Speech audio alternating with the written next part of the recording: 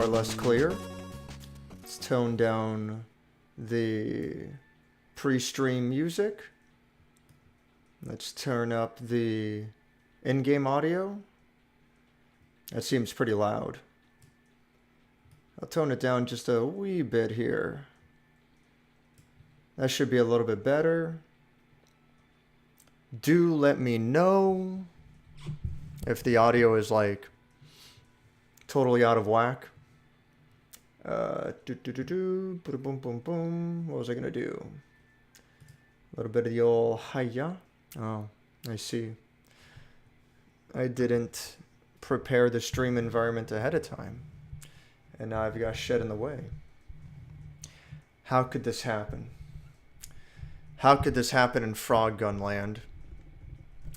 It's simply not acceptable. Not under any circumstances. Guess I'll just leave that alone. Let's see. You know, I've never played the two-player mode in this. I actually have no idea what it's about. I feel kind of bad. Like, right when I was going to publish the review, I was looking it over and I'm like, oh shit, I never published, I never looked over the two-player mode. And I was heavily considering going back to it, and I'm like, you know what? Fuck it. It's not worth it. I don't know, maybe it is worth it. I'm just a bad reviewer. I'm a bad critic. So for now, we'll use the froggy hood until I get my favorite hat. So what's up, Jonathan? What's up, Doomed? I could go for vanilla Coke. I want vanilla Coke. What's up, Waylon Smithers? Electrical tape. Kerbo is gone? No, he comes and goes. Kirby's on that diet. Kirby's riding the pirate pack. Fuck, you know what? By the way, this stream is brought to you by an almost empty 2-liter of Coca-Cola. I had a party not long ago, and now I have like a ton of leftover soda that I'm trying to get rid of. So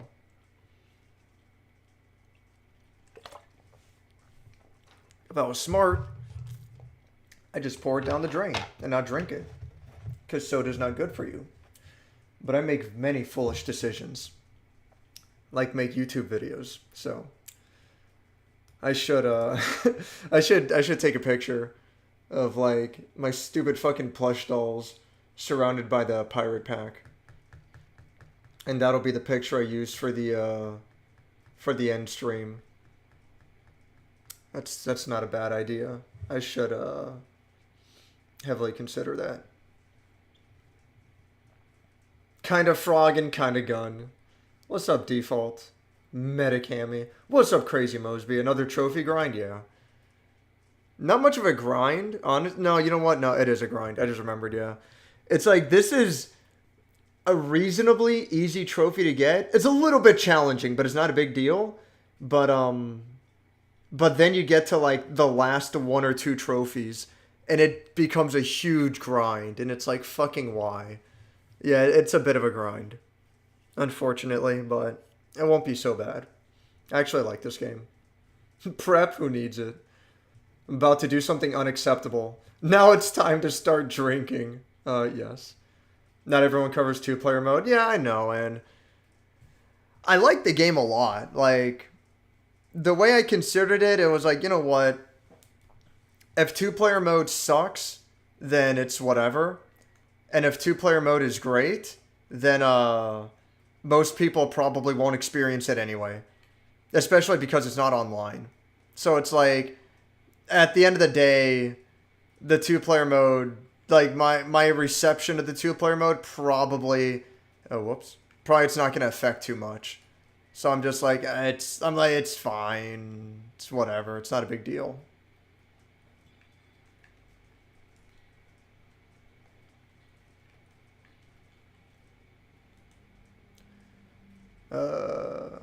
Original Coke is best? No, hell no.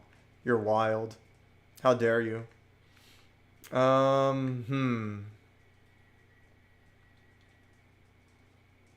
Yeah, it's got to be Cherry Coke. I just like cherry flavor a lot. I mean, cherry's my favorite fruit. Oh, shit. Ah.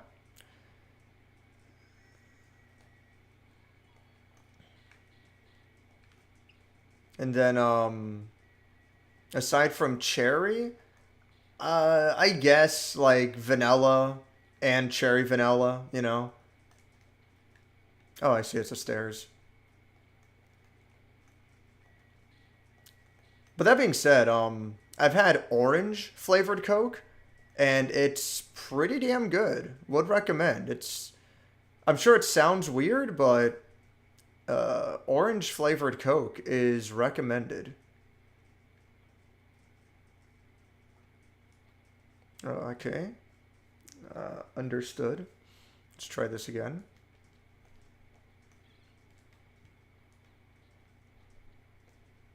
Whoa. That's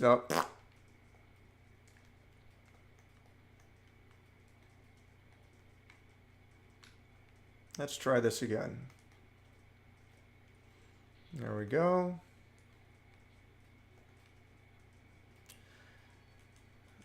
Dave, did you like the John Wick movies? I can't remember if we ever talked about it.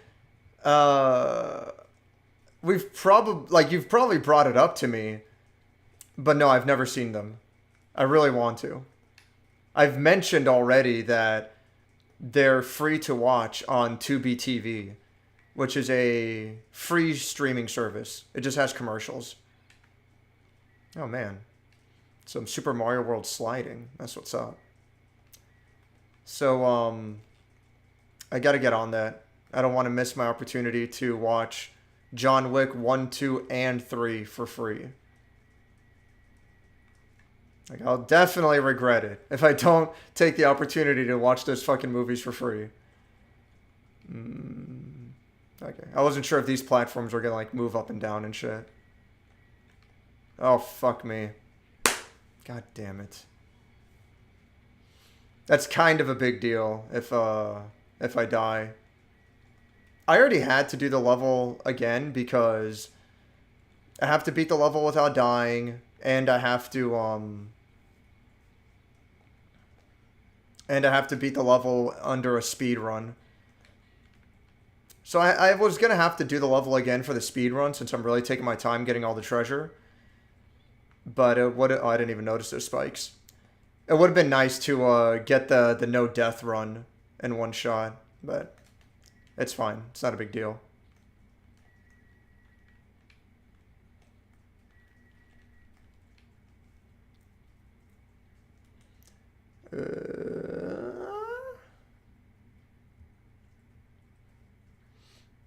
You could give your soda to the homeless. Hey, charity starts in the house. I don't know.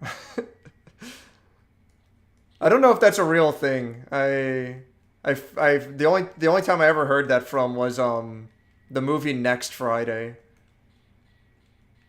which is the sequel to Friday. But you have one of the main antagonists, and I forget why the conversation got brought up, but he's like charity begins in La Casa, and it's like okay. Fuck. God damn it. He's like, charity begins in La Casa. It's like, okay. Whatever you say. Friday? I remember... I don't remember Friday too well, but I remember liking it... Oh, fuck me. I don't remember Friday too well, but I remember liking it well enough.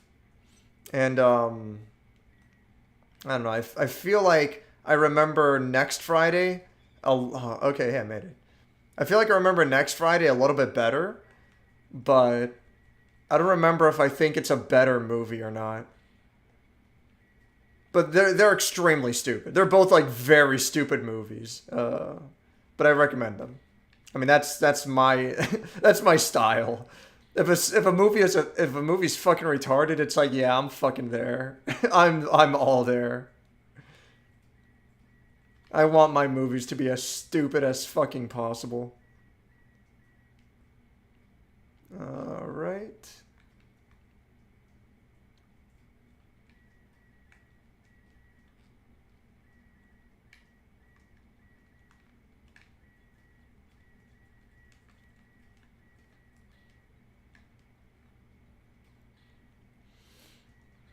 And I feel like this conversation pops up every now and then, but it's like you can have really easy games that are designed for kids, and it doesn't have to be fucking pitiful. It doesn't have to be boring and stupid.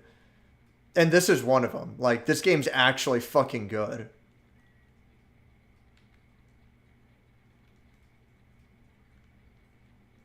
You know, and then, like, the prime example is, like, Kirby's Dream Land. Like, especially the first game is, like, so fucking basic and simple. But, and the first Kirby's Dream Land was actually specifically designed for beginners. That was, the entire concept behind it. And it's good. Like, it's a good fucking game. Highly recommend. Well, highly recommended. Kind of. But it's good. Nice. That's 100% of all the treasure. Now I gotta do it again. Speed run and no deaths. 2 cents has been added to your account for that sponsor. Oh, for Coca-Cola, yeah. It's 2 cents. That sounds like a lot. That is generous.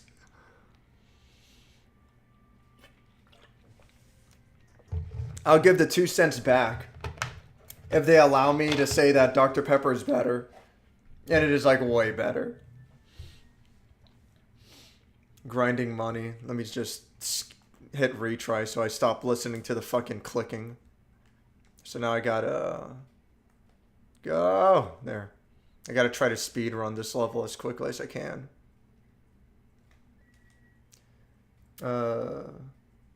Recommended drinking. Grinding money, yeah. Actually, yeah. I don't know, like, were you there when I got the Platinum Trophy for this on PS5? Because I'm doing it again for the PS4 version. Okay, well, there goes that. But yeah, you just have to grind a shitload of money. It fucking sucks. But it's whatever. Put on some tunes and grind away. I'll just do it while I stream, you know? Because apparently I don't respect any of you people's time.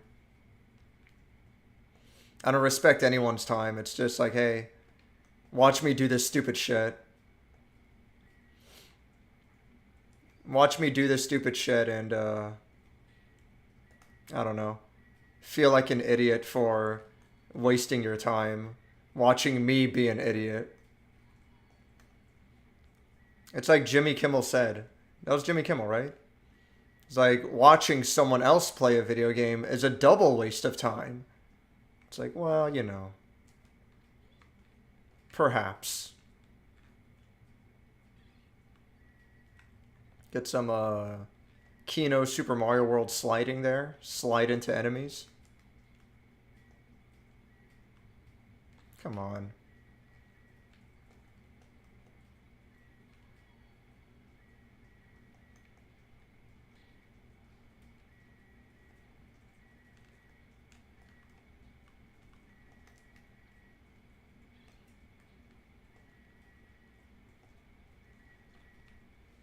Oh, fuck!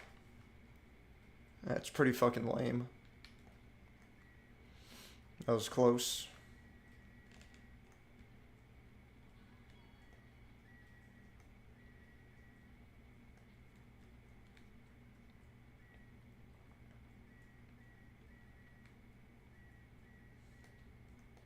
Shit. Alright, that worked out.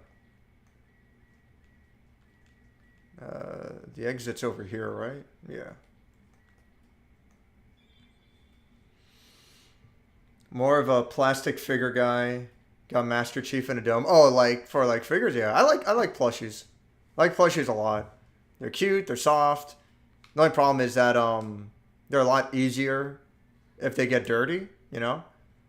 They're a lot more fragile in that sense.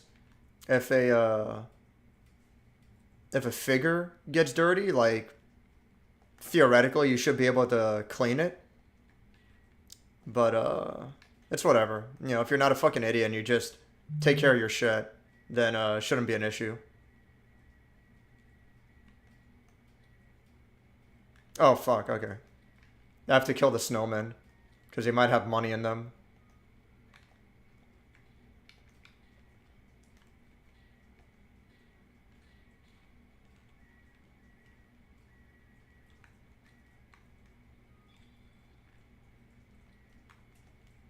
Alright. Oh, whoops. That was close. It's so easy to miss, like, one of these vases, whatever. It's so easy to miss one of these vases, like, just sitting off to the side. And it's like, oh, whoops, you're missing one fucking coin in the level. You're missing just one coin in the whole fucking level. Yeah, no, you don't get the reward. It's like fuck you. And I've done a couple of levels where like I've done the level like 3 times over, and I just can't find the last couple of coins. And it's infuriating. It's like, dude, where the fuck is it supposed to be? But thankfully, you don't need absolutely 100% to get the platinum trophy for this game. You do need to get 100% completion for quite a few levels, but not for all of them. So this really shouldn't be that big of a deal.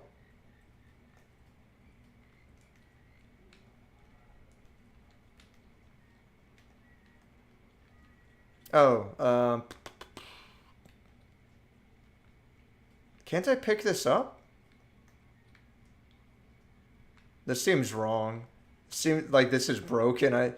I'm pretty sure I should be able to pick that up.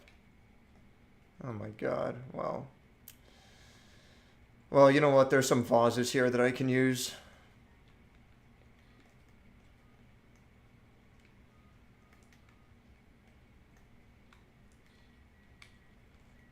So maybe that's a glitch, but it's whatever. It's fine. I mean, it's not really fine, honestly, but fuck it.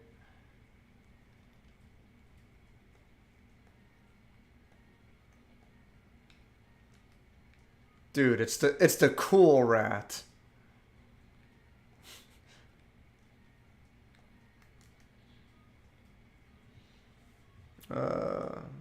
Recommended drinking ad. Oh, did I ever get the dream flavored Coke? Fuck, my stream just like went rocketing away. No, I never tried the dream flavored Coke. You tried it. You said it was pretty. I thought you had something else to say about it before, but I don't remember one. Maybe you just joked where you're like, well, it doesn't taste like dreams. Let's see, gotta do this. There we go. Oh, good. Shit. So it's pretty good then? I tried the Coca-Cola Starlight. I was not a big fan. Like, it wasn't bad, but it's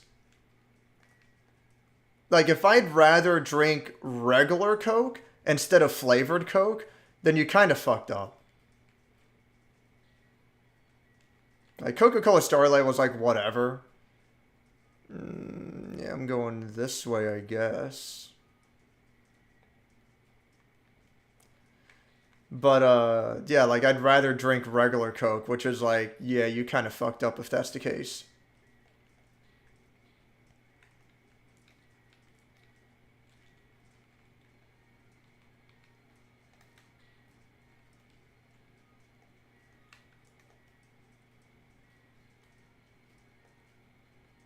Oh, I see what I need to do.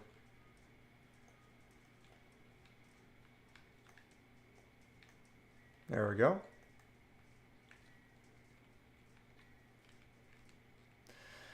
Cool beans, cool beans. I sent you the astronaut farmer. What the hell? Did it taste like a dream? Oh, there's no game audio. That can't be right. Why is there no game audio? Watch your ears. I'm gonna reset the audio. It'll be loud for a moment. Why is there no game audio? That's so strange. Here it comes.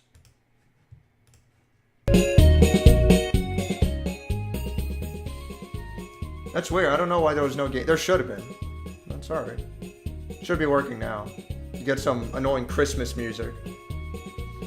Regular Coke, but with rum and lime juice, is better than vanilla Coke, which is better than cherry Coke, which is better than regular Coke. Well, I mean, Coke Zero doesn't count. Coke Zero is supposed to take like shit. It's like all those Diet Cokes, like, it's not the low calories that's diet about them. It's the fact that they taste like shit. Or it's like, it makes you not want to have soda anymore. That's how it makes you lose weight.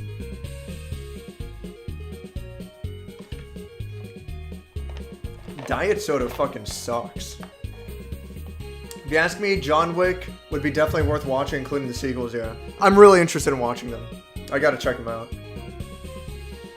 Maybe we could watch on the Discord? Maybe, I don't know. I'm not gonna say no, but it's whatever, we'll see.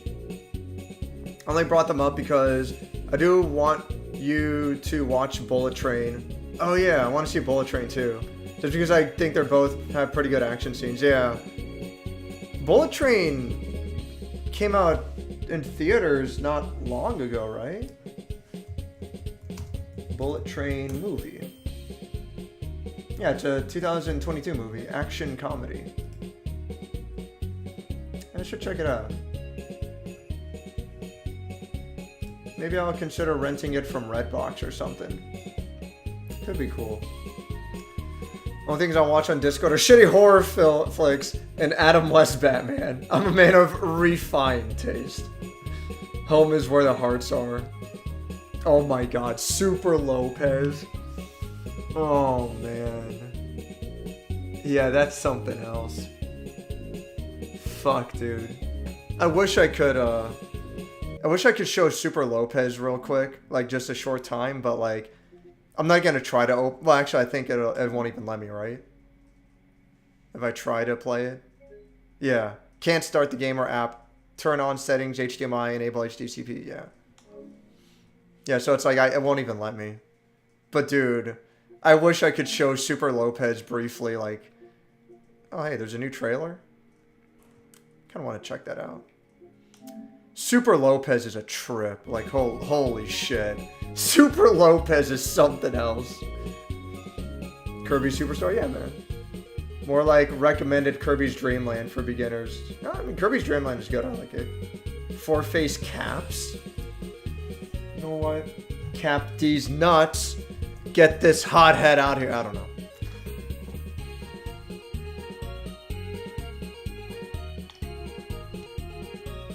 New Kirby game with the other nephew who's a bit younger, and it was multiplayer. I don't think they could play this very much, but Something Without Deaths, they had... Oh, but for Something Without Deaths, they had some fun with it. I mean, yeah, for like the littlest kids, sure, but I think this game would be great for like a 10-year-old, you know? Like when they're just starting out with video games. I mean, I don't know. It's hard to say. Like, I've been playing video games literally for as long as I remember. For like as long as my memory holds, I've been playing video games. So maybe ever since I was like 3 or 4 years old, I was playing fucking Legend of Zelda 1 on the NES, you know? And I had no fucking clue what I was doing, but I was playing and I was messing around with it. And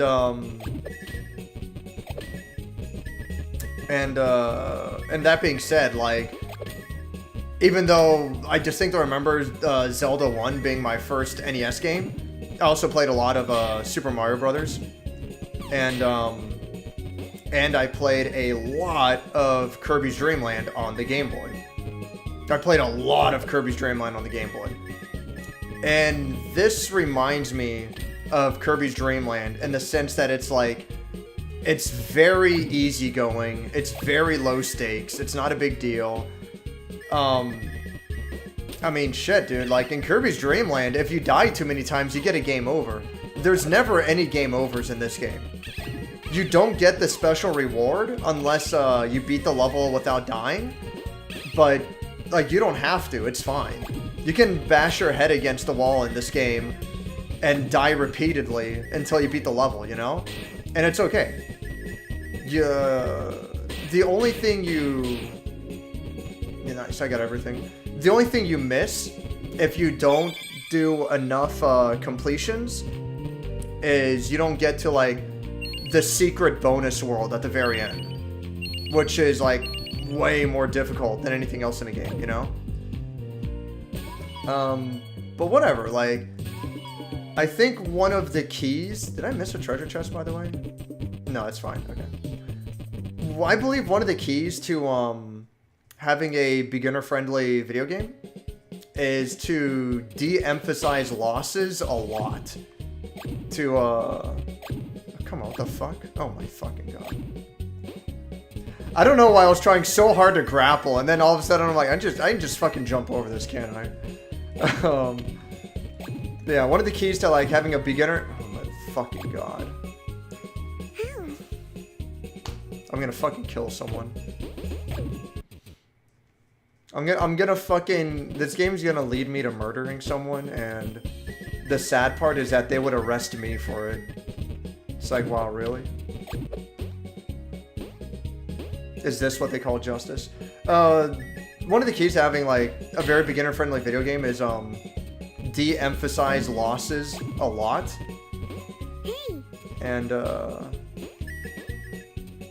And just make it easy to, like, jump back in the game with minimal restrictions.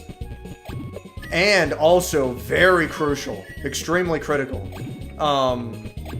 the game needs to be... Oh, motherfucker. The game needs to be extremely simple. Very, very, very simple game. And in the case of Frogun, which is, like, really unique these days, this game can be controlled entirely with 2 buttons. You move, you jump, and you shoot. That's the whole game. I mean, it's funny considering we're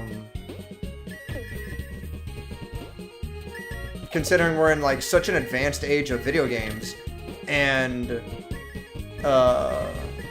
modern controllers have essentially 8 actively used action buttons. Alright, 8 buttons is, like, kind of the norm. You have the 4 on the front, and you have 4 shoulder buttons. And then if you want to... Whoops. Wait, what the fuck? Oh my god, I went backwards. And then if you want to take it further, you have an additional 2 buttons where you press in the joysticks. Oh, motherfucker, I'm supposed to go this way. You have additional 2 buttons where you push in the joysticks. I wouldn't really count start and select, but if you really want to take it that far, sure. And then you have shit like, for specific games, motion controls, touchpad usage, stuff like that. That's really not that big of a deal. But yeah, the point is that, like, so many games have so many buttons to wrap your head around, and that can be very difficult for beginners. Oh, come on, there. Which is why I believe that, having extremely simplified controls in games can be really, really good.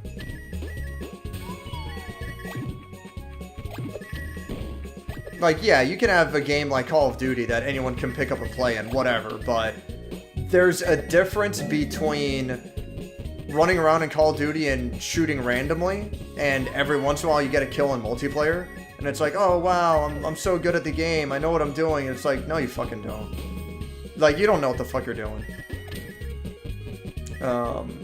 There's a difference between that and playing with intentionality, where you're playing with a purpose, where the controls feel like an extension of your body and mind, where you actually feel like you are an extension of the character, and when you think about doing something, like, you actually do it.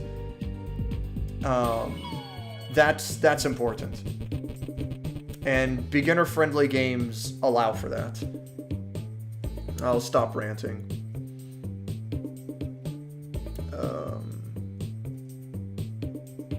Yeah, I did. Reminds me why I don't like... Oh, yeah, I know.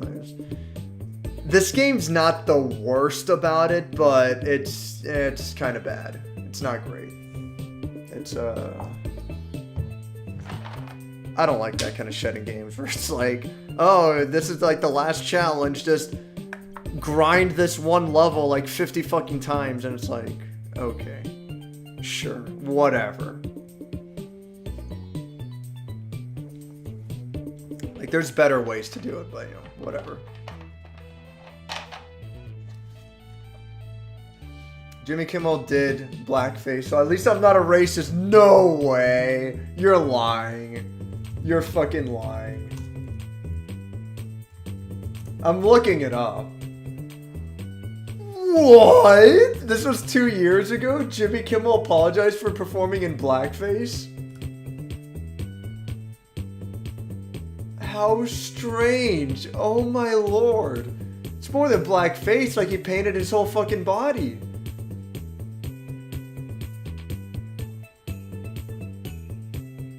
Wow, I never knew this. This is crazy. Alright.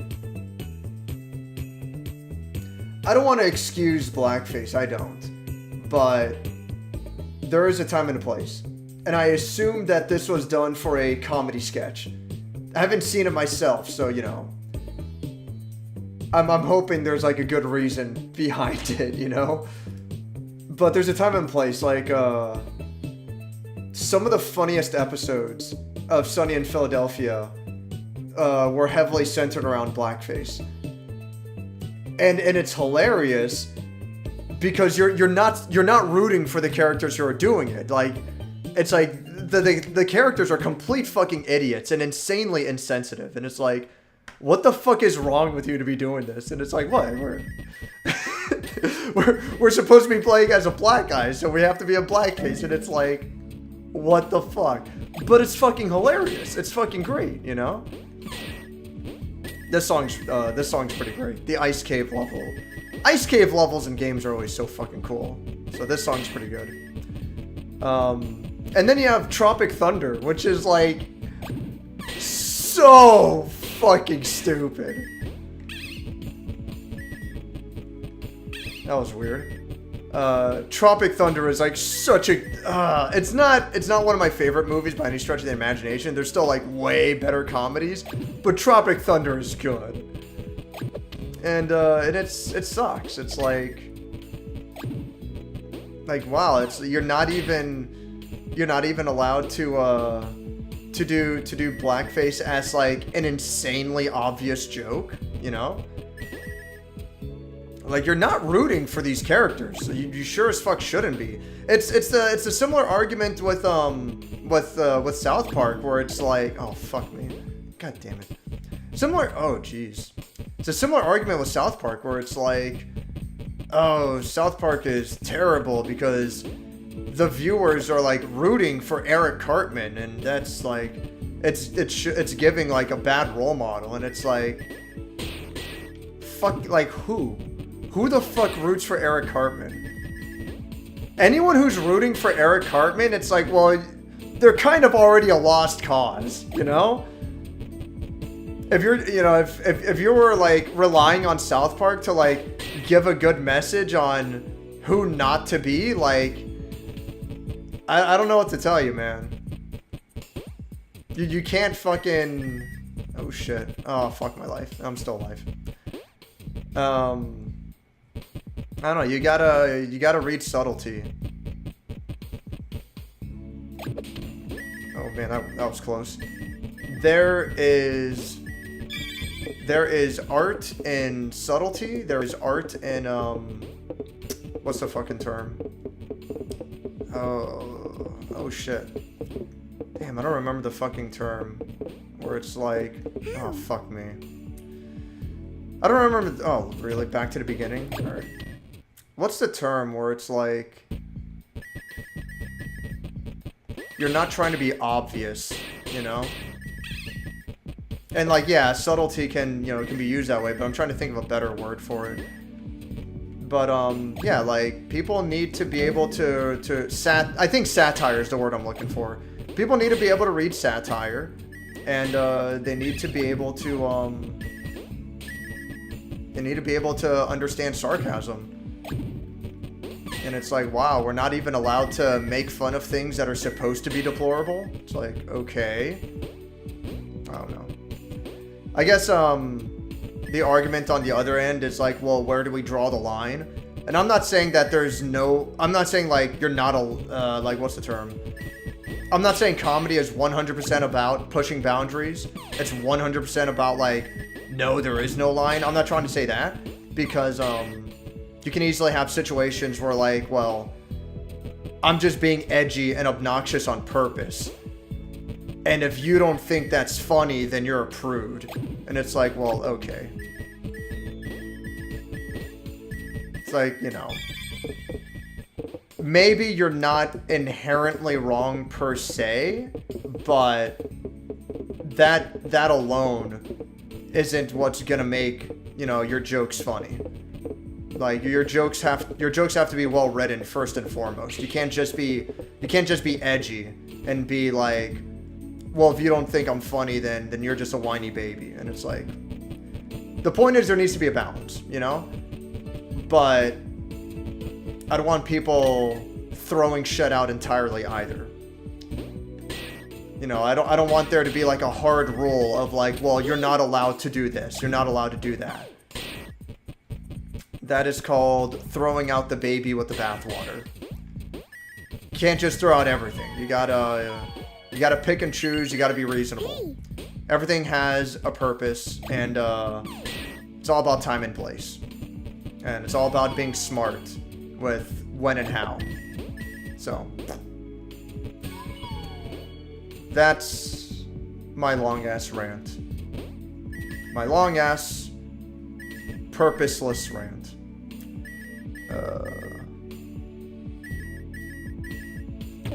Where did I leave off? Oh yeah.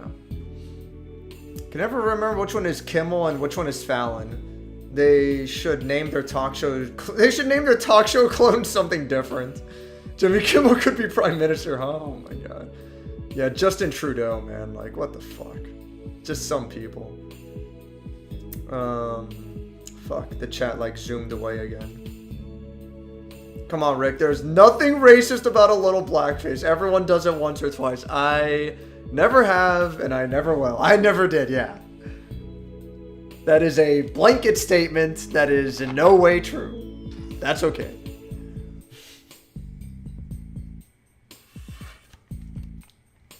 That is not enough soda.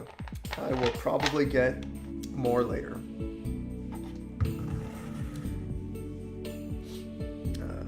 I remember when I had Angry Bird plushies when I was into that franchise. Sold them years ago. Oh man, I want this Mothman plushie. That would be sick. God damn it, dude. For a second, I was thinking of Megaten's Mothman. Oh, like what? Shin Megami? Yeah, Shin Megami Tensei. Yeah. Yeah, their version of Mothman is great. That would be a fun Mothman to have. No, but I'd love that too. Yeah. You have to roll the snowball, I'm sure. That's not a bad guess, Bob. I'll consider that next time. I don't think you're supposed to. That's not a bad guess, but I don't think you're supposed to. I think you should just be able to grapple the snowball, and there you go. But it looks like it was colliding with the floor. But it's whatever. It's not a big deal. Cool rat. Return to the void, yeah. Yeah, I drunk the spicy Mountain Dew. 30 minutes later, I'm gonna lay down. I don't feel well. I never had that Mountain Dew. The Scarlet Rot flavored Dew. Oh boy. Oh man. Regular Coke is the best Coke, and I will fight for that. Oh man, it's really good that you're a terrible fighter. Ah, the volume. Yeah. Sorry though. Annoying music? What? Well, there was like an annoying clicking sound happening, so.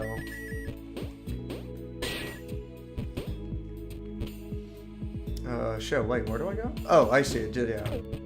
It's like an elevator, it zooms me up. Alright. I gotta get these red coins.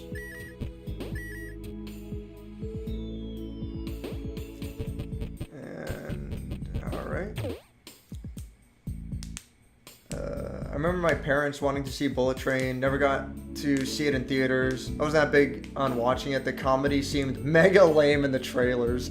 I'm slightly interested in watching it, but I will be very cautiously optimistic. If it's a garbage movie, it's a garbage movie, and it is what it is, but I am slightly interested in watching it. And yeah, see, here's the snowball again, Bob. Like, it doesn't do anything. Actually, this is a problem because now I need a projectile to get through here. I can probably jump over that, but yeah, you're supposed to be able to grab it because it gives you a replacement after you use it. There, well, I grabbed it this time. Yeah, so you can see it's like, it's colliding with the floor hitbox, or the floor collision box. Oh my fucking god. Oh lord, what a glitch. Why does this game have to be so fucking glitchy, dude? Like, I actually like this game a lot, and it just can't keep its shit held together. That's a new glitch, or maybe that's a glitch that the PS4 version always had, and the PS5 version never had it. Or maybe, you know, they just fucking added that glitch in. It's not a glitch, it's a feature. Like, that sucks, dude, but it's whatever. Like, it's really crazy. Even despite all these glitches, the game is still shockingly fun. And pretty playable. Ah, fuckers. Mistimed it. And pretty playable, all things considered. There we go.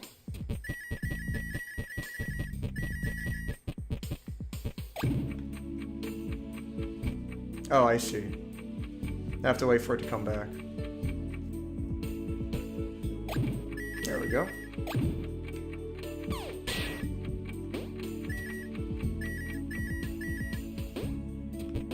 Hey. The collision with jumping on enemies is also pretty annoying.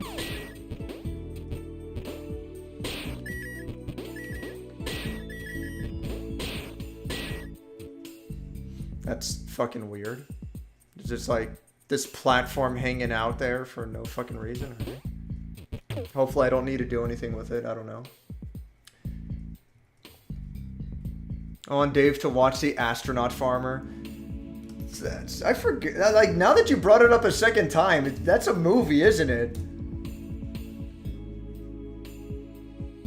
2006.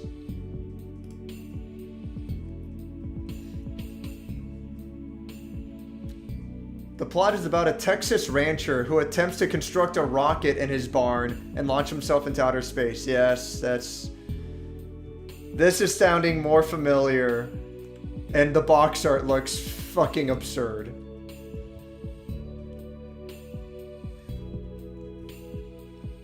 Bullet Train came out back at the end of August.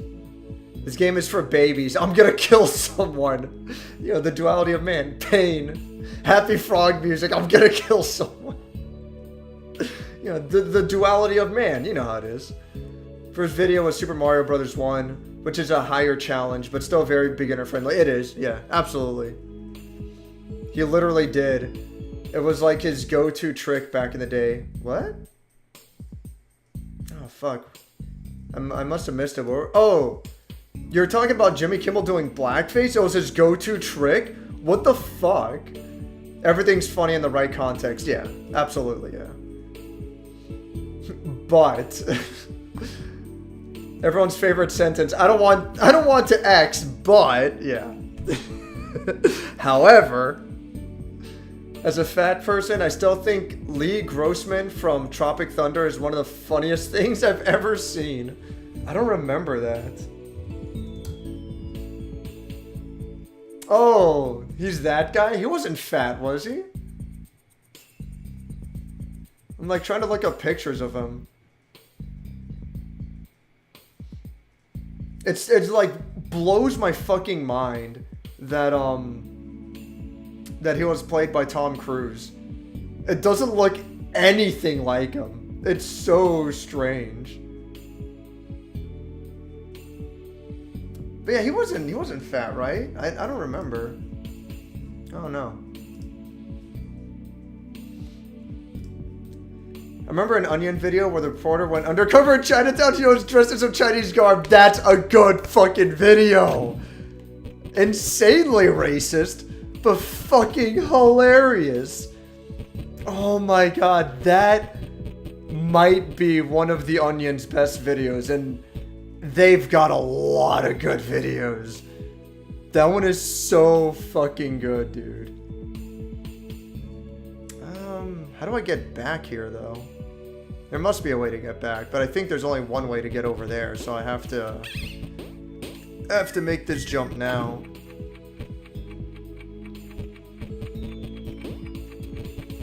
There we go. Oh, you motherfucker. Oh, man, you fucking bitch. Oh, Lord.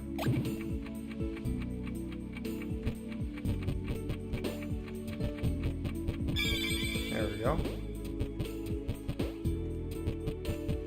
Oh, okay, I see, yeah. That's easy.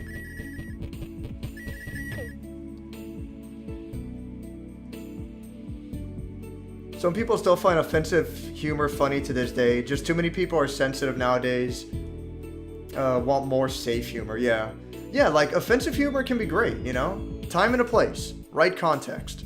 But, I don't want to just throw it all out, you know? It's whatever. So my boy Tom gets a pass. What? Tom who? Oh, Tom Cruise? Yeah. Context is always key with these things. Absolutely, yes. People rooting for Cartman? Well, they're bad people. Yeah, exactly. They are bad people. But then, and like, don't get me wrong, like, I find Cartman fucking hilarious. But he's not the fucking hero, you know? We can find the villain to be funny. Like, you can't fucking tell me Skeletor's not fucking hilarious. With his voice and the way he laughs, like, you can't tell me that you don't laugh at Skeletor. Like, give me a fucking break. It's okay to laugh at the villain, and for whatever reason, you know? And it's okay to, like, want to watch a show for the bad guy. If only for how ridiculous and over the top they are. It's the cops and robbers kind of argument, you know? You can't play cops and robbers without robbers. It is what it is. You just have to be smart and... Oh, you gotta be fucking kidding me. You just have to be smart and reasonable with how it's implemented. And, like, really, anyone who says, like, no, you can't do this because it's offensive. Like, how dare you? You know, think of the people you're offending. It's like, well, it's not my fucking intention to offend anyone. Number one. Number two, half the time, it's like, it's like, what's the term? It's like people getting recreationally angry. Oh, fuck me. Actually, I shouldn't have reset the level that time. Oh, well, fuck it. A lot of the time, it's people getting recreationally angry. And it's like, you're probably getting angry for another group. Rather than, like, you know... Oh, nice. I didn't notice there was a silver coin there. Rather than, like, some kind of righteous sense of justice, where it's like, oh, you shouldn't be doing this. That's terrible. That's horribly disrespectful. And it's like, from my experience, like, most of the time, if you just ask someone if they find something offensive, and it's like, we don't fucking care. It's like, who gives a shit? Like, it's fine. It's like, there's no need to be upset. I don't know how else to put it. But literally, people can't live their life without being angry at something. And they, you know, it's... Oh, shit.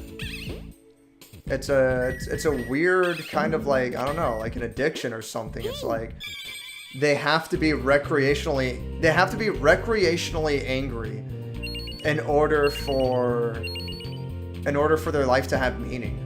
They have to be fighting for something, and it's like you really fucking don't. it's fine if you just let shit go. But it's like, no, it's like, alright. And, you know, I guess, you know. Keep fighting the good fight. Keep fighting the war that literally has no opponents. It's like, okay. Like, what's the term? It's not a term that gets used often, but I heard the term once before, soldiers without battles. And I think, or soldiers without battlefields or something.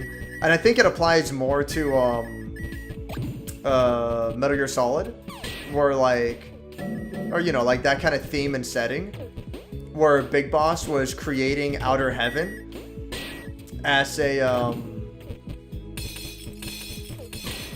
as a paradise for soldiers, because a big theme about the Metal Gear Solid series, you know, aside from nuclear warfare, which is like a huge theme, but a big theme about the Metal Gear Solid series is soldiers go to war and that's their job, and when they come back home, like, they feel lost.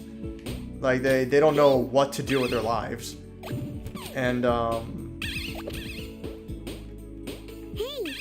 Big Boss's whole thing was, well, I'm going to create a home for soldiers, where soldiers are always feel like they're wanted, where soldiers always feel like they have a purpose.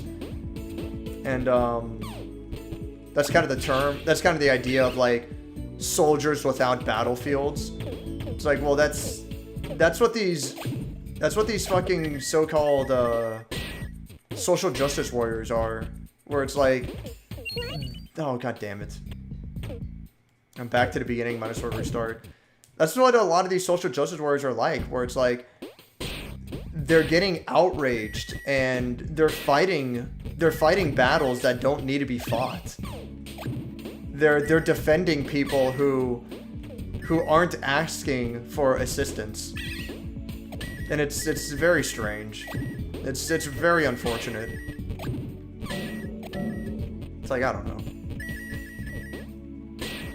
I remember this small outrage over Super Mario Odyssey, where people are like, wow, Nintendo, isn't that a little bit racist that you have Mario wearing a sombrero and playing a guitar?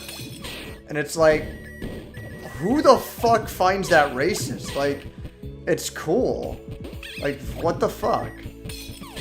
It's, you know, I mean, it's so strange. It's like, yeah, sure. Whatever you fucking say. It's racist that Mario is wearing a sombrero and playing a guitar.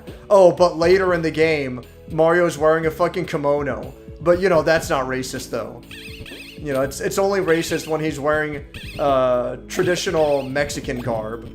But if he's dressed in, like, traditional Japanese garb, then it's okay. And it's like, what the, like, really, what the fuck is wrong with those kinds of people? Like, it doesn't make any fucking sense. I don't know. Just, I guess, like, trying to get to, like, a little bit of a point. I find it really unfortunate that, like, because blackface is just, like, completely off the table under any circumstances, period. Because of that, we're not allowed to have certain episodes of It's Always Sunny in Philadelphia. And, like, that's actually a thing, by the way. Like, I think on Hulu, there's every episode of Sunny in Philadelphia, except for the blackface episodes. They just don't have them. I think there's, like, 4 or 5 of them or something, or maybe more. If Slipmaker was here, he would know. He's more of an expert on this. But, it's really unfortunate. Like, it's like, what the fuck, dude? And they're great episodes. I mean, fuck, a lot of episodes of Sunny in Philadelphia are insanely good. And it's like, no, these ones have blackface, and, like, that's not acceptable anymore. And it's like, alright, sure. don't know, dude. It's unfortunate. These are the same people who say, am I missing something? No, I think I have everything so far. These are the same people who said Resident Evil 5 is racist. And it's like, sure. Sure, if you say so. You are free to believe what you want to believe. I won't bother fighting you on this one.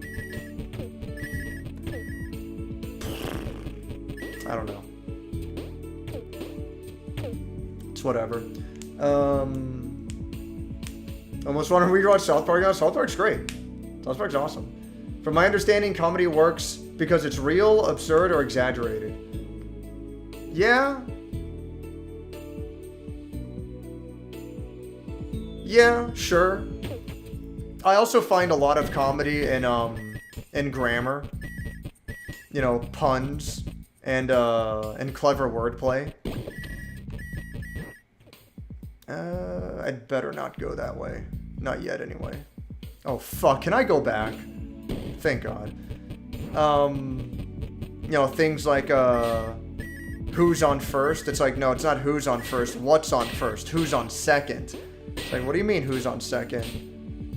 What about third? You know, it's like so on and so forth. You have to watch the video for yourself. Like, I am not going to be able to to do it any justice. But it's a great video. I wouldn't call that reality by any stretch of the imagination. It's a little bit absurd, but its comedy doesn't necessarily come from the absurdity. And yeah, sure, it's exaggerated, but it's not exaggerated to the point where it's like, well, this is just stupid. I don't know. I feel like it's kind of its own thing. It's a comedy that uses grammar and language, and I like that a lot. But I'm sure at this point I'm just arguing semantics, and it's very whatever. It's not a big deal. Dude. It cool, rat. Let me get a better image. Oh, damn it. Fucking cool rat won't turn around. There we go. You know what? That's the best I'm gonna get. It's cool, rat.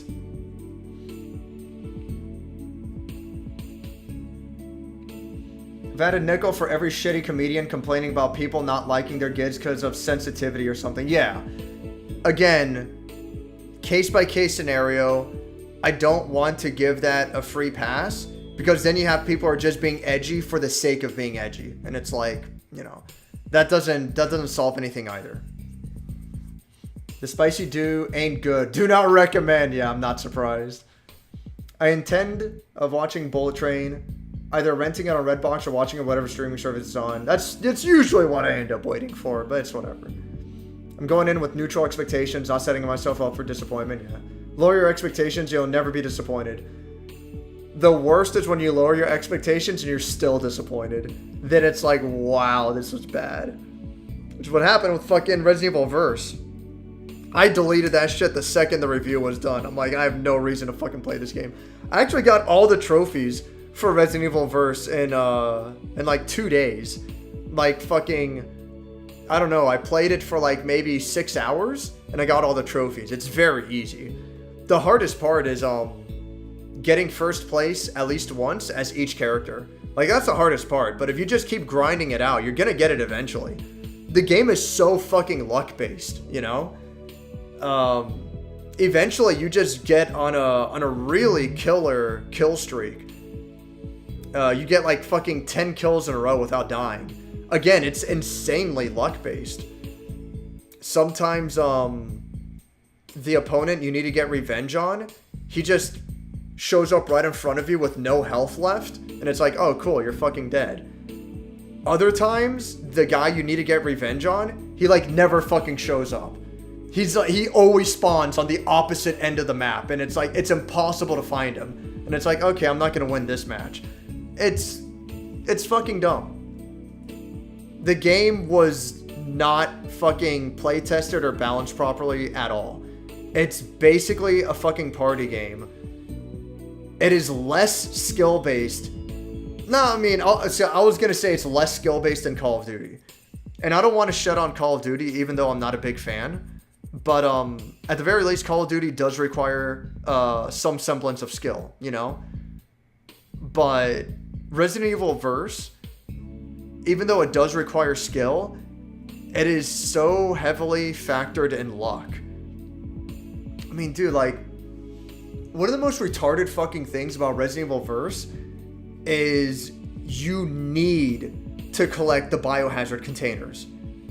That's almost priority number one, alright? You need to collect them because just by collecting them, your gun's accuracy and attack power are permanently increased until you die, okay?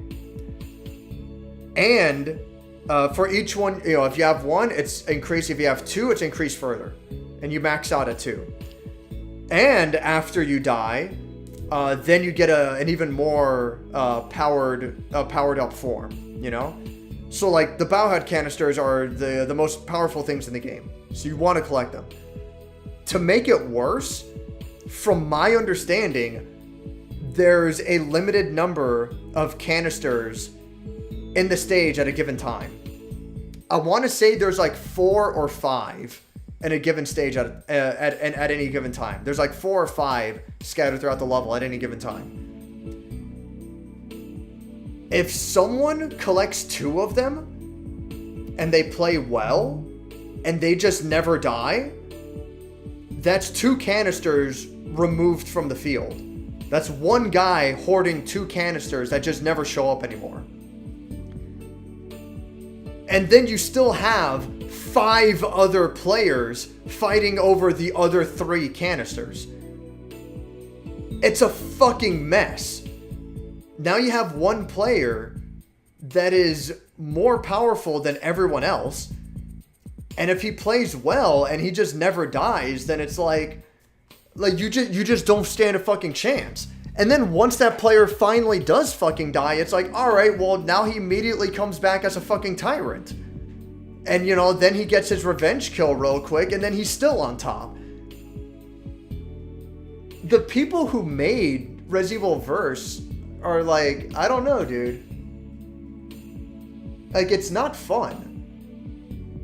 It's a party game with almost no fucking content to it whatsoever. The amount of content to that game is so fucking, it's so slim. People will call things like a deep puddle, where a game is like, a game looks shallow, but there's a lot of depth to it. Or they'll call it a shallow river, where it's like, you know, a game looks like there's a lot to it, but it's actually really shallow. It's like, Resident Evil Verse is neither of them. Resident Evil Verse is like a fucking raindrop on a petri dish. It's like, there's fucking nothing to it. I really wanted to give it a lower score, but at the end of the day, it is playable. All right. And if you really want to take it far, like, yeah, I could see some like somewhat clever synergies, and you could do some interesting stuff depending on your character, you know? It is possible to have fun with it. And like the only real saving grace is like technically the game's fucking free, you know? Technically. So it's like the game runs. It's a game at least, you know, it's something. I've played fucking worse. But yeah, like it's not fucking good at all. Like it's really bad. The game fucking blows. I wish I could give it a lower score, but it's like, if I'm being objective, like, it's not the fucking worst thing in the world. So it's like, all right, fuck it, 3 out of 10, you know? Like, it's still really fucking bad, but whatever. So think the character says pain when taking damage. Everyone seems to... It's pain! All you people seem to think that. No, I don't know. I think she says, hey, when she takes damage. And she says what when she dies. That's what I hear. But I don't think it really matters what she says. If anything, it could be a different language. I could be wrong, but I think the game was made in Brazil. So she could be talking in Portuguese. So I don't fucking know. Oh my god, where did I leave off on the chat? There I am. Nice. Billy Bomb Thornton's in it. And what? And Bullet Train? I don't know. Max Payne 1 and 2 remastered coming soon. Is it really? Max Payne remastered. Unless you're just referring to like Frogun.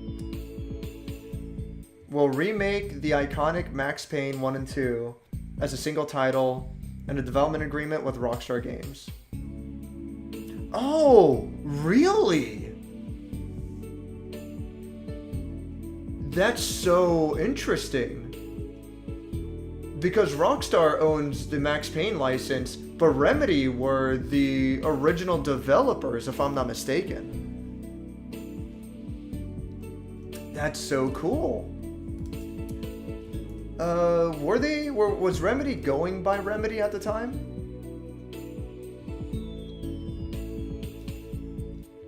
Yeah, I guess so. Wow, Remedy's been around for pretty long. Wow, Remedy since 1995.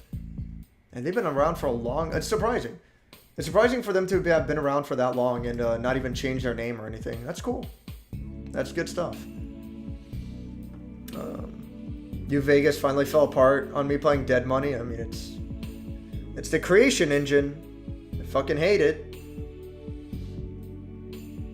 Creation engine is fucking lame. Disables being able to click anything from there, forcing me to Alt F4. Fuck. That's stupid. Les Grossman is Tom Cruise in a fat suit. I mean, alright. It's fucking great. He's so quotable. Red Dragon, fuckface. Why don't you take a step by and literally fuck your own face? What the hell? It's been a long time since I've seen Tropic Thunder. It'll probably be a longer time still because... I don't know. Where could I even... Tropic Thunder. I doubt, like, anyone's even fucking streaming it on anywhere. Like, no one wants to fucking touch this shit. Yeah. There's no streaming subscription service that's gonna touch it. You have to actually buy it. Man, he'd do street interviews in blackface? He'd also grope and make lewd comments towards young girls when he'd do it. Okay, now that's... Skeletor? Nah, not into Cheesy's 80 shows. Wow.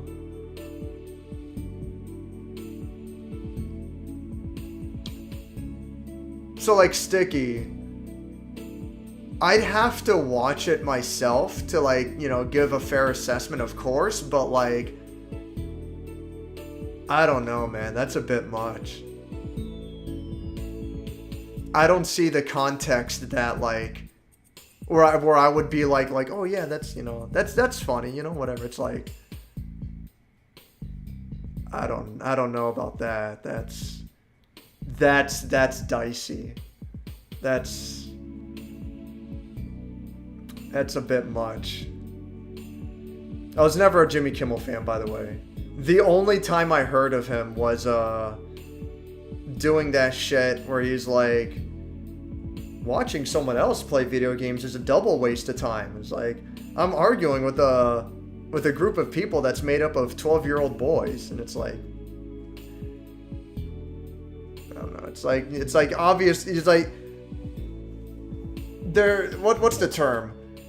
I fucking hate writing and jokes. I was having a discussion with my friend about this not too long ago at all, like just the other day. I fucking hate writing and jokes where it's jokes about nerds and nerdy people, but they are clearly not written by nerds. They're, you know, it's joke about nerds that are clearly not written by nerds. Obviously, like Big Bang Theory, you know, the whole fucking show. But the example I came up with, or the example that we were, my coworker and I were talking about, that was fucking weird. Somehow went in between them. The example my coworkers and I were talking about was the movie the 40-Year-Old Virgin, where I'm like, the movie's okay. Been a long time since I've seen it, so I don't remember it too well. But I'm like, this movie's all right. But one of the things that like annoyed me was you have the main character who's obviously a big fucking nerd, which is fine. And his house establishes that. He's got like this huge fucking like DVD collection. And it's all well organized and whatnot. And it's like, okay, you know, that's cool. We see he's a nerd. He's got his passion. He's got like a shitload of movies and whatever. He's socially awkward and whatnot. It's like, okay, cool, fine. Call me dumb for this if you want, and you know that's fine. I'm not gonna argue against that. But like, where I draw the line is the fucking gaming chair that he has, where it's this like really fucking extravagant setup. And he has a fucking joystick attached to the gaming chair. And that's what he plays video games with. And they have a scene with like his buddies playing on that gaming chair. And he's like exaggeratingly rocking the chair all over the place and making exaggerated motions with the joystick to control the character. And it's like, you know, you could just have him you can have him play with a normal fucking video game controller. Like, what are you fucking accomplishing here otherwise? Like, what is your purpose? What's your fucking goal here? What are you trying to achieve? Maybe I shouldn't take it too seriously because obviously that joke in that movie wasn't made for me. It was made for a very casual audience. It was made for you know, it's like the movie The Wizard, where like the Wizard is all about playing video games. Like it's about a major I'm about to fucking die. It's about a major video game competition. All right, old 1980s more or less. Old 1980s movie about the NES. You know, shit like that. I have everything I need. I just need to go to the exit. So it's a movie all about video games. But whenever they show people like playing a video game, like they're like over exaggerated. They're like going like this, and it's like no one fucking does that. And like it's so fucking dumb. Meanwhile, you have a movie like Shaun of the Dead, and it shows people playing video games, and they're playing video games like normal fucking human beings. You know? It's like, wow, go figure. Who'd have thunk? So, it's a little pet peeve of mine is, God damn it. A little pet peeve of mine, writing and jokes about nerds that were not written by nerds. And, I feel like the main reason why I find that to be a pet peeve is because if you're gonna do jokes about that, fucking hell. If you're gonna do jokes about that, then the audience that is going to get your jokes is either going to be annoyed or otherwise offended.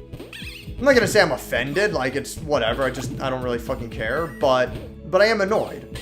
It's like, well, you know, that's not as funny as you people seem to think it is. Like, it's just fucking stupid.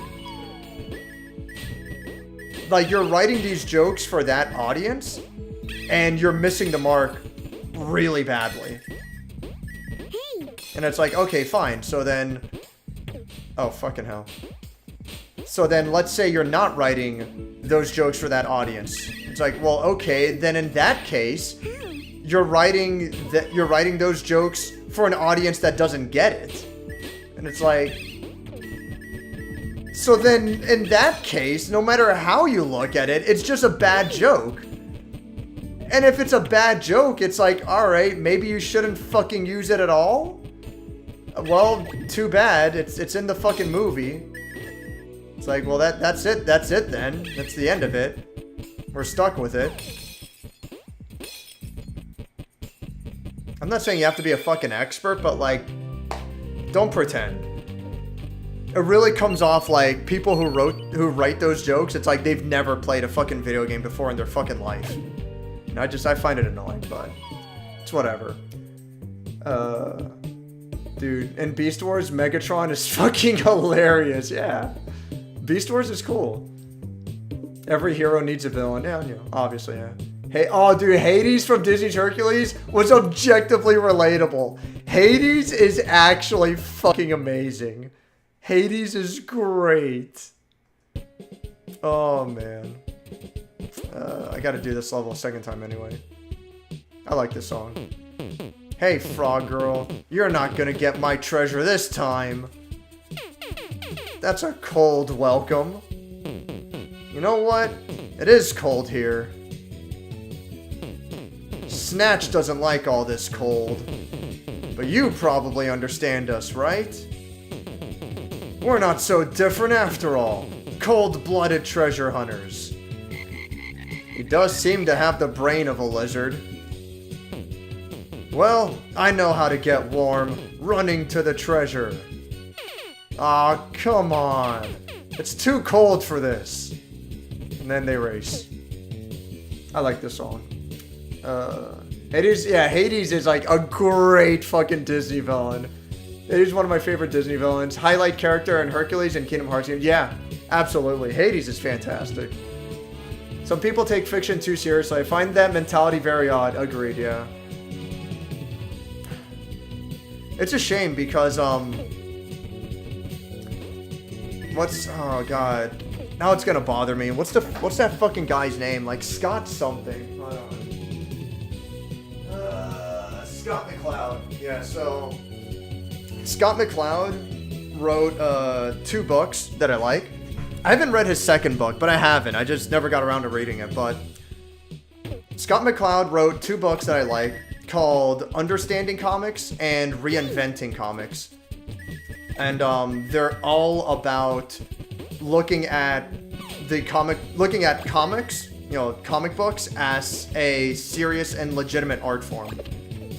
And I think they're great books. I would highly, highly recommend them. Especially Understanding Comics. If you have just a passing interest in comic books, and you're just you're interested in, like, you know, examining and thinking about comics on a deeper level, highly fucking recommend it. Oh, fuck me. You know what? Yeah, I need to restart. Fuck. God damn it. If you're even, like, somewhat interested in comic books, highly recommended. So anyway, Scott McCloud had this term, not really a term, but he has this, like, way of thinking. Not about, comics specifically, but about art. And his way of thinking is, the way that, oh my, the motherfucker. The way that he perceives art is a way of looking or understanding another person's point of view from a totally different perspective.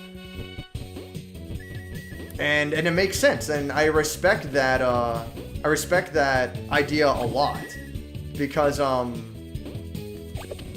you know, art is, like art in general, whether it's painting or traditional storytelling or whatever, art is all about sharing your own perspective of the world. After all, you know, when we create art, it comes from ourselves. It comes from how we perceive the world, how we perceive reality. Even if we're trying to tell a fantasy world, or we're trying to tell a story that we ourselves aren't entirely familiar with. Fuck me, I shouldn't be going this way. Fuck, how do I get across there? Oh, here we go. So, you know, like, fucking, I don't know, if I'm going to, tell a story about someone who, oh, you motherfucking son of a bitch. If I'm gonna tell a story of someone who grew up on the hard streets of the slums of Brazil, and they're just trying to get by, and, you know, they're like a petty thief on the streets or whatever, it's like, all right, I can write that story, but I have no fucking idea what I'm talking about. I don't know that world. I haven't the slightest clue, you know? But I could write that story, and it would be how I perceive that world, you know, what I think of that world. And it's fine. Like, fucking, you know, you have, like, fucking Final Fantasy 14. I'm sorry, 14. You have Final Fantasy 9, where the main character is a thief. I'm pretty sure none of the writers of Final Fantasy would consider themselves thieves, you know? Pretty sure none of the writers were, like, put in jail or had to run from the police.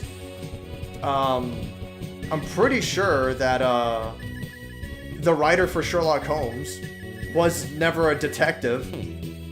Dang, you're good, Frog Girl. You can keep this one, but next time it's all gonna go my way. Pretty sure the writer for Sherlock Holmes wasn't a detective. Pretty sure the writer for Lupin III was not a master thief, but he invented a world, and it's how he perceives that world, you know? And that is such a powerful strength of art, is we are seeing the perspective of a stranger through the stories that they tell. And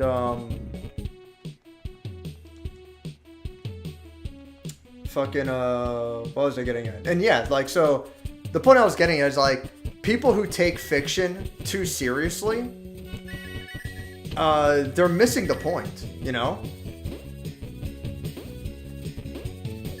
You shouldn't look at fiction as a manifesto of someone's life. You should look at it as a potential way to see life from a different perspective. And you don't have to agree with it.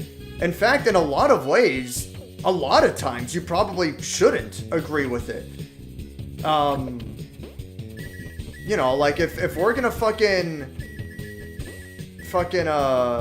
if we're gonna look at Captain Planet as some manifesto of, like, oh, fucking, we should all be environmentally conscious, and this is the real way to approach environmentalism, and down with corporations, how dare they? It's like, well, be fucking real. A corporation made that cartoon. And a corporation didn't make that cartoon as a PSA. They made it for fucking profit. You can't tell me there weren't Captain Planet action figures. Oh, motherfucker. I went to, like, scratch my fucking arm, and then, like, my hand slipped. God damn it. A corporation made that fucking cartoon, alright? And you better believe they made action figures to go along with it, too. And fucking, and if you really wanted to take it further, like, let's say that the corporation was doing it for profit, but, you know, they still really believed in that message and whatever, alright? It's like, yeah, you know what, fine. I'll fucking meet you halfway, and I'll say that, okay? You still have to understand the nuance that, you know, yeah, we should have, like, better environmental standards, for sure, of course. Like, there's nothing wrong with that line of thinking. But at the end of the day, like, the balance of pollution and advancement is what allowed us to create the amazing technology that we have today. Like, that's just a fucking fact of life. It is what it is. We wouldn't have airplanes, or at the very least, we wouldn't have airplanes anytime fucking soon, if we did not have loose environmental practices, you know? It's shitty to think about, but that's fucking reality. A lot of our inventions come from very loose environmental practices that allow corporations to take very severe shortcuts. You know? It's shitty to think about, but like, you know, fucking Nintendo is often oh motherfucker, that's not what I wanted to do. I wanted to shit. I gotta do the level again. It's shitty to think about, but Nintendo has like one of the shittiest environmental standards in the video game industry, if I'm not mistaken. Like Nintendo has like really bad pollution practices, but you know, they make some of the best games in the world. Maybe not so much anymore. I'd appreciate it if they got their shit together a little bit, but you know, it is what it is. I'm not trying to say that that goes hand in hand, but kind of is what it is, right? There's got to be some give and take. And I do wish that there would be better environmental standards, but my life. But yeah. The point I'm getting at, like, yeah, that was like a really stupid rant. That was a really stupid rant that went on for longer than it needed to. The point I'm getting at is that, like, if you take fiction seriously, you're gonna look at Captain Planet as a manifesto for life. It's like, alright, fine, you're gonna fucking do that? Like, you better not drive a car anymore. Electric cars included. It's like, yeah, electric cars are like way more environmentally safe, but you think there was no pollution? You think there were zero emissions that went into building an electric car? It's like, no.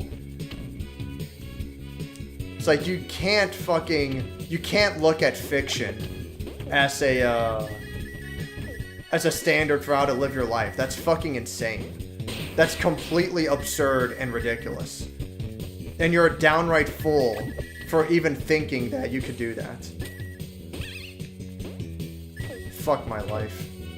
I shouldn't have done that, because I need to get the green gem. Whatever.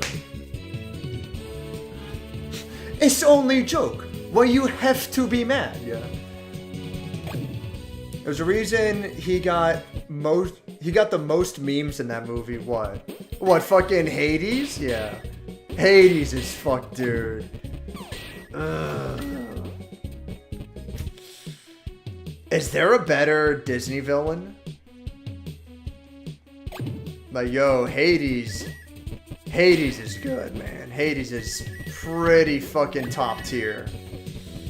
Oh, man, I don't know. I'm thinking about it. I like Jafar. Jafar is pretty cool. But Jafar doesn't even come close. Jafar ain't got shit on Hades. I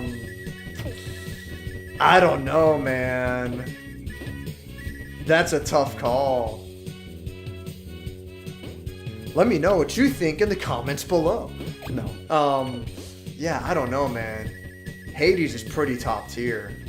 I'm sure someone will think of something better. But, Hades is great. I went through that angry for another person phase when I was 13. Just scream in your car and move on. Yeah, exactly. Oh, I can't go that way. Forgot. Have to leave that part for later. Yeah, I don't know. It's a very childish mentality. Fucking, live and let live. I'm not entirely sure that that's what the Queen song is about. But that's how I'm taking it. Live and let live. Life is too short to be angry all the time. For that matter, I should also say, God, what's the fucking term? Do as I say, not as I do. Just because I'm pissed off all the fucking time doesn't mean you should follow my example.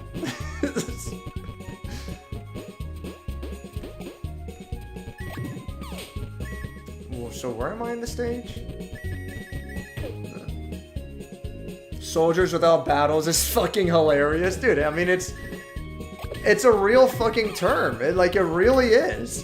I don't think it's common. Like, it's not commonly used at all, but It's a real fucking term. It's like, it's people who feel like they don't have a purpose in life, and they're trying to invent a purpose, but they're doing it to a dangerous degree. You know, they're doing it to a degree where it's like, you don't have to fight this battle. You don't have to fight any battle. You can live at peace. But it's like, no. They feel obligated. They feel like it's necessary that they have to fight with someone. You can also kind of look at it as a term called toxic masculinity, where it's like they feel the need that they have to prove themselves all the time. They can't fucking relax. It's like it's just something inside them. It's like they always have to get in a fight with someone, and it's not enough to just, you know, to let something go. It's not enough to just be like, you know, fucking I'm going this way. It's not enough for them to just be like, all right, agree to disagree. You know, like, this isn't worth fighting. It's fine. It's not a big deal. It's like, no. They have to fight you on this. And in the most extreme cases, like, with a lot of the really bad social justice type of shit, it's like, they want to create this insane outrage, and they try to like ruin people's careers over it. And, you know, like the corporations and like the jobs that hire these people, they're like, they don't know what the fuck is going on. And, you know, they're worried about losing their fans or losing revenue. So the corporations are like, all right, you know, we're gonna play a safe bet, and we're just gonna fucking fire this guy. And you know, and hopefully everything works out for us in the end. And it's like, it's fucking insane. It's like, why do people do this? Like, I'm missing one fucking coin, and I'm missing the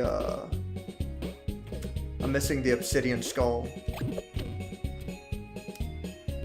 Yeah, it's just, it's unfortunate. It's unfortunate that this is the world we live in.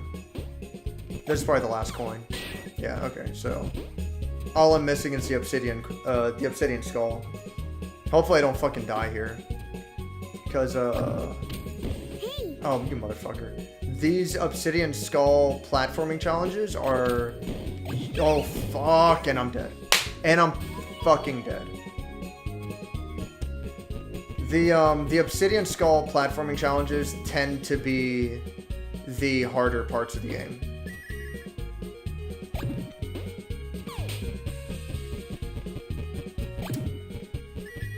You know what? It's worth it to get all the coins, go all the way to the end of the level, hit the checkpoint, and then go back for the obsidian skull. Because now I actually have to get all the fucking coins again.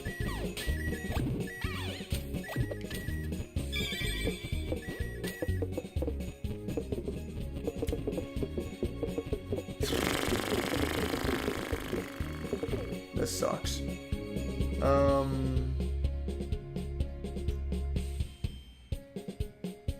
Aside from the absolute batshit nonsense plot. Fuck, what are we talking about? Oh, Kingdom Hearts, maybe? Maybe that's what you're referring to? I hope. MSF. What was MSF? Oh, yeah, Military Sans Frontiers, that's right. MSF was really just a PMC to end all PMCs. Oh, yeah, private military company? Yeah.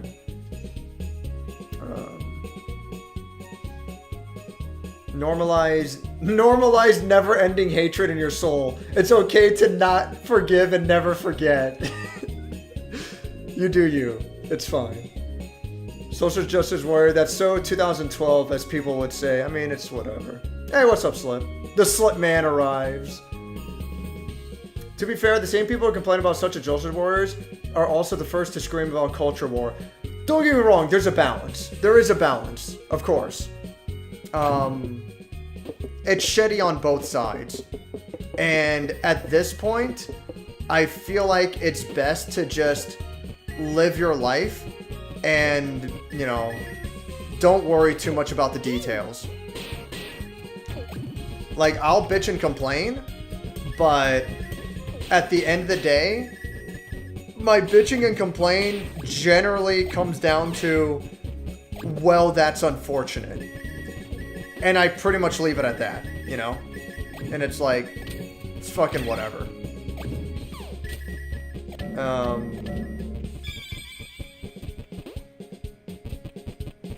You know, again, like, I'm not trying to come off like, hey, this is my manifesto, these are words to live by. I'm just having a conversation. It's whatever.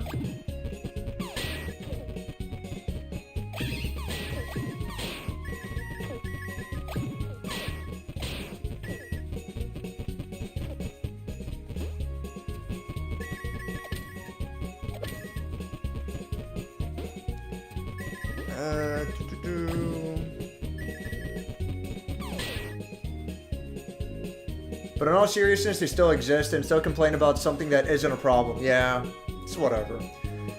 I can share a pathetic social war story in the Discord if you're curious. You can, yeah, it's whatever you want to do. I don't care either way. I'll read it. Now, the real Mario controversy was Nipplegate. I don't remember. Because one of the costumes is Mario is shirtless. Did he not have nipples or something? I don't remember. Anti-social judge words complain just as much, yeah. To be fair, Mario is a minority, so it's fine. Okay. Anyway. I watched comedian Fluffy. Oh. God, what's his name? Something Iglesias. I know. I haven't watched too much of his stuff. I'm not a big fan. I just don't think he's that funny. But I haven't actually watched too much, though. I watched a little bit, and I'm like, it's whatever. It's not a big deal. I feel like, damn, who's that guy who says, like, you might be a redneck? Billy Bob Thornton? Sounds about right. People like Fluffy Iglesias, whatever his real name is, I forget. People like him, people like, I'm pretty sure it's Billy Bob Thornton, but it could be wrong. You know, the guy who's like, oh, you might be a redneck. It's like they just have a similar skit that they keep playing over and over. And that becomes their whole career. That becomes their entire comedic identity. And it's like, you know, I want to see more. If that's all you got to show me, it's like, well, I'm not going to listen to the same jokes 50 times over then, you know? So it's whatever.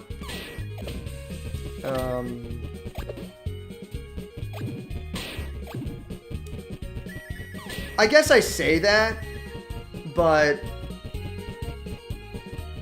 in a way, one of my favorite comedians of all time, Bill Burr, he's very much like that as well, where he kind of has like his shtick that he like just does over and over. But I feel like Bill Burr does it a lot better, and he always has a lot of unique stories to tell. Even though his stories tend to have like similar themes, and he'll probably touch on the same topics often enough. But I don't know. Oh, fuck me. And I die immediately. Thank fucking God I hit the checkpoint. Now I can just go straight to attempting the obsidian skull again.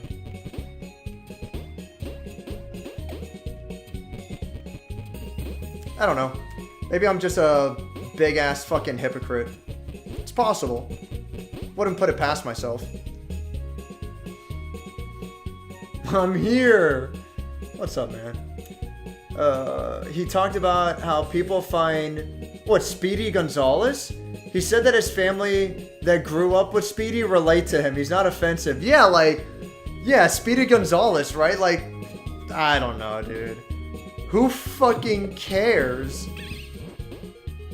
Also, Speedy Gonzalez is fucking cool. Who could possibly find him offensive? I don't know, man. Some people are fucking wild. Like, they just can't relax. It's not possible. It's whatever. There we go. And that is everything. Now I just have to beat the level. Again. Not beat the level after this, but like, I just have to make it to the end of the level now without dying. It's like blackface is back on the menu, boys. No, whatever. Just watch a great video that ranks all the It's Sunny in Philadelphia blackface episode that was made by the excellent Slipmaker, yes. Yes, you should watch Slipmaker's videos. He actually knows what he's doing. He's really fucking good. I need to watch the Breaking Bad retrospective at some point. Especially now that I've recently rewatched all of Breaking Bad again. I didn't like pay super close attention to it when I rewatched every episode. I was just having it play on my phone, and I'll listen to it, and I'll like watch over every once in a while I'm doing like chores and stuff, you know? So I did that for like all of Breaking Bad, just like, you know, kind of like watch it in the background, so to speak. And then for Better Call Saul, I did that for like the first 3 or 4 seasons, I forget. Until I caught up again to where I last left off when I last watched the show, alright? And then I started doing that for like the first 1.5 episodes. And these are episodes that I hadn't seen before. So I started doing that where I'm just like playing episodes of Better Call Saul like in the background, so to speak. And it was just like almost immediately where I was like, dude, I can't watch this. Like, I have to just sit down and dedicate myself to watching this show. I can't just have it play in the background. So, it's unfortunate. I haven't taken the time to like really dedicate myself to watching the rest of Better Call Saul. Not yet, anyway. I really want to. I really like Better Call Saul. I just haven't quite gotten around to it. I'll come back to that later. Let me see what this frog has to say. Don't go around pressing buttons randomly if you haven't looked around yet. Just in case, yeah. So I guess it's saying that if I press that green button early, I'll miss out on some treasure. Well, we'll see. You know what? No, wait. I can get this. I just have to make a jump shot because I can't reach it. Yeah. Okay, that's fine. Yeah. That's probably what I was referring to. That it wouldn't be possible to get that to get the emerald after I press the green button. So yeah, fuck it, I'm pressing it now.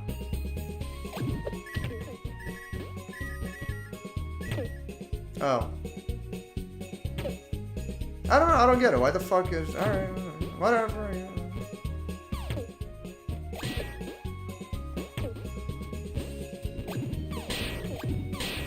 Oh. I understand. I understand everything now. I got it. Yeah, I'm not supposed to press a green button early.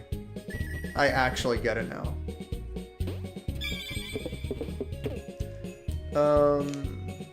Don't worry, Slip. In 10 minutes when he catches up on chat, he won't notice you. What time is it? 10:02 on the chat. 10:50. I should just read the chat. Yeah, Always Sunny and 30 Rock removed multiple classics over blackface jokes. I got a whole video about it, yeah. Yeah, it sucks, dude. It really does, seriously. Yeah, they did the same thing with a British show called John Cleese. Faulty Tower? Oh, what, John Cleese? Faulty Towers, I think? It's unfortunate. It's unfortunate because they're not celebrating blackface, they're criticizing it. Like, they are. It's like, really? We're like, what are you banning the episode for? You're banning it because they criticize blackface? It's like, what kind of position are you trying to take? It's very strange. Like, I don't know, dude. Fucking...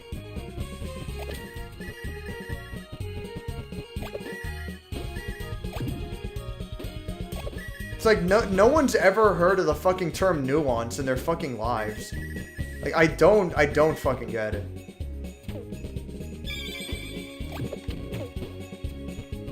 It's whatever.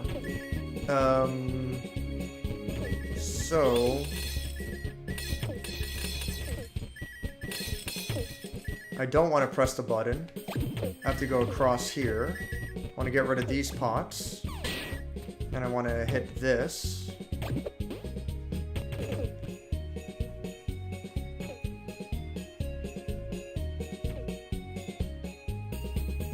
Fuck.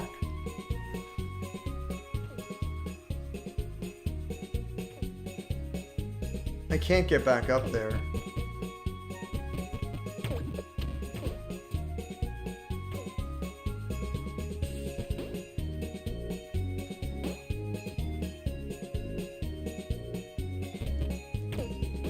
Fuck. Alright. I remember hearing about that 30 Rock meme because of the old man trying to be hip meme. I'm not sure what you're referring to. Because they talk about the N-word. I mean, I don't know, dude. I think especially in comedy, it's important to understand the balance and the difference between racism and satire. Because if we start punishing satire, then we're going down a dangerous road. I mean, this is how culture gets fucking... This is how culture gets castrated. Put it that way, you know? This is how culture loses its identity. And it gets to a point where, like, we're not allowed to talk about anything. So I have to make this jump. Nice. There we go. It's a little tricky. God damn it. Okay. Now I can get the obsidian skull.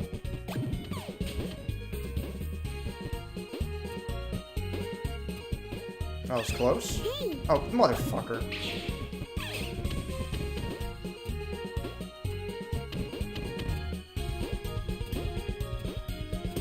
God damn it. Whatever. I got the skull. That's what's important. And... Alright, now I have to go down here to get all these coins. Cool beans! Cool beans! Isn't that odd? My friend Sticky Rick, isn't that odd, my friend Sticky Rick? I have also seen that channel before. What, is it fucking Slipmaker? Yeah. It's so crazy how, I think Slipmaker, like, what's your subscriber count at? 26,000, dude. That's fucking amazing. Like, really. I think it's pretty amazing that Slipmaker started out after all of us, and he has surpassed all of us. Has he surpassed you, right, Wes? I think, Wes, you're at like 10,000 or something? Recommended playing. Oh, never mind. No, never mind. Wes is the fucking... My bad. Mr. 48,000 over here. I completely forgot that Wes is the fucking big dick on campus. Cool guy. No. Fuck, where'd I leave off in the chat? There I am. All these things are very American problems. Literally no one gives a shit. Yeah, well, I assume by America you're referring to North America, the entire continent. I assume you're including Canada. Not that I want to speak for you, but I'm gonna go out on a limb here and take a guess that, like, Canada has these fucking issues as well. I mean, for that matter, fucking, ooh, a little bit of a burp. For that matter, fucking, United Kingdom has this shit as well too, right? I don't know. Is it really just an American problem? I don't really know. It definitely is an American problem, but is it only an American problem? Like, I don't know. I don't really know.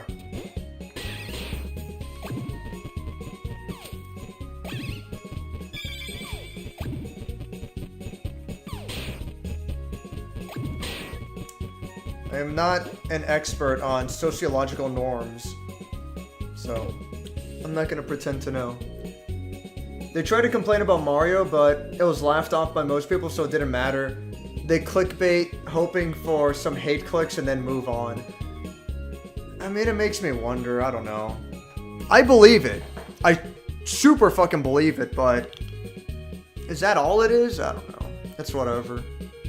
Do Americans really? You're damn right we do, because this is America. We can do whatever the fuck we want. We here in Florida take that to heart. It's whatever.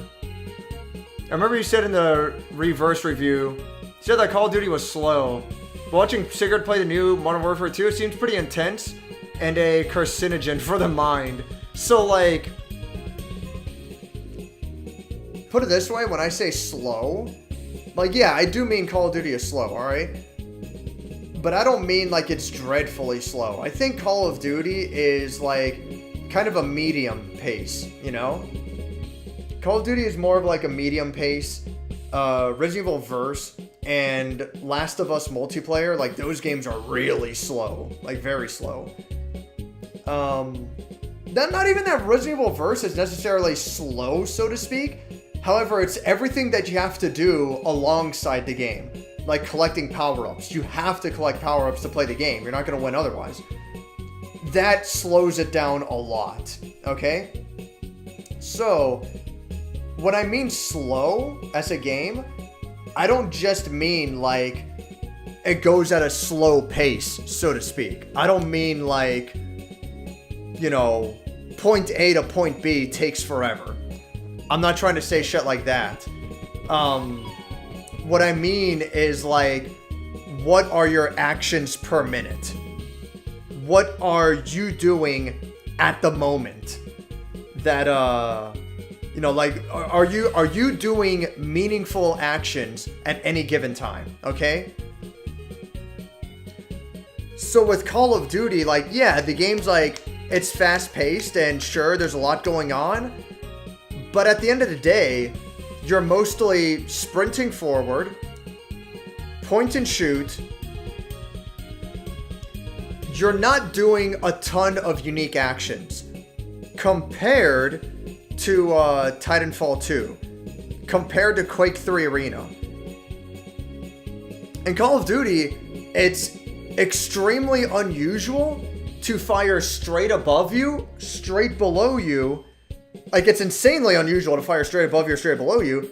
And it's very unusual to fire at, like, you know, hard fucking angles of, like, 75 degrees up, 75 degrees down. You're usually not aiming anywhere other than, like, right in front of you. And, like, a little higher, a little lower, and that's it, you know? You're not doing anything too crazy. I have seen, what's the term? Like, fucking... like, God, what is it? Like grenade canceling or like reload canceling where, or maybe it's slide canceling. I forget. But there's this exploit that I saw where, people will sprint. They'll do a slide at the, like, kind of the same time they're doing a slide. They'll, like, try to throw a grenade, but, like, cancel it into a slide. And by doing all of these actions, you're able to, like, immediately aim your gun a lot faster than normal. You're able to immediately aim your gun faster than if you were just sprinting and go to aim.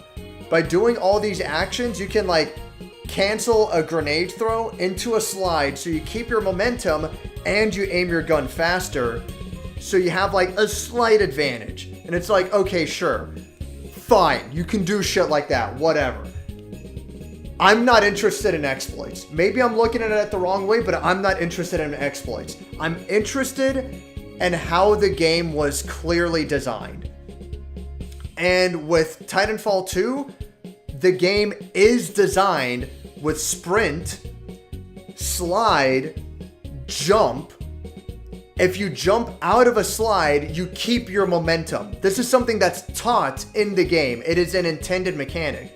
You keep your momentum, you double jump through the air, and you want to do this because a lot of the level design in Titanfall 2 is very verticality spaced.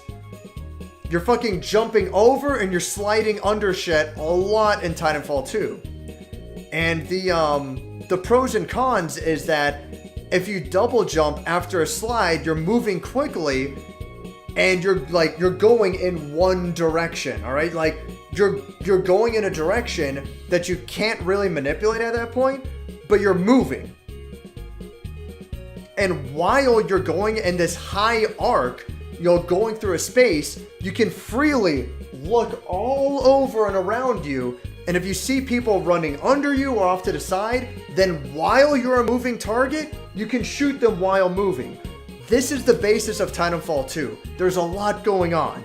The weakness of that is that while you're jumping through the air, especially if you've already used your double jump, now you're a moving target, but you're a target that can no longer change its trajectory. And if someone's really good and they know what you're doing and they see you like just fucking zooming across at this like obvious arc, they're just gonna fucking skeet shoot you at that point. These are fast-paced games with a lot going on. And I've only touched the basics. I have only touched the fucking basics. I didn't talk about moving your momentum into wall running, doing a second jump off of wall running from one wall to another, fucking using both your allies and your opponent's titans in the battlefield. It is so fucking fun to wall run into the middle of a battlefield. You double jump like way fucking out there and you're aiming for an enemy titan. And you can, at that point, you can either choose to fucking attack the enemy titan, but you know, it's risky. You usually don't want to do that unless like you're doing a specific setup. Or once you like jump onto an enemy titan, you can then jump off of him, double jump again, and you fucking go somewhere else. You do whatever the fuck you want at that point. There is so fucking much you can do in Titanfall 2. And the level design is made with mobility in mind. And it's such a smartly designed game. It's such an intelligently designed game. It's fucking good. And it's such a shame that like the multiplayer is like basically fucking dead at this point. And then like, you know, and Quake 3 Arena is similar. You know, where it's so fast paced and you have to have in your head at any given time like, this part of the map is where the armor is. This part of the map is where the railgun is. These are key areas of the map. I have to know that if I picked up the armor, it's going to come back at this time. I have to be there when that happens to prevent my opponent from picking it up. Or because I know my opponent's going to go for it, I'm going to predict that he's going to be there when the armor spawns, you know, so on and so forth. I remember watching this tournament play that I found fucking amazing of Quake 3 Arena at QuakeCon. And this guy got the railgun and he went down, so he went down this area where like he's looking down a hallway. Okay, just like he's just looking down a long hallway. All right. He was like jumping around. He goes to this spot and he's looking down a long hallway and he switches to a railgun and then he just sits there. He's just sitting still for like 2 seconds, and then he pulls the trigger and fucking turns around and goes away, and like half a second later, he got the hit on an opponent. And if you don't know, the railgun is basically the sniper rifle of Quake 3 Arena, where like you fire the railgun, and it just shoots like an extremely thin laser straight ahead, and it's extremely fast, and it's extremely precise. It's very hard to hit. But this motherfucker was at such a fucking high level that he knew ahead of time, or at least predicted, that his opponent was going to be somewhere, that he fired the railgun at an empty spot and then immediately ran away because he went for the next power-up. And like half a second later, after he turned around, it showed that he got the hit with the railgun. And it's like that is some fucking god tier shit. That you're playing at such an advanced level that you're reading your opponent so fucking far ahead of time. Like, if he did it with the rocket launcher, that's one thing. But to do it with the railgun, it's like, there's no fucking way. Like, it doesn't even make sense. It's like, it was crazy. Those are games where like the creativity that you can accomplish is at such a high level. It's amazing. And Call of Duty has that to a certain extent, especially in terms of teamwork. But it's games like Quake 3 Arena and Titanfall 2 that I really respect. That like those are the games that are really fucking special to me as far as multiplayer shooters go. So yes, in comparison to something like Titanfall 2, Call of Duty is slow. And like, keep in mind, fucking Black Ops 3, it has wall running, but like anyone who's actually played it and they're not fucking trolling, like, it's not really. It's like, don't start. On the other hand, like, I find it interesting how controversial it is, but I actually liked Call of Duty Advanced Warfare quite a bit. My personal favorite might be Black Ops 2, even though that one is so simple. But I found the weapon balancing and map design to be really strong. I like Black Ops 2 a lot. But my second favorite might be Advanced Warfare, because mobility is emphasized in Advanced Warfare. And I find it weird that it's so controversial to a lot of people. Like, I think a lot of people don't like Advanced Warfare. Not to be confused with Infinite Warfare, which was the sci-fi Call of Duty game. Advanced Warfare was a little bit sci-fi too, but whatever. But yeah, I liked Advanced Warfare for actually like being really mobility based. Anyway, I went on a hell of a fucking rant. But that's my explanation for that's my explanation when I'm like, yeah, Call of Duty is like slow, so to speak. And I don't want to like come off as offensive. You can have a game like Last of Us multiplayer, which is also quite slow paced, but I like Last of Us multiplayer a lot. I think it's extremely well done.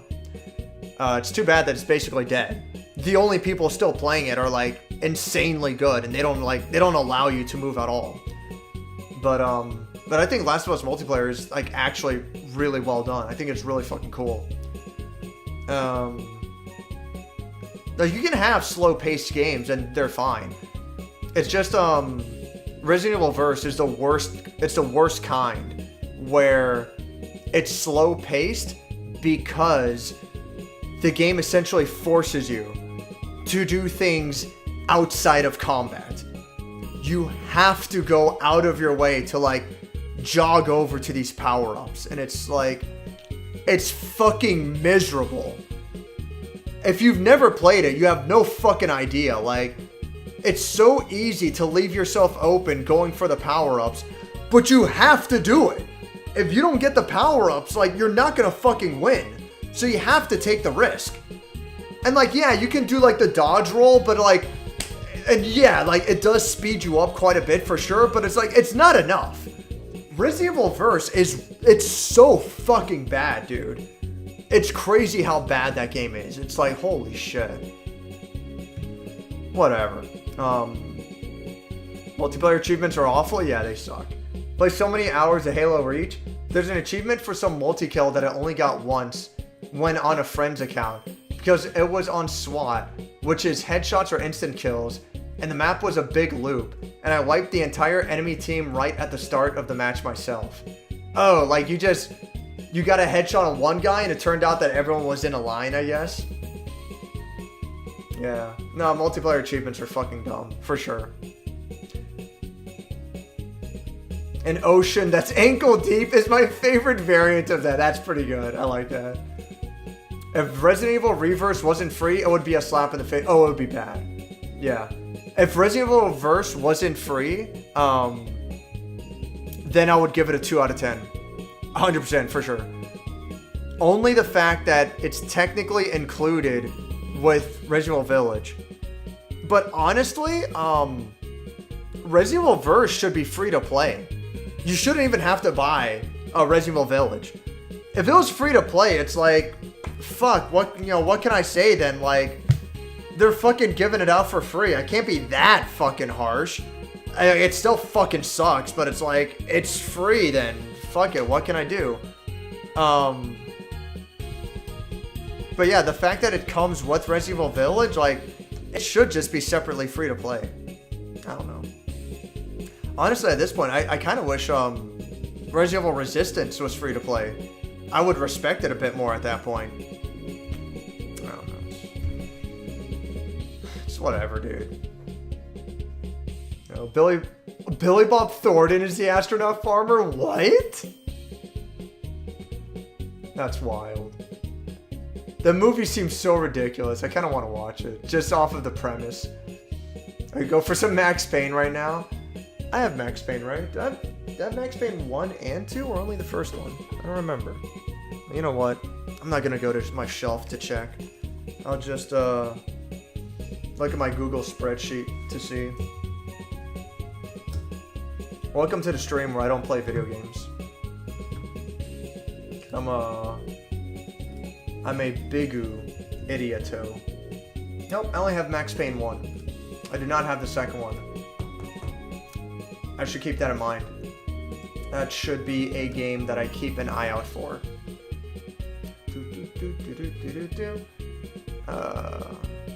Remedy was always Remedy, yeah. That's cool. Good for them. That's cool. Here's hoping Max Payne 1 and 2 remastered and another GTA Trilogy remastered. I don't think it's remastered. I just looked into it extremely briefly. I assume they're remaking the game from the ground up. And it's being handled by the original developers. It's being handled by Remedy Entertainment. I trust them to do a good product. I trust them to do a good job at it. The case with GTA Trilogy, they called it GTA Trilogy Definitive Edition. The problem with that is Rockstar had their mobile phone division remake the game or remaster the game. And what did you fucking expect? It's like, it's so stupid. They had their fucking mobile phone division do it. It's Sam Lake, the dude who was the model for Max 1 and 2, still works at Remedy. Yeah, isn't he like their main writer or something? Or like one of their head guys? I don't know. Jimmy Kimmel's Guillermo stunts were always fun, but that's all I know him for. Bazinga, yeah.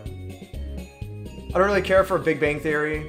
Also don't care for a Judd's movie outside of 40-year-old version. What other Judd's movies are you thinking of? If you've ever seen Free Guy, that movie is a perfect example of that. The people who wrote it clearly don't know how video games work or how technology in general works, really. I kind of want to see it just to get mad. Same with Pixels. I haven't seen either Free Guy or Pixels, but I imagine that both movies are just like that. Movies about nerds that are written by people who don't know anything about nerds.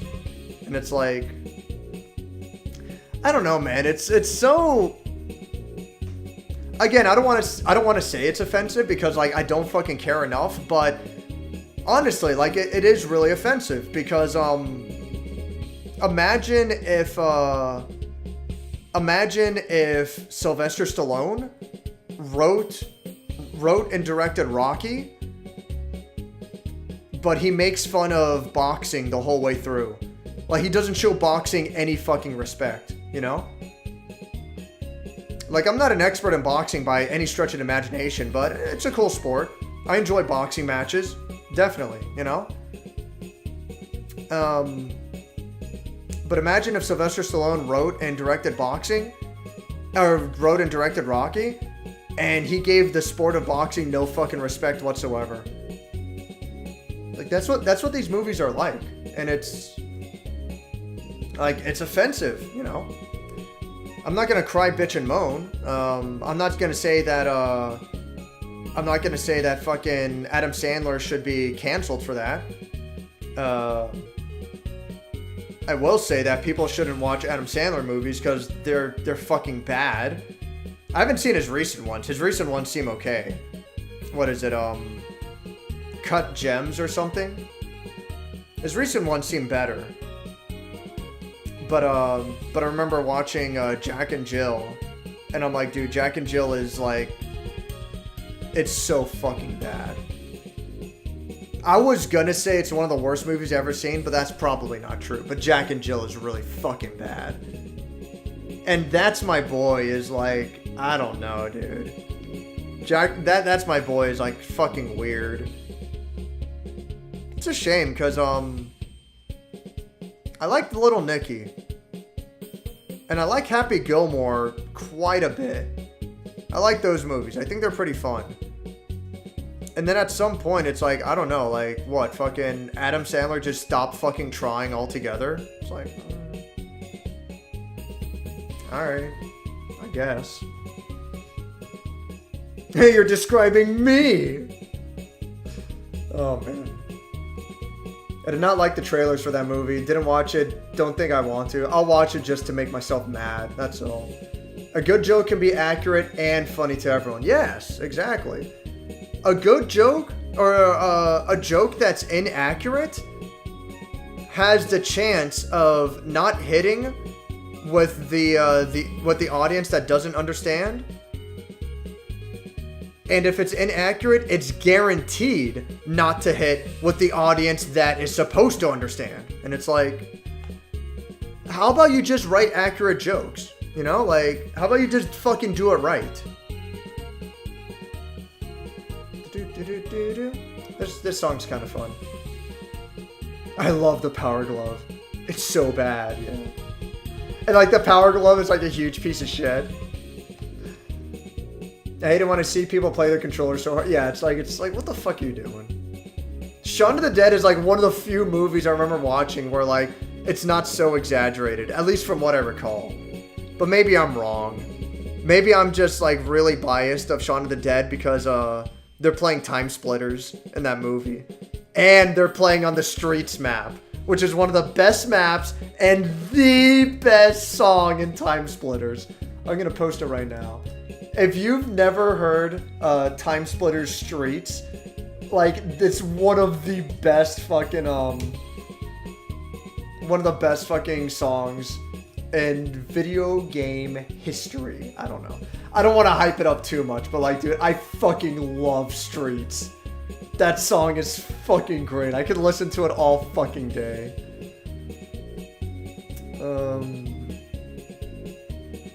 You mean that if you had a Heroes of the... What? What is HOTAS? It's not Heroes of the Storm. Oh, you mean if you had a HOTAS built into your chair, you wouldn't flail around and make ancient noises? Shut the fuck up. I would only do that if I'm playing Steel Battalion. Only watched the movie because my physical therapist brought it up? It has at least one really good joke where they're doing a speech for the NPCs. What, Free Guy? Along the line of, don't you want to live in the world without X? And he gets to gun violence and the real person says, actually, that is still a problem. and the main character awkwardly moves along. The hell? I have to see the movie. I mean, actually, I don't have to see this movie, and I probably shouldn't, but it might be easy to review. We'll see. Kind of wish the Shaun of the Dead guys make more movies. They aged well. Yeah, Shaun of the Dead and Hot Fuzz. Both of those movies are good. I like them. They're great. I watched Shaun of the Dead when I was younger, and I'm like, oh, I really like this movie. And I put off Hot Fuzz for a long time because I'm like, it's probably just okay, not a big deal. But everyone recommended it all the time. And finally, I'm like, you know what? I'm just gonna sit down and watch the movie. Fuck it, let's see how it goes. It's fucking great. Hot Fuzz is awesome. Dude, like, what's better? Hot Fuzz or Shaun of the Dead?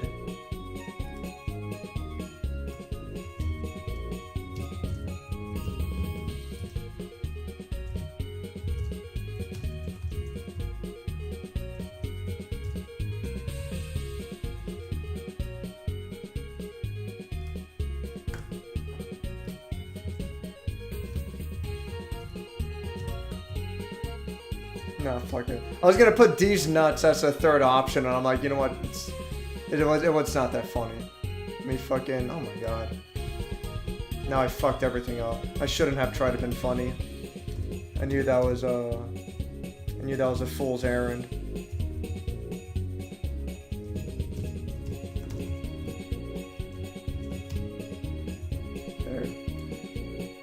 That's one of the most difficult polls I've ever fucking put out there.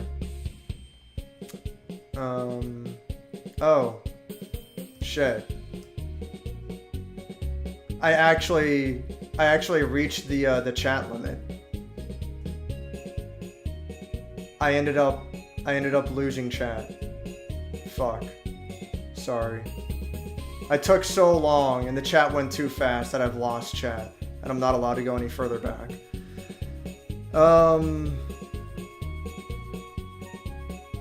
The earliest thing I can see is Doom saying, I do take fiction way too seriously. Legit very guilty of it. It's whatever. When are we getting Captain Planet branded pollution factories? Captain Planet sludge machines. Captain Planet, another cheesy 80s show, yeah. I like cheesy 80s shows, they can be fun. I do think fiction has some influence over how people act. It's fine to a certain extent. It's just you have to have nuance. You have to be able to understand. You have to be able to understand nuance. I mean, that's basically the plot of Fight Club. You know, hopefully I don't spoil it too much. If you've never seen Fight Club, then I don't know. Come back in like 5 minutes. I recommend Fight Club. It's really good. But that's the plot of Fight Club. It's all about this guy who hates his life working for a corporation. And he ends up creating this group for people who can just be themselves. But the group becomes so large, and the guy ends up being like the king, you know, the leader of this group, and all these people, they just end up becoming mindless sheep and slaves to this guy, just as he was once a mindless sheep and a slave to his own corporation and to capitalism in general. And once he realizes what he's created, he feels like he needs to destroy it. Like it goes like well out of his control, and he hates it. And yet you have like these fans who don't seem to I don't want to be that guy where I'm like, well, you know, they just don't get it. Like it's clearly a deeper movie, and boy, everyone sure is dumb except me. But no, you have these fans who don't fucking get the plot of Fight Club, which is not a complicated plot.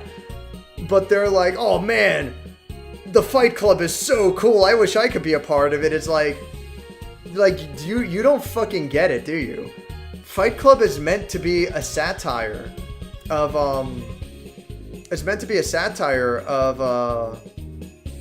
of leadership and corporate greed and, you know, and major capitalist groups, you know?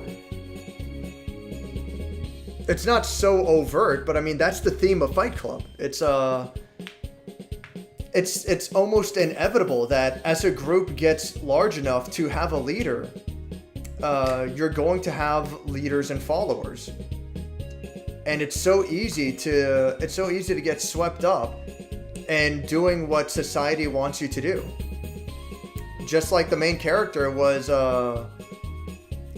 spending money on expensive furniture for his apartment, because what else was he going to do with the money? And it put him in a vicious cycle where he's spending money on furniture, which forces him to go back to work to make more money, which he then spends on furniture, which he then goes back, you know, to work and whatnot. He ends up being a slave to the cycle, just as the people who are part of the Fight Club end up being a slave to the Fight Club itself.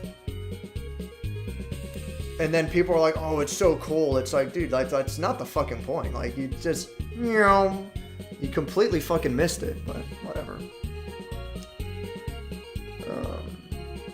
Corporations would easily be more eco-friendly if it meant they could make more money that way. Exactly, yes. It's all about money in the end. We all want more money. That's the thing, like, I can't blame people for, like, God, you know, someone left a comment on Wes's channel where it's like, oh, I wish you weren't in this for the money. And it's like, alright, I'll get back to you when I win the lottery. Then I won't be in it for the money. It's like, how tone deaf, how brain dead do you have to be? Like, do you not want money? I assume you want money. I don't know. I'm a fan of money. I'm not going to say no to money. Like, how do you not get it? Stupid.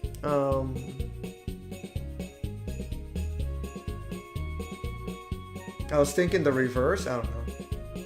Accidentally completed love. Yeah, I hate that. It's kind of easy to do in this game, too.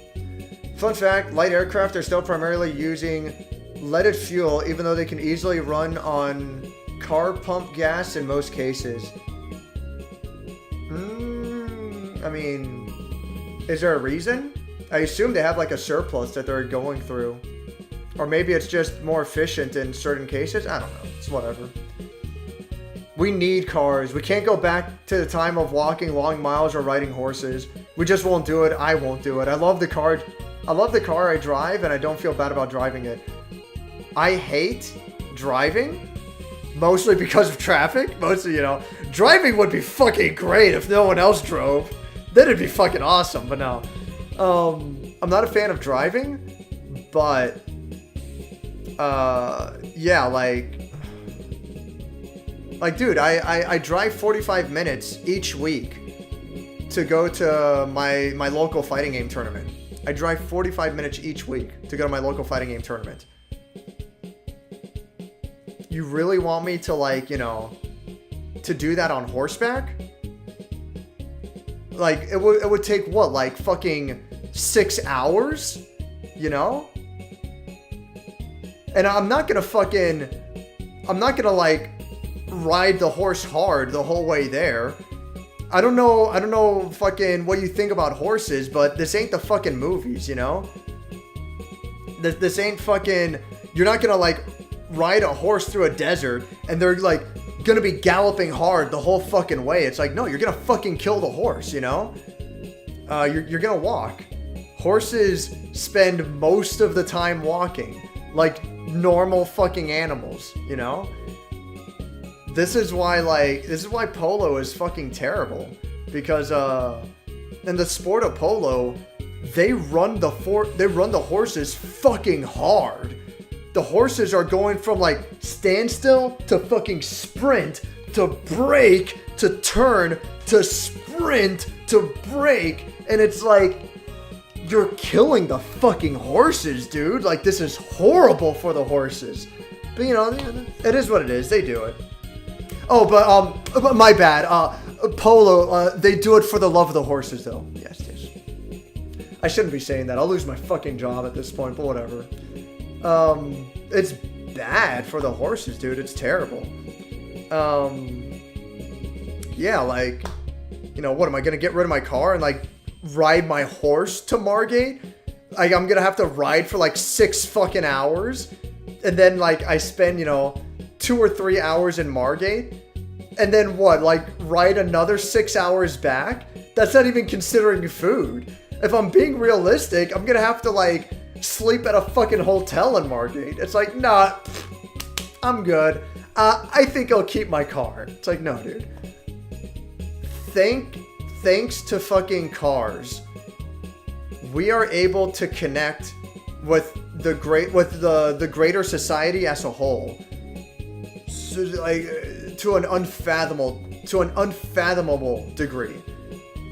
I can drive from Florida to New York in a day. In one fucking day, I can drive from Florida to New York.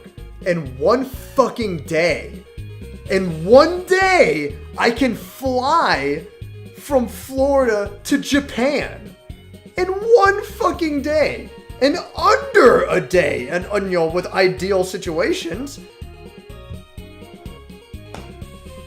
I mean, I'm sorry. I don't want to be a dick, but I'll take pollution. It is what it is, dude. Like, can you imagine what we have in our lives? Like, whatever.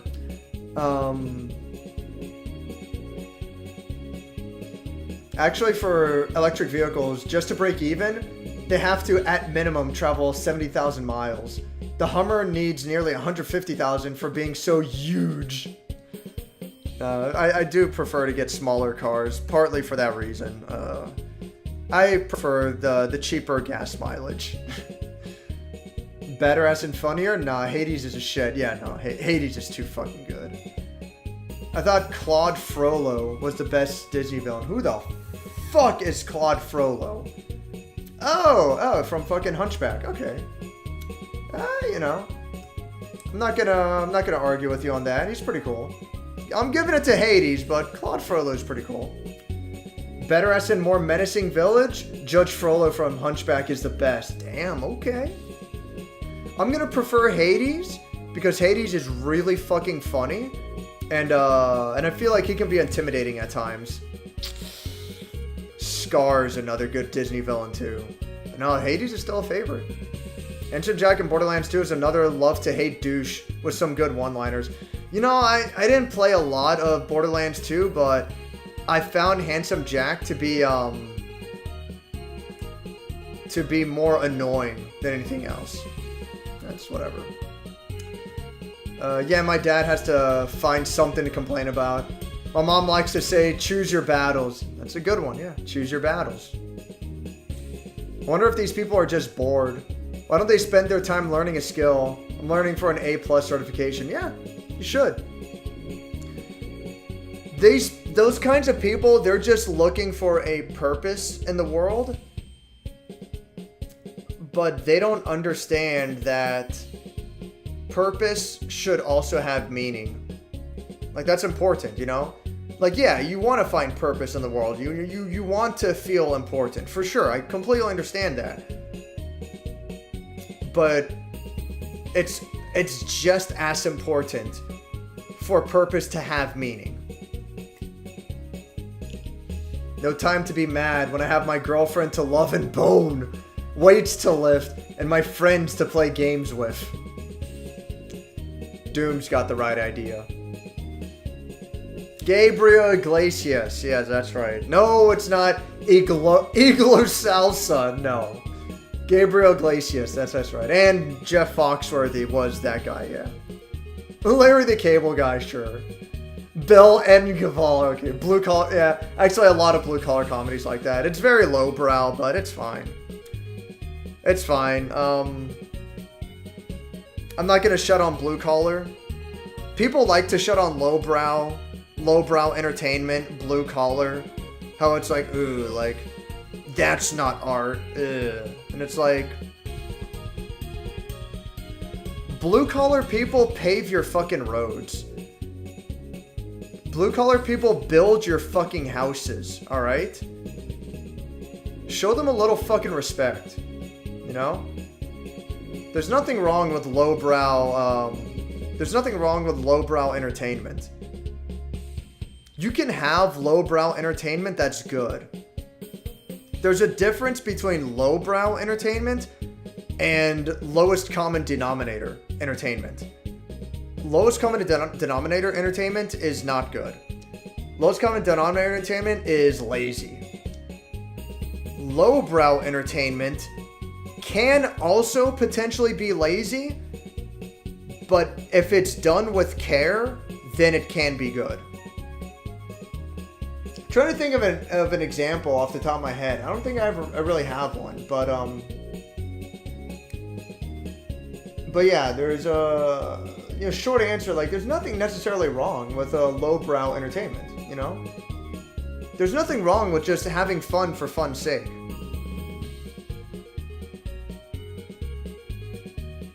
I guess that movie that I reviewed one time, Invasion USA. Oh my god, how do I not remember that actor's name? Chuck Norris. Invasion USA starring Chuck Norris. That movie's pretty lowbrow. It's pretty fucking retarded. But it's fun. They have some wild fucking action scenes in that movie. They have some crazy kills. It's a fun movie. I enjoy it. It's pretty cool. I didn't review it like super high because it is what it is, but I liked it. I'd watch it again. It's a cool movie. There's nothing wrong with lowbrow entertainment as long as it's done with care. As long as there's something about it that's decent. But then you have lowest common denominator entertainment, which is like the Resident Evil movies. Especially the later Resident Evil movies. Like, Jesus fucking Christ. Holy fucking shit. Then you have lowest common denominator entertainment, like the Resident Evil movies, where it's like, these movies are just fucking bad. Yeah, like, you know, nothing wrong with blue collar comedy, you know, and it's fine. It is what it is. Yeah, Bill Burr is great. More of a fan of Bill Burr myself. Dude, Bill Burr's the fucking best. He's so fucking good. People find Speedy a Mexican stereotype. Yeah, he is a Mexican stereotype. Yeah. It says, andale, andale, arriba, arriba. It's like, yeah, no one fucking says that. You know what else is a Mexican stereotype? Is any fucking entertainment property in the fucking world that has a stereotypical Mexican character, and there's a 90% chance he's gonna say essay. Yo, what's up, essay? What's going on, essay?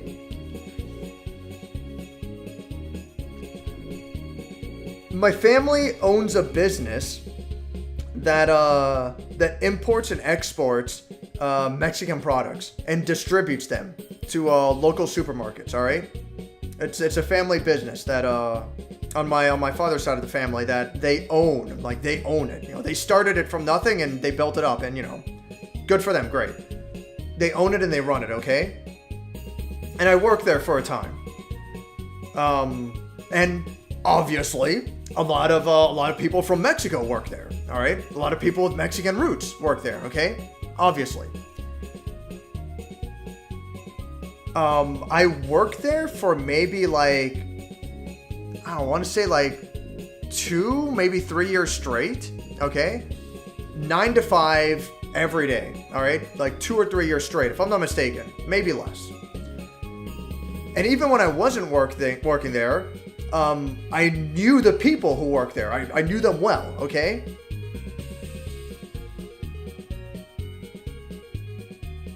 I mean, fuck, dude, I can take this further. I have family that lives in Los Angeles. At least like right on the outskirts of Los Angeles, okay? I have family that lives in Los Angeles. All of them very Spanish. Some of them are straight up from Mexico. my brother was born, well, my brother was born in America, but his side of the family is from El Salvador, which is, South America. And my brother's wife is Mexican. And I've gone to Mexico. I've gone to Monterrey in Mexico like 2 or 3 times now, okay? The point I want to get at is that I've hung around Mexican people a fair bit, like quite a bit. And I swear to fucking God, I have never in my fucking life heard any individual say the word essay fucking once. Fucking never. I've never heard anyone in reality in my fucking life ever say the word essay. Fucking ever. Alright? I can't emphasize that enough. That word practically doesn't fucking exist in their vocabulary. But any fucking piece of entertainment, of media, whether it's a video game, a movie, a comic book, fucking anything, and it has a Mexican character, there's a fucking 90% chance they're gonna say the fucking word essay. And yet, that's not offensive. Cool. Fucking cool, guy. That's not offensive. My bad. I wasn't aware. My apologies. My bad. Cool. Very radical. But that's not offensive. Cool. Good to know.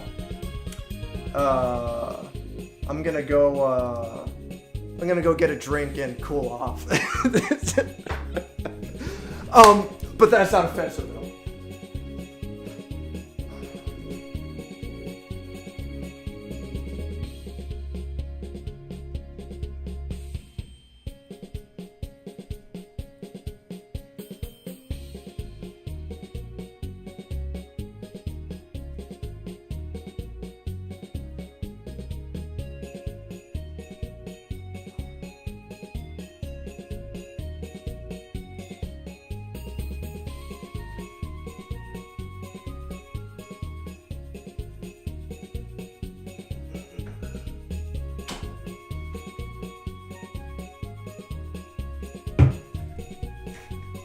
Alright. Look. Listen. I'll turn down the in-game audio because I'm sure that's like getting really fucking annoying for people. Look, this is all I'm saying, okay? This is all I'm saying. I have heard the word andale in real life. I have heard the word arriba in real life used in that context. Andale, hurry up. Arriba, get to it. I've heard that. I've heard those words used in that context in real life, alright? At the very least, Speedy Gonzalez is saying real fucking words. That's all I'm fucking saying, alright? That's all I'm fucking getting at, alright? So, anyone who says the fucking mouse is... anyone who says that fucking raton is fucking offensive, it's like, yeah, you know what? Like, you realize, like, how offensive that is? For people to say that, the Speedy Gonzalez is an offensive stereotype, but not the stereotypical Mexican character? Like...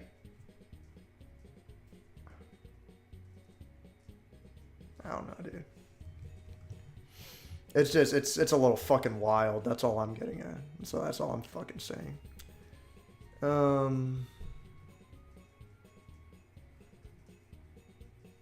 The fact you can re-hit the checkpoint is a great feature. It's okay.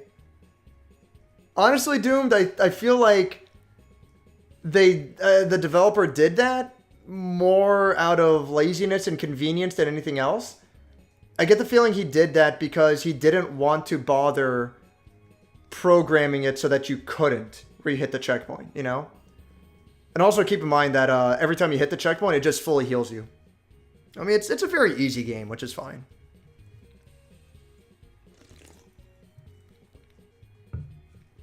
Excuse me.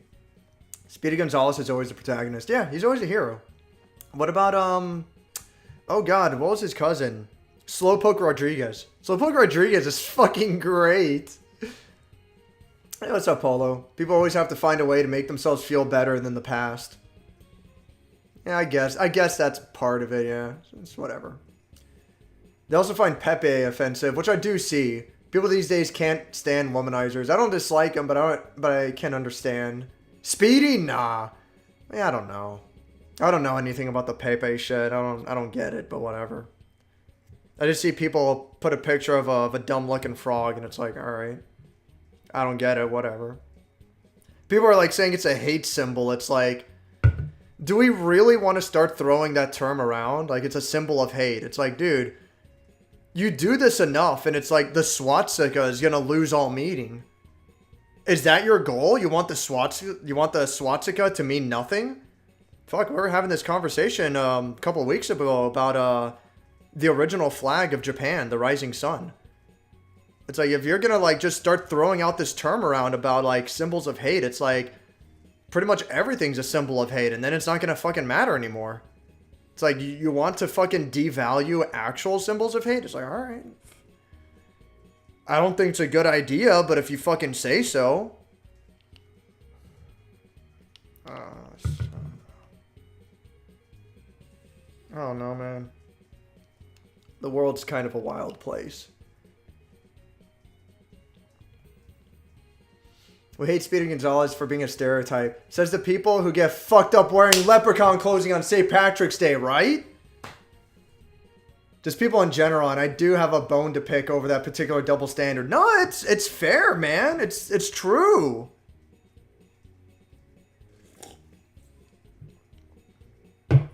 It's another one. It's fucked, dude. Half the stereotypes are fine, and then the other half are like, oh, how dare you? It's like, whatever, dude. I need a leprechaun dressed as a pot of Sneed armed with a pot of greed. Oh, Lord. Could it also be lying? It's possible, yeah. Frogs never lie, known fact. Frogs on lie.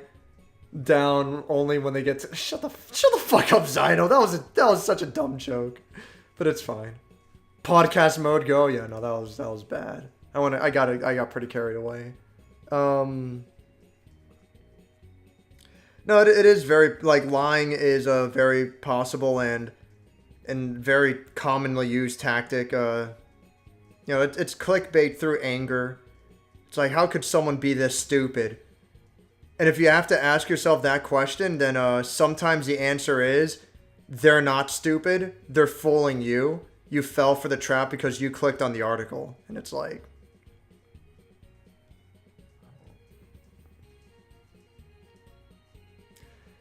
I hate that for two reasons.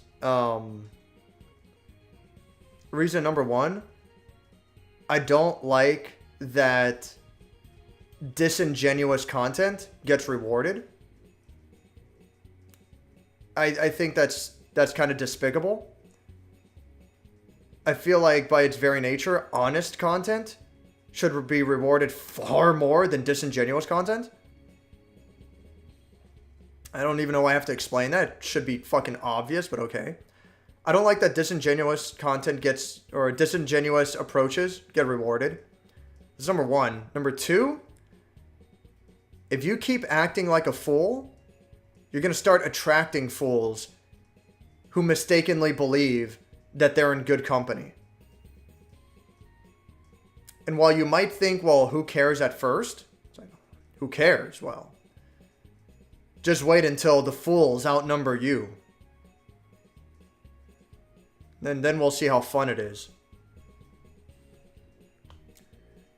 It's whatever. Frogs don't lie, and they can become gay. Nice to hear stuff about frogs. Let's not bring up Alex Jones. People don't think of criticism or satire. They think it's the real thing. Yeah, that's a problem. It's like, nuance is important. Shoot, history is being rewritten too. Look at the Woman King. I don't know anything about the Woman King. I really have no idea. That's whatever. I remember when that devious lick trend was spreading on YouTube. Banned some people for talking about it. I remember one guy who this happened to called the kids who did it menaces. I say confront it while you can. Someone has to stand up and say what needs to be said. The fuck is this delicious lick trend? Was that like people licking their Nintendo Switch cartridge or something? I mean, there's shit like fucking. I remember that it was a big deal that people were fucking eating laundry detergent pods. You know, I remember like that was like a big a big joke at the time. And I don't want to be fucked up, but my approach to that is like, go for it, have fun, have a blast. I mean, honestly, I don't fucking get it. When I was growing up, it was a common joke for it's like, oh, can I put my hand on the stove? Yeah, go ahead. See what happens. Ah, it was hot. You're not going to do it again, are you? It's like, well, do it again. Oh, it's hot. Are you surprised? No? You fucking learn. And like the kids who are eating laundry detergent pods, like, they're old enough to, if it's like a baby that's eating them, like that's different. You know, don't get me wrong. Like that's fucked up. That sucks. But if it's like even an elementary school kid, all right? Like by the time you're fucking 7 years old, like, you fucking know better. So like, if it's coming down to that, it's like, yeah, you know what? Natural selection. Let's start getting rid of some fucking idiots. Whatever. If you're fucking eating laundry detergent pods, obviously you weren't gonna fucking amount to anything. So like, fucking have a good day. Goodbye. Do your fucking thing. So whatever. Who needs subs and success and shit? Yeah, haha. Couldn't be me. No, I don't. Personally, I don't fucking care.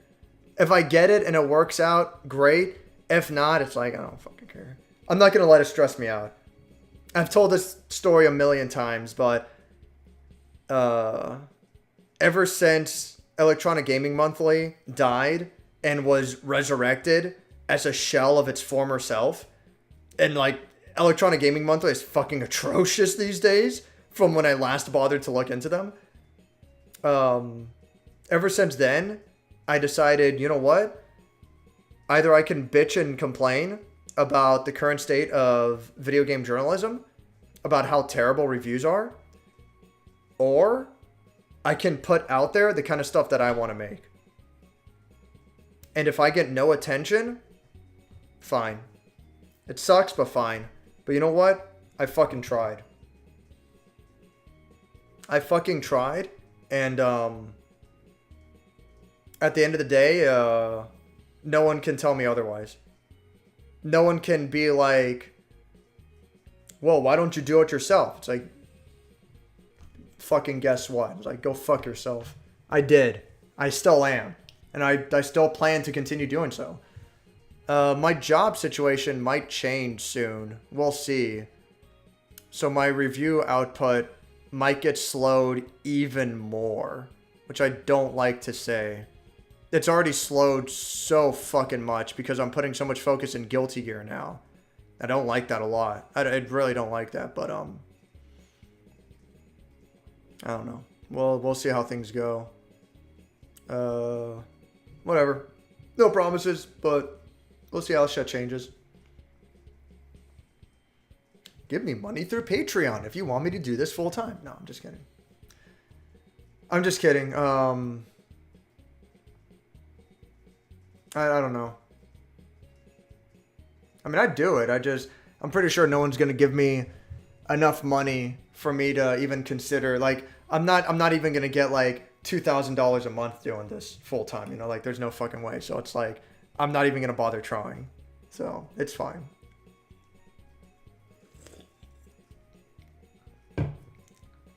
I've never been shy to say that YouTube's not a real job, and you should just get a real fucking job instead of trying to bank on YouTube. I've never been shy about that, and I'm not going to be hypocritical about it. Just is what it is. My review content might slow down significantly, and fuck it. Anyway, side canceling in Call of Duty, yeah, that shit's cancerous, yeah.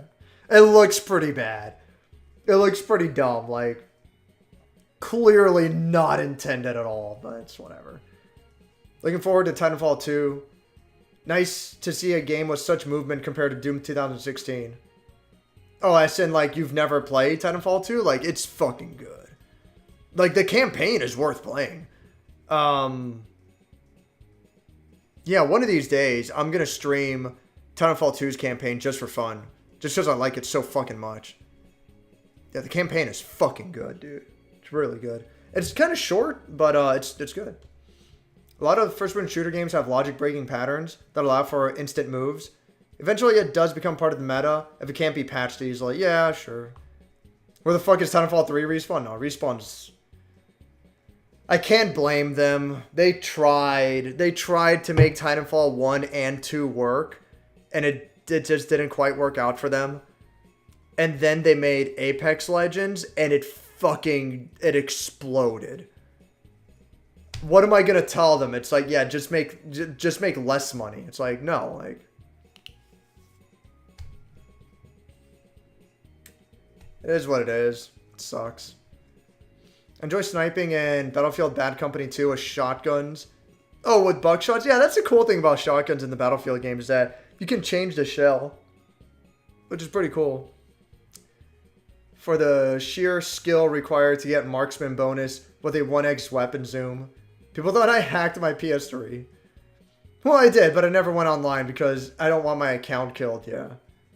As I lay C4 traps and rush matches in anticipation of a flank by an enemy aggroed by me, yeah. Long talk about Titanfall 2's movement. Dude, Titanfall 2 is so fucking good. Titanfall 2 is so fucking good. I like Advanced Warfare. Like, yeah, Advanced Warfare is cool. Double jumps make every single game better. I don't want to use that as a blanket statement, but it's cool. Not in a line, but the entire team moved around the circle as a group. And I just popped them one after another as they came around the corner. That's fucking great. Yeah, don't. That's like really lucky. Yeah, you're not gonna get that achievement again. It's stupid. It is what it is. You'd have to have everyone group up tightly and like rocket launcher them all. Or fucking grenade them all, you know? And it's like, it's not gonna fucking happen. It's stupid. Yeah, don't have a mobile team do a console remaster. Yes. And it was on Unreal Engine. Rockstar hired that man! No. Knocked Up. Oh, Knocked Up was okay. I guess it's one of the better ones for what it's worth. It was alright. Forgetting Sarah Marshall, I never saw. Oh, I like Superbad. It wasn't amazing, but I like Superbad. I thought Superbad is cool. Trainwreck, I never saw. Judd Apatow movies, I don't care about, yeah. I like Superbad well enough. And Knocked Up is okay. I haven't seen the others, though. Boxing? I don't watch boxing, but I like the Rocky movies. Yeah, Rocky's fucking great. Barely know anyone who likes Adam Sandler. He does make really bad movies, but a select few are watchable. Happy Gilmore, Billy Madison, yeah. I don't care for Little Nicky, though. Little Nicky is like the start of the decline. That's when it was like he's getting kind of bad. But I'll give Little Nicky a little bit of a pass, mostly because it has a very ridiculous and fun premise. So I can kind of give Little Nicky a pass. But what's it called? But yeah, Happy Gilmore and Billy Madison, like those are better for sure. Don't hype that song too much, kind of turning me off, dude. Dude, Streets is bitching. Fuck yes. Reminds me of Mega Man X Command Mission. That game has a banging OST, yeah. Mega Man X in general has a real... You know what's crazy is, a lot of the songs in the Mega Man X games kind of remind me a little bit of the Guilty Gear X songs, where it's a lot of early video game music with a emphasis on like guitar riffs. Guilty Gear goes way heavier into guitar riffs for sure, but and then Mega Man X is like a lot more electronica, but I feel like there's a little bit of like just a little bit of a crossover there. I think I like it. I think it's really cool. Hot Fuzz, superior to Shaun of the Dead, superior to World's End. World's End is... because they're going to a bar called The World's End, right? God fucking damn it. I swear I've seen that movie before, but I don't remember anything about it. Oh my god. I don't remember anything about that movie at all. Wow. Maybe I haven't seen it. I don't know. Personally, I'd go for Hot Fuzz or Shaun of the Dead. Wasn't a big fan of Shaun of the Dead. I like Shaun of the Dead. Also really enjoyed World's End. These nuts. Haven't heard that 1,000 times before. I know. I like World's End too, just my ranking. No chat, yeah. I took too long, and then like, if you take way too long, it just starts deleting the oldest chat. It doesn't keep everything. I fucked up. The same guy who made these 3 movies also made Baby Driver, one of my favorite movies from 2010. Edgar Wright, yeah, that name's familiar. I should watch Baby Driver. I think I'll like it. I don't think Shaun of the Dead is bad. Just wasn't a big fan at the time watching it. I plan on rewatching it to see if I like it more, for sure. I like Shaun of the Dead. I think it's cool. I remember that Fight Club chat. The first night you were here. Oh yeah. I feel like we did talk about that. Yeah, it's a meme's a fan of Fight Club, and it's like, oh my fucking god. How fucking brain dead do you have to be where it's like, dude, we made Dante look like Tyler Durden because Tyler Durden is cool. And it's like,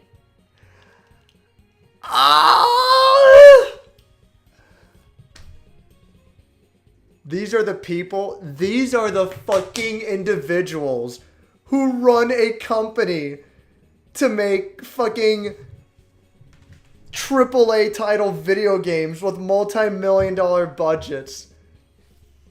Like, I don't know. If you needed any evidence that Clown World is real, like, here we fucking are. It is what it is. I remember when someone commented in your Elden Ring video talking about you should appeal to more people on YouTube. How? I should say like, comment, and subscribe? Or like I should have reviewed Elden Ring positively, even though I didn't fucking like it? I should have reviewed it positively simply because that's what's expected? And it's like, well, here's your answer. No. What the fuck? That's nuts. Like, it's wild. It's like, I hate attitudes like that. It's fucking insane. I love driving, and goddamn it, one day I will own a Dodge Challenger and love it. That's too expensive. I'm totally fine with cheap cars. Point A to point B. Dude, if I could ride a scooter everywhere, a Vespa would be awesome. I wish I could have a Vespa. But if I could just ride a scooter everywhere and that's my car and that's it, like, that'd be fucking awesome. But, I don't know. I could, like, theoretically, I could ride a Vespa. I don't want to ride a motorcycle, but a Vespa would be fucking rad. I could ride a Vespa on, like, the highway. You know, going, like, fucking 80 miles an hour. But, like, I've seen online Vespas that go as fast as, like, fucking, they go as fast as 120 miles per hour. But, like, that's kind of that's a bit much. I don't know how comfortable I would be riding a fucking scooter at 80 miles an hour. But I don't know. I've always considered it. But I shouldn't. God forbid it starts raining while I'm riding on the Vespa. And it's like, yeah, this fucking blows ass. I'll just stick with compact cars forever. It is what it is. Outside of traffic, I love having a nice drive on farmland, those empty, non-heavy traffic roads. Yeah, absolutely, dude, for sure. I do not like horses. I do not like riding anything that can get scared and then knock me off, thus snapping my neck. Yeah. Yeah, you're not wrong. I don't know. Horses are fine. I'm not the biggest fan of them, but whatever. But, whatever. I live around that area. I don't live at farmland, but at a place where there is long roads. Yeah, that kind of shit is cool. I like driving really fast on a highway. Usually when it's late at night and it's empty. And just seeing the seeing the street lights like zoom past you, reminds me of Outrun. It's just cool. Obviously not as fast as Outrun, because Outrun, that motherfucker is going like 200 miles an hour, and it's like, okay. It's like, don't drive that fast. But, that's cool, though.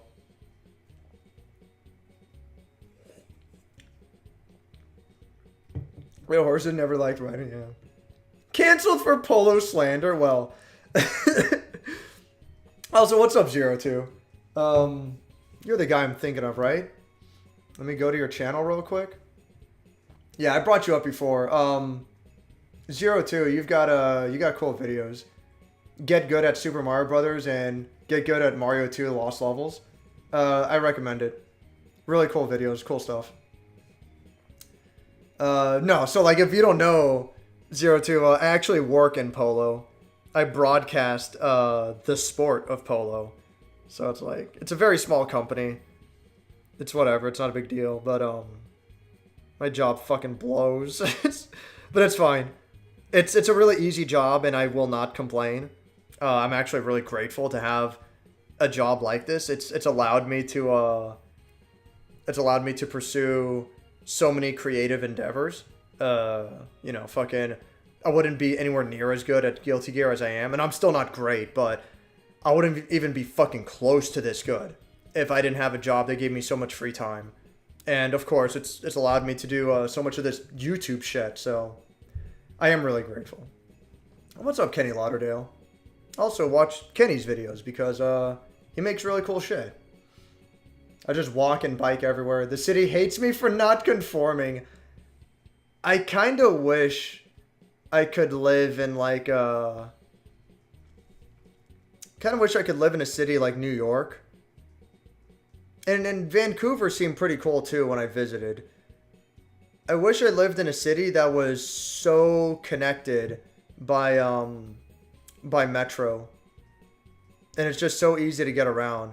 You know, to the point where like you don't really need a car. You can get by without a car. I really wish I lived in a city like that. But obviously, oftentimes, those tend to be the more expensive cities to live in. So it's a balancing act. But I do wish I could live in New York City. I think that would be really cool. That's whatever. Never rode a horse myself, probably won't. I rode a horse once, maybe twice, when I was really young. It was an interesting experience. It's okay. It's not a big deal. Even cares about the environment. We'll die by the time it's a problem. I mean, yeah. It's not the attitude you should have, because, you know, then it's your kid's problem, so it's, you know, it's whatever. I don't like riding my bike because it hurts to sit on the seat. Yeah, of course. And yes, I unironically believe that. God damn it, was. Yeah, bicycle seats aren't super comfortable, which is really obnoxious to me. I'm surprised that the standard bicycle seat is as uncomfortable as it is. But, I don't know. When I do ride my bike, I usually don't ride it for very long distances, so it's whatever. Speaking of which, I'll be riding my bike to work, for at least next time, because I work Thursday, and I work Sunday. So it depends, because I don't know what time I work on Sunday yet. So depending on how close it is to the evening, I might have to take my car to work. That way, from work, I just go straight to Margate. You know, for the Guilty Gear tournament. Fuck. Speaking of which, shit. There's a Blaze Blue tournament this week too. Oh wait. We'll have to see how things go, because there's a hurricane over me right now. I forgot. I mean, like, not like directly over me, but like it'll be here this week. Yeah, wait, actually, how the fuck are they gonna do polo this week? No, they're gonna have to cancel some shit. It's, yeah, whatever. Whatever. My job's dumb, as usual. Yeah, like, I forgot, there's a fucking hurricane going on. We ain't gonna do shit. I don't know. We'll see how things go.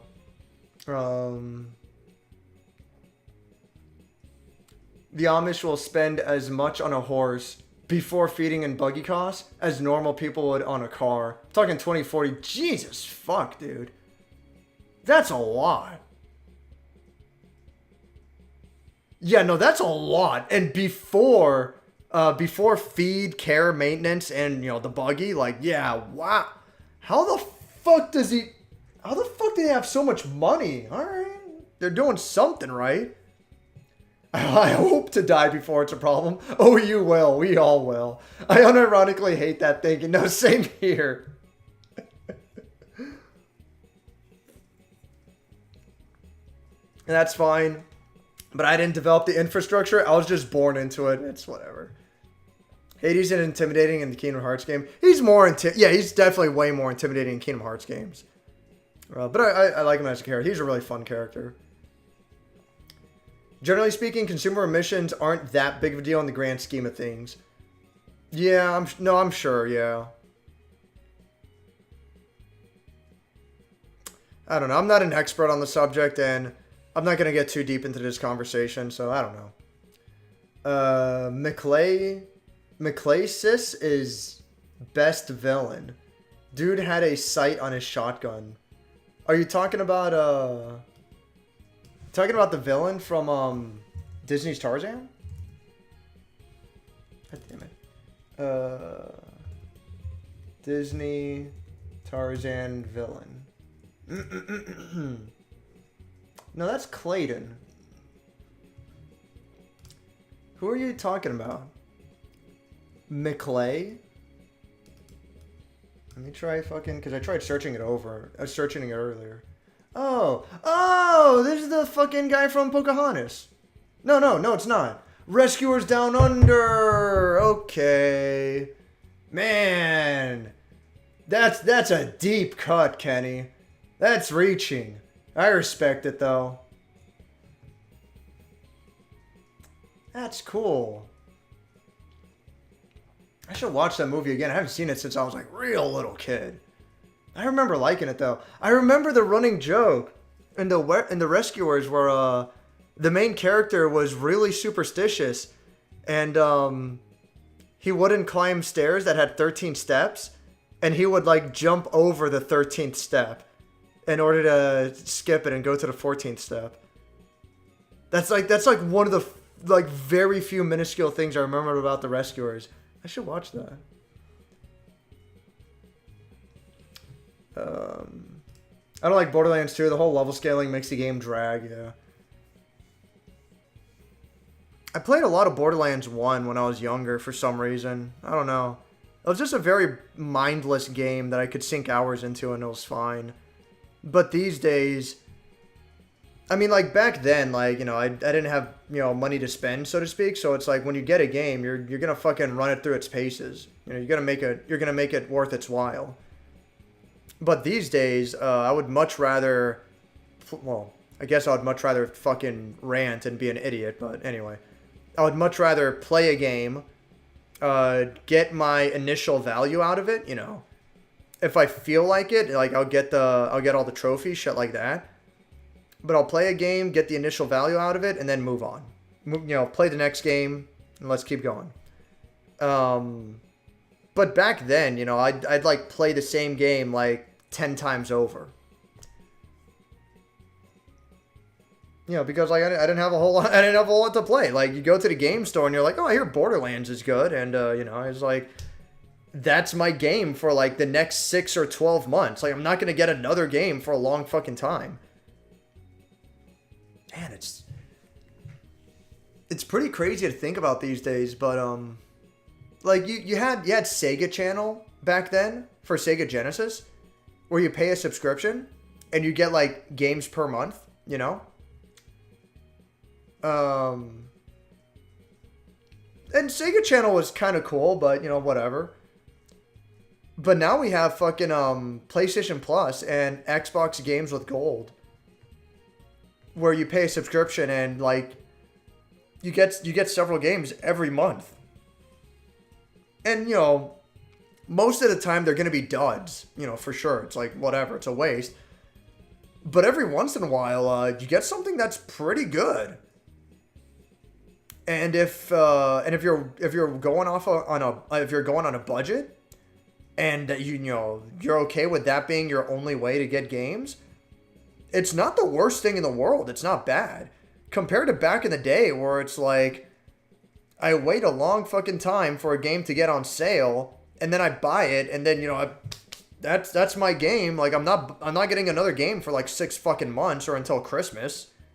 And Christmas I get like 3 games, and like I gotta make it last. I gotta play it multiple times. Like, what the fuck else am I gonna do? What am I gonna go outside to play? It's like, no, I don't fucking think so. So, it's whatever. Yeah, yeah. Back then, like that was kind of my mentality. I remember liking it quite a bit, but I had a different mentality back then. And then by the time I got Borderlands 2, that's when I was shifting more towards an analytical mindset. That was around the time that Electronic Gaming Monthly was dying off, if I remember correctly. And it was also around the time of like, I don't know, like I always wanted to be a reviewer as like a real job, like just a dream job. It would be fucking cool. It would be really neat. But I never really thought about it too deeply. I never thought about like, oh, what really goes into it? Like what thought process do they have? It would just be like, oh, dude, I just played video games all day. This is gonna be fucking cool, But around the time that Electronic Gaming Monthly was dying off, the first time anyway, before the resurrection, that's when I started like thinking in my head, and I had like an old blog. I'm sure it's like you probably can't even find it anymore, but it was on WordPress. That I made it on WordPress.com. I made one that was called like, oh god, I think it was called 11 o'clock. Not 11 o'clock, like without the E, just 11 o'clock. That was the first one I made. And there was no videos there. I had two or three written reviews. I'm like really thinking hard. This is going back. That was like the earliest incarnation of like, oh, what if I like tried to really do reviews? And then after that, I made the YouTube channel and another WordPress website called Digitally Blind. And I really liked that name. I thought it was a neat name. If I wasn't going to be FourFaceButtons, then I'd be Digitally Blind. But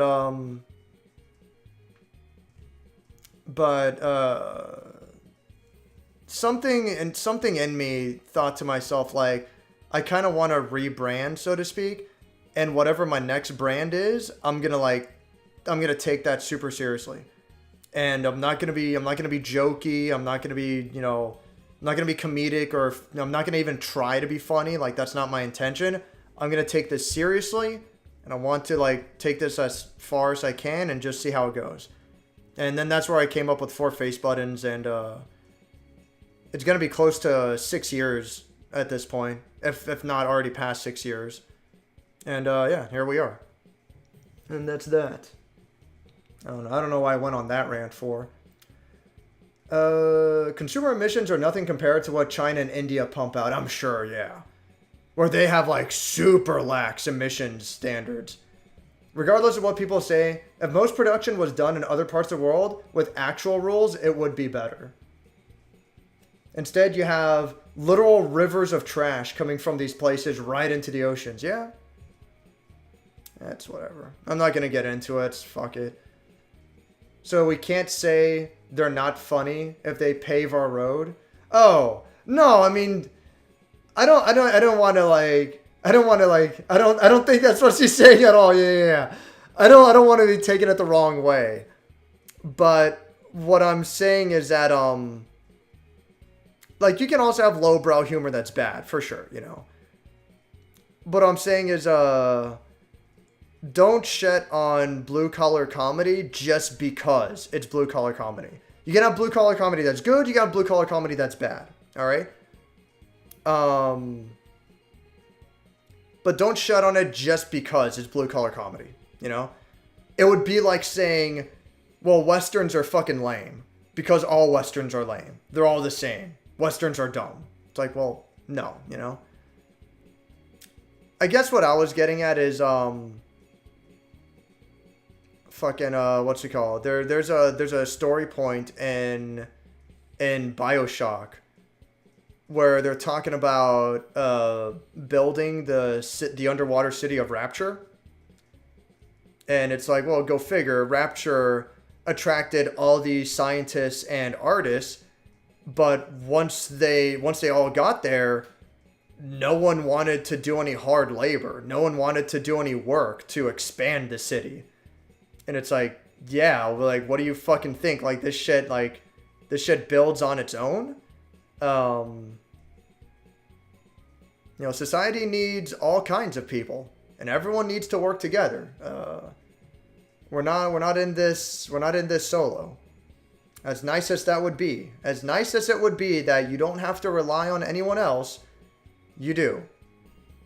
That includes going to the supermarket to fucking buy groceries. Don't shut on the grocer. Don't shut on the bad guy. You know? Not the bad guy, the bag guy. The guy putting your groceries into your bags. We all got a job to play, you know? Don't shut on the fast food guy in McDonald's.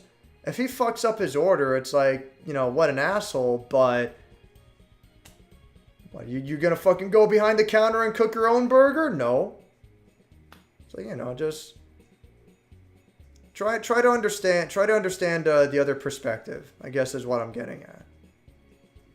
I don't know. I don't know if maybe I'm not getting my point across, and that's fine. A well-timed fart is oftentimes the funniest thing in the world. Yeah, actually, yeah, it can be, yeah.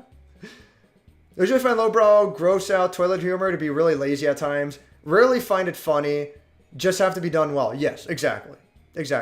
Don't get me wrong, most of the time it's lazy, but again, like, I did a review on a movie called Invasion USA. I think it's like really lowbrow. It's a really stupid fucking movie. But I thought it was fun. I enjoyed it. I think that's a lowbrow movie. There's really not much to it, but I liked it. I think it's a cool movie, and I would recommend it. Because if the joke or punchline is simply farts, piss, shit, or vomit, fucking lazy as hell. You gotta have good timing, punchline, execution to be good. I mean, like, yeah, you're not wrong. You're not wrong for sure, but you know, you can have movies like Kung Pao, Enter the Fist. Kung Pao, Enter the Fist is like, it's all fucking retard humor. It's all fucking retarded ass shit. It's all fucking dumb.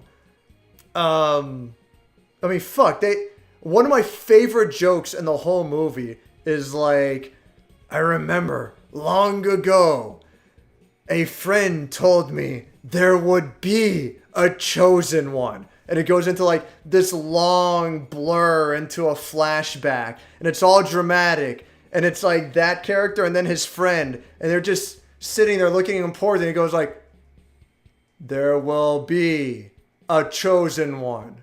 And then it goes back to the present. And then he told me of the significance. And then it like goes back in the past. He just goes, it will be significant. And it's like, it's fucking hilarious. It's fucking, like, the timing is on point. And it's so childish. And it's so stupid. And then it goes back to the present. And it goes like, and then he killed the dog. And it goes back to the past. He just puts on this, like, straining face. And there's this loud farting noise. Like something stupid. And then you just hear a sound effect of a dog whimpering. Like, it's like, it's so fucking dumb. But it's great. The timing, like, I'll give credit to Kung Pao in some ways. Like, it does have a lot of grammatical humor. You know, it has, like, well-written jokes, you know, in a way. But overall, like, that movie is really lowbrow, and it's really fucking retarded. But it's one of my favorite movies of all time. That movie is fucking fantastic. It's so so, like, I can't even describe how stupid it fucking is. It's like, and so the chosen one walked. And sometimes he drove. And, like, keep in mind, like, the movie takes place in, like, feudal China and, like, medieval China. And then, like, all of a sudden, he's, like, driving a fucking convertible. It's like, okay. And occasionally partied with the desert animals. It's like, what the fuck? It's like, dude, I fucking love that movie. It just depends. Not all lowbrow movie is bad. Just like not all pretentious movies are good. So, you know. There's good and bad of all kinds. Gotta have good timing, punchline execution to be good. Yeah, of course. Absolutely. Tony Hawk's American Wasteland had the funniest cholo stereotypes. It's so bad. You have to play that game. Damn. Maybe I should. I don't know. Fuck. I remember watching a model show called Tugs. And they had a Mexican stereotype character called Izzy Gomez. Talking about unloading bananas and have his own trumpet theme to go with it. So many shows and movies have stereotypes. Yeah, and it's fine. It's how well they're executed. If handled poorly, yeah, it sticks out like a rusty nail. Yeah, it's fine. Like, some show, what up my Latin exes? I was like, no. No one says that. No one says that. That's going to be looked back on and racist in a few years, calling it. I don't want to say I'm hoping, but yeah, I'm hoping. Because it's fucking dumb. So yeah, don't get me wrong, Crazy Mosby, like, everything's gonna have stereotypes, and that's fine. Like, I don't care about stereotypes. What I hate is double standards. If you're gonna find some things offensive, then at the very least, have the fucking respect to find everything offensive, alright? You're not allowed to fucking pick and choose. Not allowed to be like, well, you know, fucking, Mexican stereotype 101 who says essay. That's perfectly fine. That gets a free pass, no problems. But Speedy Gonzalez and Mario wearing a fucking sombrero, like, that can't fly. It's like, really? Like, you know what? Sit and spin. Like, what the fuck ever. So stupid. God damn it, Kenny. Why would you do that? Inaccurate Mexican stereotypes are probably like the transatlantic accent only exists on screen. Yeah, things like that. Like, it only really exists in movies, as far as I can fucking tell. I don't know. Bill Burr had this great bit where he's like, he's making fun of... So the bit was that he was making fun of the Washington Redskins, the football team, where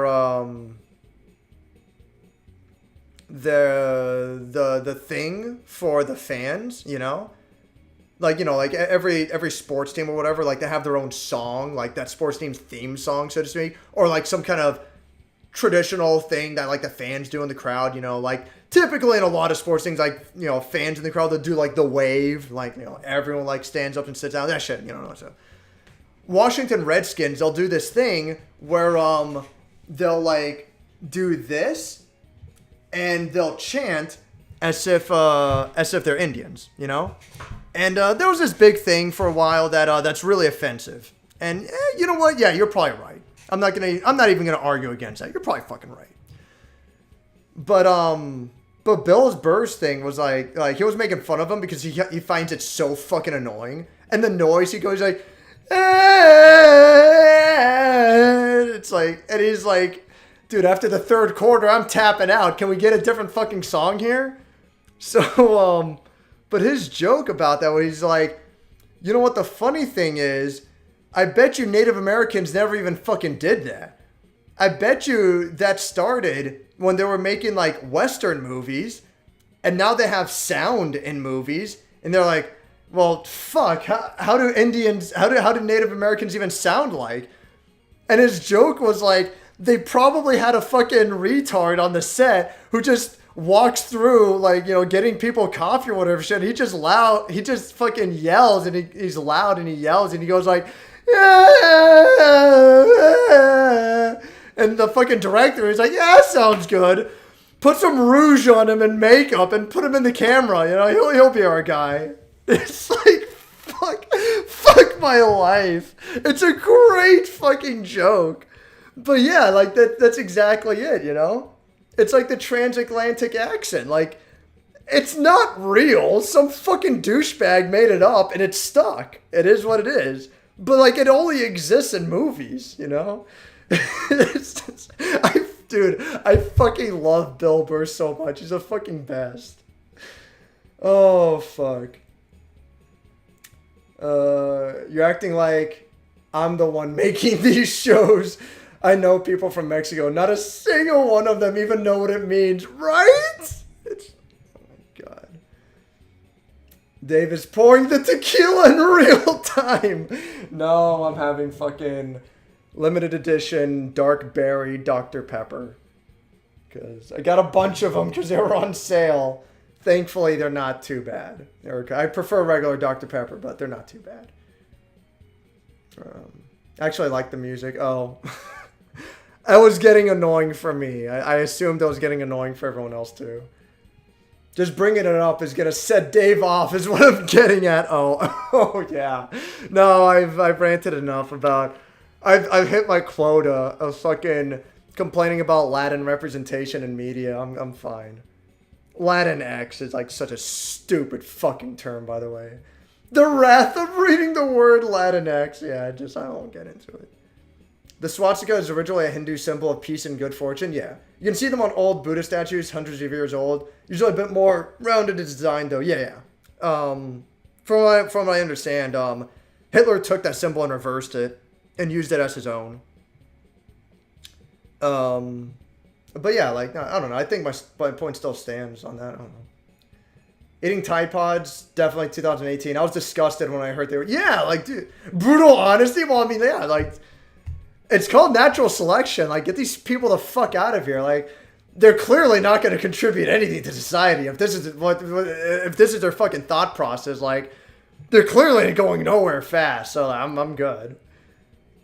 A Tide Pod feast from the gods. No. Most of these trends are either fake to gaslight people into doing stupid things, or fake to explain random accidents.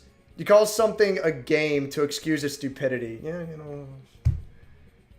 I don't know. I don't understand this world. I really don't. Isn't there enough out there to occupy your mind? Why do you have to invent stupid shit? Like, it's baffling. I don't know. I really don't get it. Dave literally had a tonight German joins the hunt moment. I'm just gonna get up off my fucking chair and I'm gonna fucking kill someone. No. I just got back and he started talking about Tide Pods. Oh man. I remember a YouTube video making a parody. Making a parody video of these stupid trends by smoking cardboard like a cigarette, and people took it seriously as it's going too far now. Reviews plus full-time wage cage, yeah. I can only imagine. It's tough for you, Doom. Like, if you have to do a full-time fucking job. I don't know. I'll probably be right there with you soon. We'll see. I'll try to make it work. I rewound it. Devious look trend was a nationwide trend where kids would go around vandalizing their schools. I never heard of it, but alright. Whatever. I don't know, man. I mean, when I was growing up, we called that fucking graffiti. I don't know what the fuck delicious lick is supposed to mean. Or devious lick, regardless. Alright. When I was growing up, we called it fucking graffiti. That made more sense, but okay. You need to boost engagement. I did that trick the Spiffing Brit mentioned where you delay a premiere 20 times at the 6-minute mark. I don't care. I don't care about using tricks. If people want to watch, great. They don't want to watch, that's fine too. I don't mind. I'm going to do my own thing. I'm not going to stress about viewership, engagement. I'm not gonna get into that. It's whatever. It's not worth it. Personally, I don't think it's mentally healthy. I think if that's what I think if you focus your life purely on numbers, don't get me wrong, I understand why people would, because like they're expecting to get money off of YouTube. But if you're focused purely on numbers, then you get to a point where you stop doing it for the love of it. And you stop doing what you love. You know, you turn it into a job. And if you're turning YouTube into a job, then what's the difference between that and just getting a real fucking job, you know? Obviously, like, there's different, you know, there's nuance there, you know. It's not so black and white. I 100% understand that. But that's kind of the frame of thinking that I have. I'm just gonna do my own thing. Hopefully it works out. Whatever. If it doesn't, it's fine too. I don't mind either way. But the point is, I'm not gonna say I didn't. You know, people can't say I didn't try, and people can't say that I didn't put my heart into it. People can't say that I didn't follow my passion, because I did. I tried, and that's good enough for me. If it's not good enough for you, if it's not good enough for other people, that's fine too. We all have our own lives. We all have our own standards. I'm not here to judge. But that is good enough for me. So, anyway. It sucks that's how the system works. We need a lot of likes for a video to snowball. Like I said, I'm not going to worry about it. And then I'm not saying don't use it yourself. Like, go ahead. I mean, like, we had this conversation with Max the other day where it's like, you know, Max was like, oh, Wes should do top 10 videos. It's like, well, should he do top 10 videos because he wants to? Or he should do them just because that's what's popular and that's what's trendy, you know? And I don't know, maybe I'm sure my point didn't come across clearly, but like what I was trying to get at is I wouldn't encourage doing something just because it's trendy. I wouldn't encourage doing something just because it's easy, you know? I understand why people do it because, you know, that's what brings in the views. That's what brings in the viewership, because it's easy. But if you're only doing stuff because it's easy and that's it, then I don't know. For me, like, I wouldn't enjoy it as much. I don't want to do something because it's easy. I want to do something because I'm interested in it. You know. I mean, fuck. If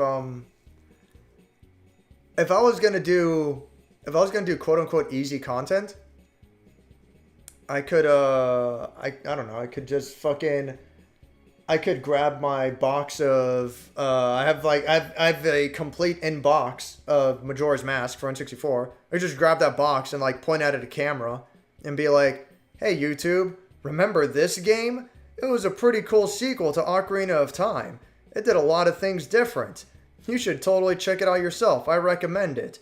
And if you want to see more cool stuff like this, go ahead and subscribe to my YouTube channel. And then that's the video. And honestly, I think that would get just as many views as a well-edited review, you know? And you know, it would be a YouTube short as well, which also pushes the algorithm. But the point is, like, that would be the whole video, you know? It would get just as many views as a well-produced and written review that I usually try to do. But it would be like, it would be 1/100th of the work, you know?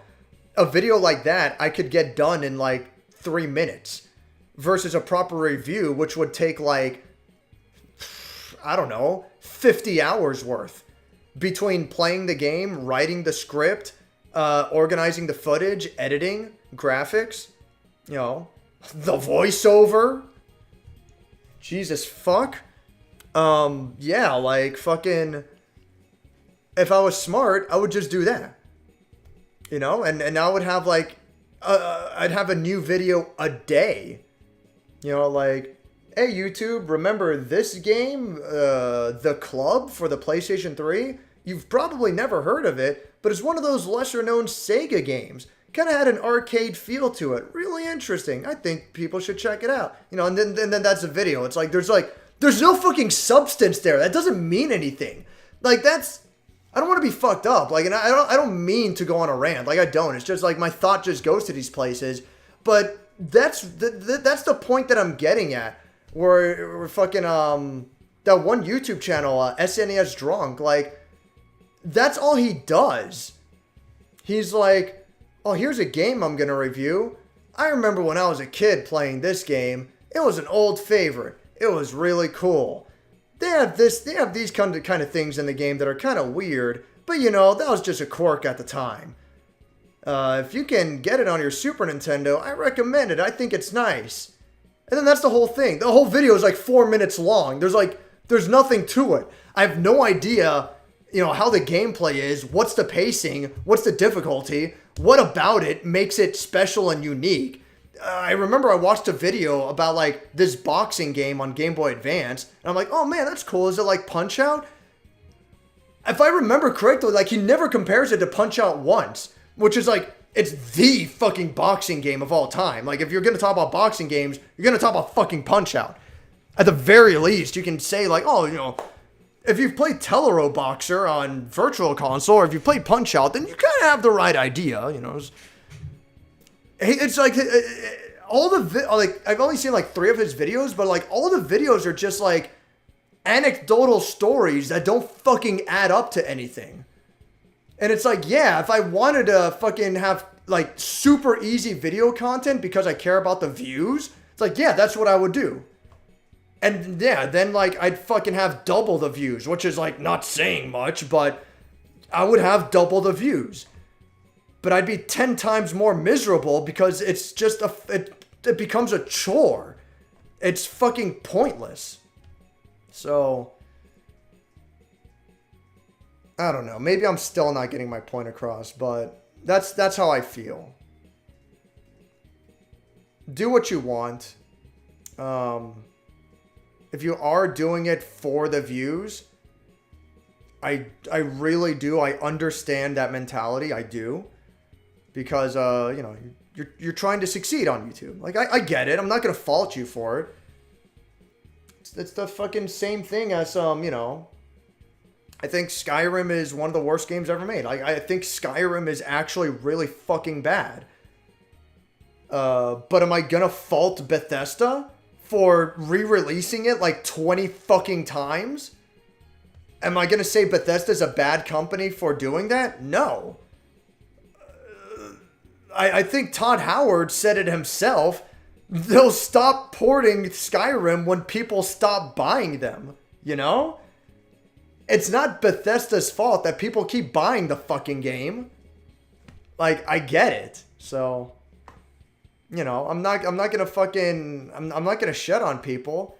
I'm not gonna shed on Donkey for doing what he does because he's giving the fans what he wants. I'm not gonna shed on SNES Drunk because clearly he's doing something right. Personally, my theory is that SNES Drunk just uploaded several videos that are like an hour of Super Nintendo relaxing music. Where like, you know, he just fucking ripped Super Nintendo music and uploaded it, which I'm sure Nintendo's not happy with, but you know, who gives a fuck? He probably doesn't even get monetization on those videos because Nintendo wouldn't let him. I wouldn't be surprised. But those videos have like 500,000 views each, you know? And because he's the one, his channel uploads those videos, an hour long of SNES relaxing music. There's like fucking 20 of those. Because he's the one who uploaded them, the algorithm will push his other videos. And then people are like, oh yeah, sure, I'll watch this review. And then it snowballs from there. He basically cheats the fucking system. You know? He uploads content that isn't his, and he does not abide by fair use. But he uses that to bolster himself.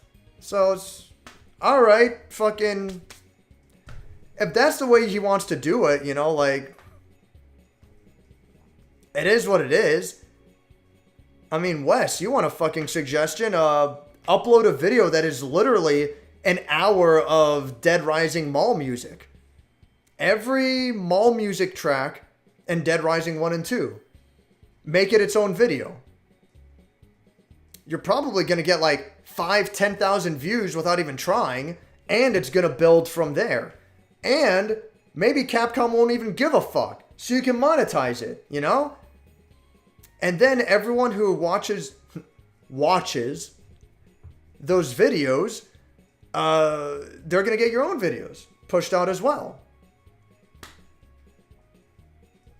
You know? I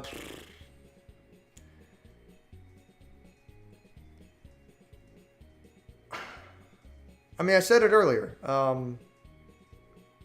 I don't like it when disingenuous approaches succeed. But it is what it is. That's the world we live in. That doesn't mean that I'm gonna do it. I would rather not do it. But you know. I ranted for too much. I wonder if GTA Trilogy fell to the same fate as Persona 3 Portable, where EA effectively killed the entire 6th generation of software by monopolizing the renderware engine. Oh. Did they monopolize render? I never knew that. I think I saw a video, not that I saw it, but I saw a I saw that someone uploaded a video on YouTube. Someone made a video on YouTube about renderware. I'm kind of interested in watching it. Maybe I'll check it out sometime.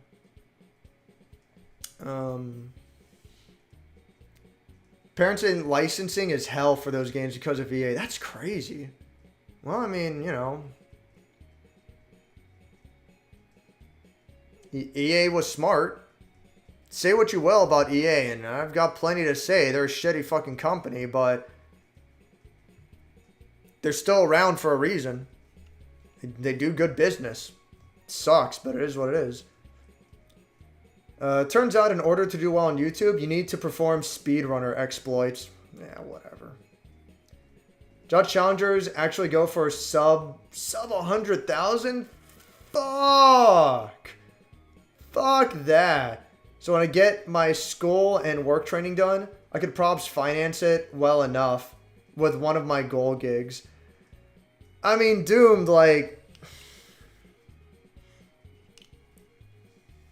do what you will, you know? I'm not going to tell you how to live your life, obviously. You know, you're your own man.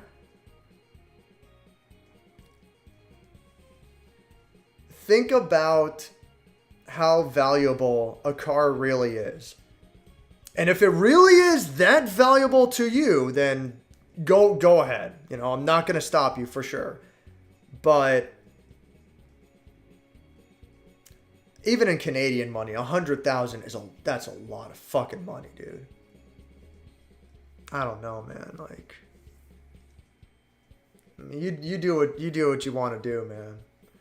My car cost around 11,000. It was a discounted model, low mileage. At the time, 75,000 miles per hour. Roomy for a skinny Japanese car. Awesome Toyota, yeah. 11K is more reasonable, for sure. And with 75,000, yeah, you know. I could see myself doing that as well. I might pay more to have, you know, a car of less mileage, but, you know, sounds about right. The tiny wheels on scooters aren't ideal for soaking up surprise bumps on roads. I was liking this weird three-wheeler car called the Elio, but that project died out hard. Yeah, that's another good point, yeah. Yeah, no, I'm not going to get a scooter. Certainly not for long distances. It ain't fucking worth it. And I don't want to get a motorcycle either, so fuck it. I'm just going to stick with four-wheel cars. It is what it is. My city has a pretty expansive metro, but I'm not a fan of it because delays can come often. Yeah, you gotta be on top of it. I feel like Google Maps is usually pretty good about it, but you gotta be on top of it and plan your day ahead of time. It can be annoying for sure. If you lived in Vancouver, you could see me every day. Forever. Why are you running away? Oh, man. I actually watched some of Kenny stuff before you recommended his channel to me, Dave. His stuff used to pop up alongside that Mother's Basement guy with the red velvet vest on. Yeah, Kenny makes good stuff. Kenny makes really good stuff. I'd recommend his Golden Bat video is one of my favorites. And another favorite is what is anime? Something along those lines, that title. Those two videos I like a lot. They're really good. Dave just casually biking in a hurricane. The wind will speed his pedaling. Yeah, dude, it's Dragon's Dogma. The wind is pushing me. Get a little sail and ride the wind. Dave is the wind waker. Oh, fuck. Amish, closest thing they have for porn is a woman showing her leg while still in that dress. Yeah. Props to anyone who gets that reference. Yeah, no, I know. That's a tiny bit of a deep cut, but it's not that deep. I got that.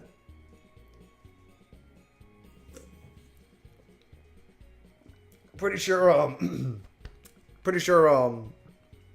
Weird Al Yankovic joked about that in Amish Paradise. Really good music video. Pretty much everything Weird Al Yankovic does is like super fucking good. He's fucking great. There's an old horse racetrack. I used to go with my older sister with it being so close to our old house. It's now going to be the new Chicago Bears Stadium property in a few years. Oh, okay. Now the same house is worth double what it used to since that deal was signed. Damn. That's crazy. Think about it. The Amish are often either in farming or in construction. The women often make and sell things like baked goods or preserved foods like jams and jellies. And they don't buy that much. I guess the family stays close too, so it's not like they're buying new property all the time either. Pretty crazy. The Amish are 100% into some serious dirt, and no one can tell me otherwise. The International Amish Conspiracy. Follow the beachy women. Amish Paradise. My brother showed that to my great grandpa, who was old, who was old order. Oh, you must mean who was old order Amish for sure. He found it funny. That's great. Amish Paradise is fucking great. Thomas, I am only warning you once. The Amish Mafia is not real. It was just a reality TV show. Oh, man. This looks like a job for the ghost fuckers. If it's not real, why is it a reality TV show? Listen, reality TV is not fucking real. I shouldn't care, but like, sometimes I'll like my mom watches Keeping Up with the Kardashians a lot. And I'll just like watch it off to the side, like if I'm doing the dishes or some shit. And like, I mean, first of all, the show is fucking retarded. Like, really, this show is like insanely fucking stupid. It's a show about multi-billionaires struggling in life. It's like, okay. Whatever you say. Whatever you say. But that's not even the point. The point I was going to get at. Similar to The Bachelor as well, which my mom watched The Bachelor a fucking lot. But all these reality TV shows, they'll always do the same thing where it's like, they go to commercial, coming up, this is what's going to happen, you know, when we come back from commercial. They go to commercial, then they come back to the show, and then it's like, here's what you missed before the commercial. And then they play a scene that you just saw. And then they play the show. And then it's like, coming up after the commercial. It's like, do you fucking realize that if you just take those like middle segments, you get rid of the before and after commercial, that shit. You get rid of that. You just have the little snippets in the middle. The show's like fucking 7 minutes long. And it's stretched out to like 20 fucking minutes. And, you know, like fucking 9 or 10 minutes of commercials. You know, like. It's like. It's so mind-boggling because let's say, okay? Let's say you enjoy the show for whatever reason. Like, let's say you find it funny. Let's say you find it ironically funny to like laugh at the Kardashians that are like, that are like taking shit too seriously. Okay, this hypothetical situation that's like on another fucking planet, all right? Let's say. No matter how much you like the show, there's no fucking show there. It doesn't exist. The show is fucking 7 minutes long with like 14 minutes of filler. It's like, what the fuck? And just imagine the sheer level of disrespect that you can't expect your audience to remember what happened 3 minutes ago. I mean, and the same fucking show. Like, all these shows are the same. When they cut to a new scene, and then the scene is going to focus on a certain character, they fucking have, like, a 10-second special graphic where it's, like, the character's in front of a green screen with, all this special shit behind them, and, like, they do a pose, and it has, like, the character's name and, like, big fucking letters next to them,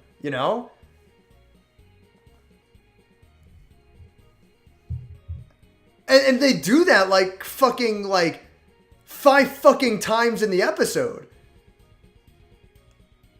I don't want to be fucked up. Like, if you like reality TV shows, then, like, fine. Like, go ahead, all right? You do your thing. But it's just, like... but I'm not wrong, though. Like, imagine the level of disrespect that you don't trust your audience to remember the names of your main characters.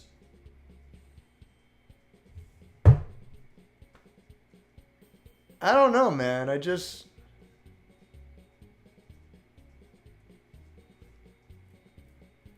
don't know. It's fucking wild. It's like... I don't know.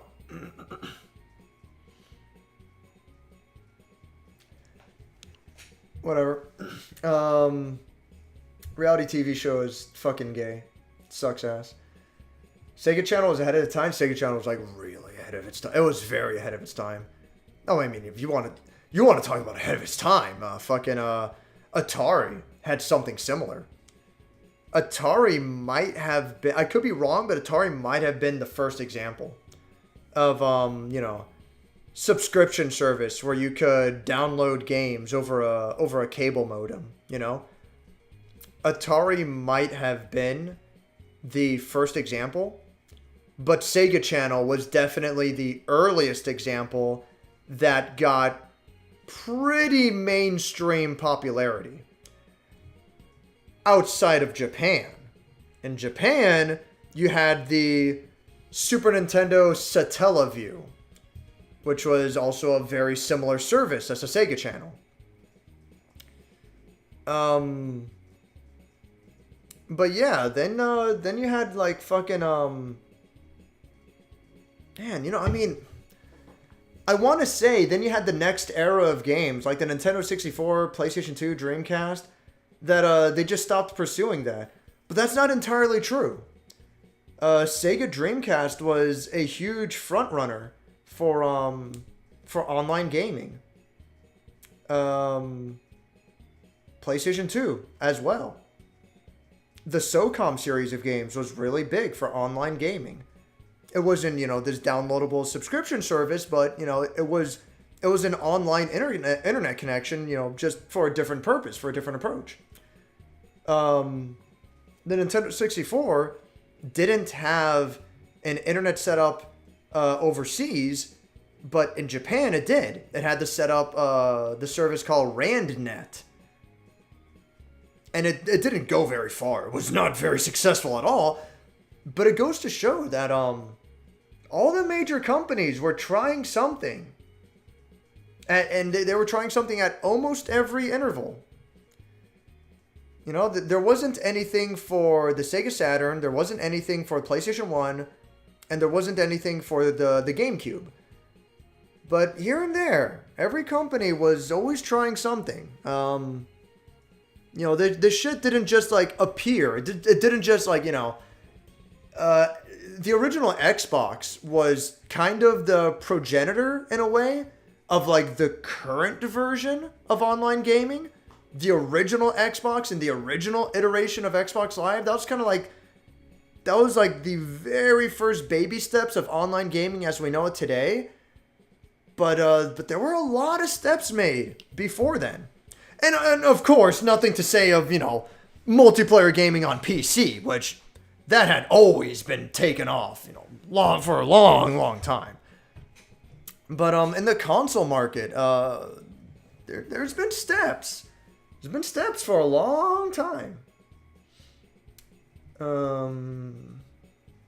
Fuck, where did I leave off? God damn it.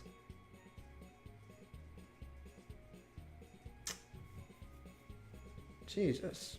Where did I leave off? Oh my god. Here I am. Yeah, one of my favorite Weird Al songs, yeah. Amish Paradise is great. Apparently it was the only way the US could play Mega Man The Wily Wars, yeah. I'd have to play it again, but I remember when I was in college, I played through Mega Man 1 and 6. I must have told the story like 1,000 fucking times. But I played through Mega Man 1 through 6 when I was in college. And then I found out about the Wily Wars. And I was like, oh, fuck, dude. I could have played, like, Sega Genesis versions. Like, oh, let me play it now. This is going to be awesome. And I did not like it. Like, it felt wrong. I don't remember why. Maybe I should play it again one day, you know? Give it a second chance. But, I remember Wily Wars just kind of sucks. And you're way fucking better off playing, the original Mega Mans. But it's whatever, though. Give it a shot for yourself. Emulate it. See how you like it. We had a good run, Dave. 6 years is a long time. The end of the game. Cucks, no. I don't know about you guys. Like, you guys do what you want to do. I know Wes in particular is having a hard time. And completely understandable, of course. For me, this isn't an end. And I don't even want to call it a hiatus. I want to call it a slowdown. Little else. Maybe I'll stop streaming. Maybe. But I want to try hard to at least get a new review each month. Or we'll see. Maybe nothing will change. I don't know. I don't want to get into details because I don't really know what's going to happen. But my job's going through some pretty crazy changes. And either it's going to be fantastic and it's going to open up whole new doors for me, and it's going to be amazing, and I'm going to be thrilled. You know, we'll see. I don't want to keep my expectations high, so I don't know. It's going to be weird, and I don't want to talk too much about it because I don't like making promises, especially when it's this uncertain. But we'll see. I do want to try hard to get at least one review out per month. It's just that the big problem is I might only be able to, you know, work on the reviews like 2 days a week, so to speak, you know? And I'll have a lot less time to actually play the games. Maybe I'll get like an hour or two per night to play the games. And then, yeah, I'm just going to have like, I'll have like a lot less time in general. But who knows? We'll see. We'll see how things go. Bag guy, yeah. Dude, it's Soul Bag Guy, my favorite, yeah. I do like Kung Pao into the Fist. Watch it more recently, still like some moments. Some moments I don't like though. Still like it, yeah. I'm the same way. Like some jokes don't land as well. It's a very childish movie, for sure. Some jokes don't land so well anymore. But no, yeah, I fucking love that movie. I think it's fucking great. Stream that movie if you're so great, yeah. Kung Pao is unfair to compare anything to. It's too good, yeah. You reenacting it was funny too, dude. I fucking love that scene. It will be significant. And it's like, for fuck's sake. I fucking love this movie. Also, Izzy likes to call the other Tugs characters gringos for not towing him. And one time he went, viva, viva, viva. The fuck is viva, viva, viva mean? Life, life, life? Alright. Remember, Vita means life. Whatever.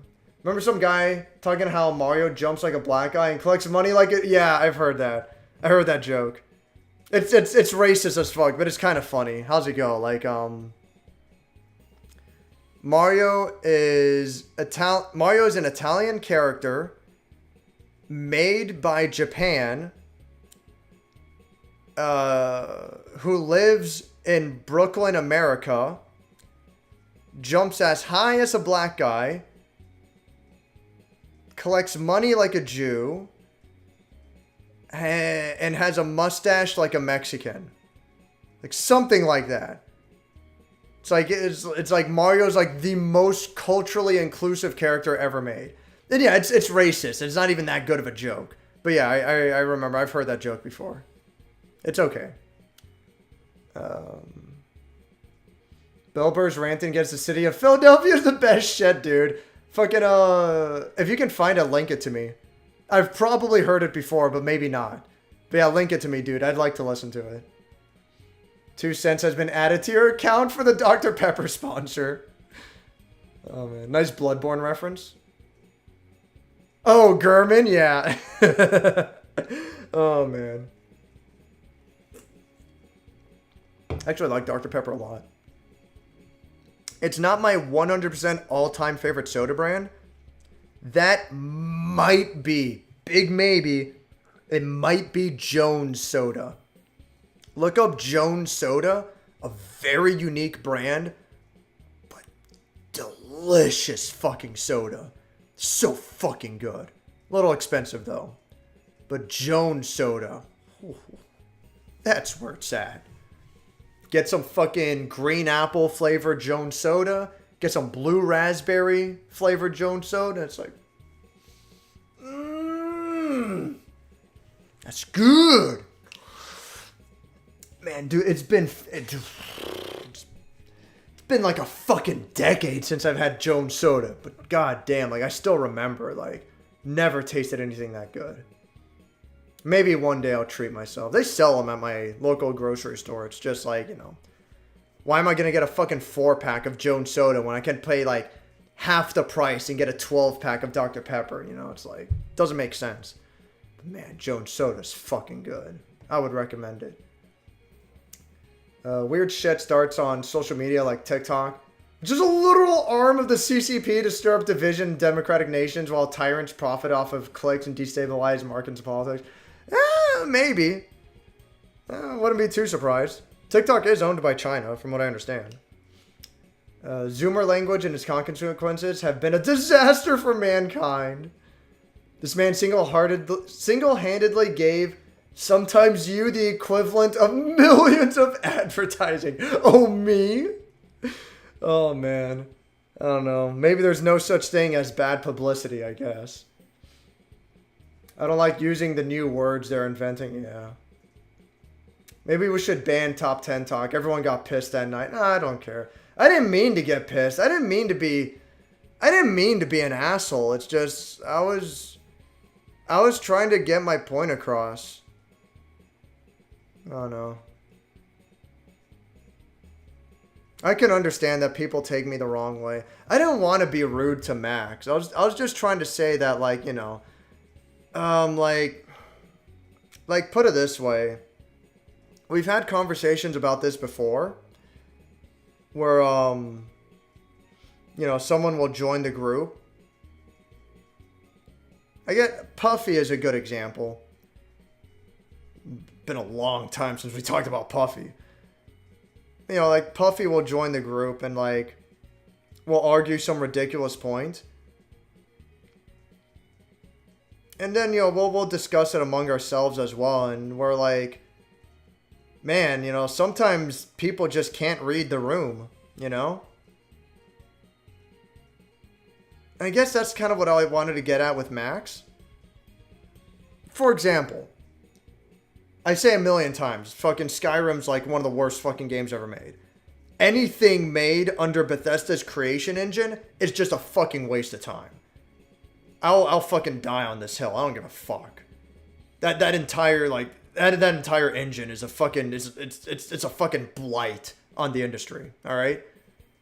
But that being said, I understand that Sigurd and Zyno and Slipmaker, I'm pretty sure Zyno is, they're big fans. You know, Slipmaker's a huge fan of New Vegas. Hey, you know, to be fair, I've never even fucking played New Vegas myself, so whatever. Played plenty of other fucking Bethesda creation engine games around New Vegas, but I never played New Vegas myself, so fine, whatever. All that being said, I read the room, alright? I'll bring it up. I think Skyrim is fucking hot shit and garbage. Sigurd will say, no you. And that's kind of as far as it'll go.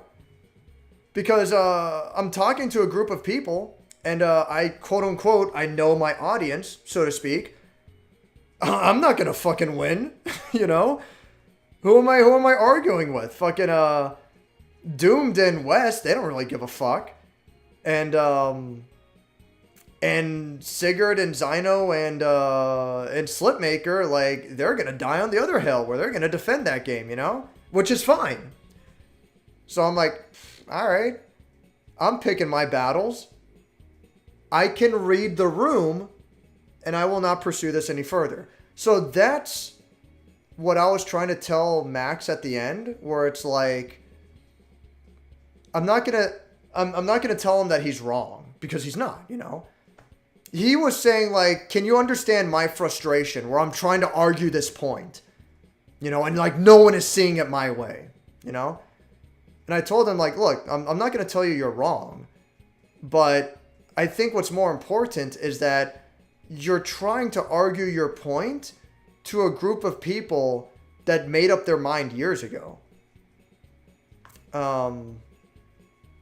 Which I don't know. Maybe that didn't come across correctly. What I was trying to get at is, like, you know, read the room. You don't have to win every argument, and a lot of times you can't win every argument. There's a reason why there's a difference between objectivity and subjectivity. Some people have opinions. A lot of things are not based on facts. And then again, you're trying to argue a point to a group of people that made up their minds years ago, and you can try. I'm not going to stop you from trying.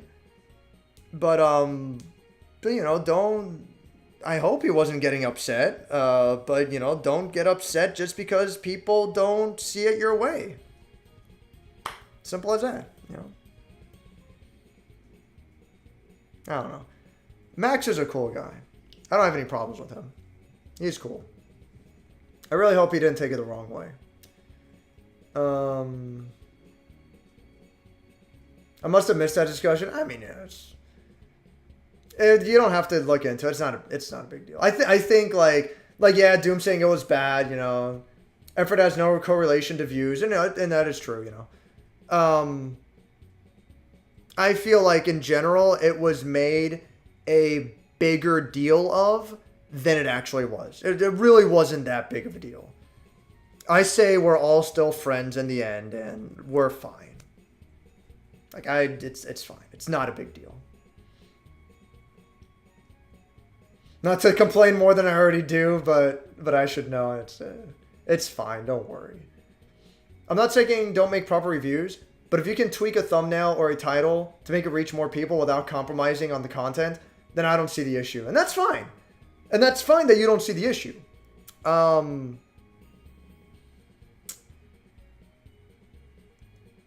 don't know. I don't know.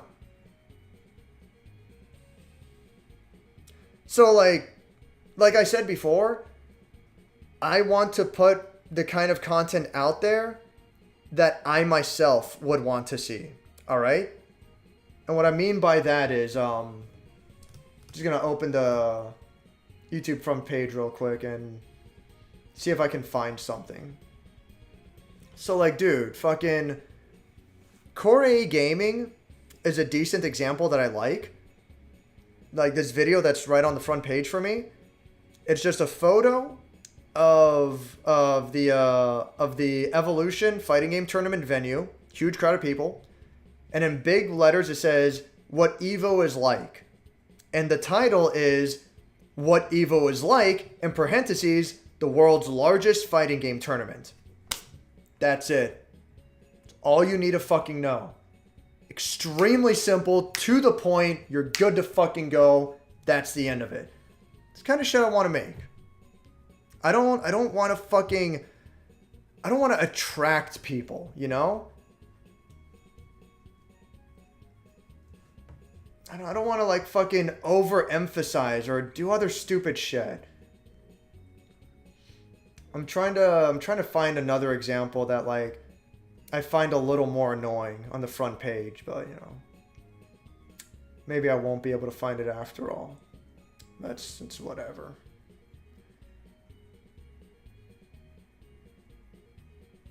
I mean, maybe part of the reason why I'm not finding those videos is because I don't click on those kind of videos. They show up as, like, recommended here and there, and it's just like, no, I don't fucking care. But it's shit like fucking... Alright, here we go. Here's a fucking video. Here's a perfect fucking video. It's two karate guys fighting each other with Ryu from Street Fighter, his head fucking photoshopped onto both of them. They're fighting each other. There's a giant word in the middle that says fake with an arrow pointing at the middle of the screen. I guess Ryu's doing a fucking parry. Whatever. That's the thumbnail. And then under it, it says, "The greatest round of Street Fighter ever is fake." That doesn't fucking tell me anything about the video. The greatest round of Street Fighter ever is fake.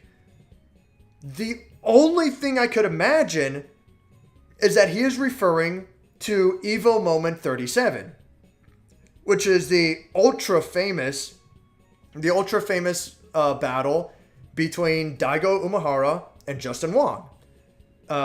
Justin playing Chun-Li, Daigo playing Ken Masters.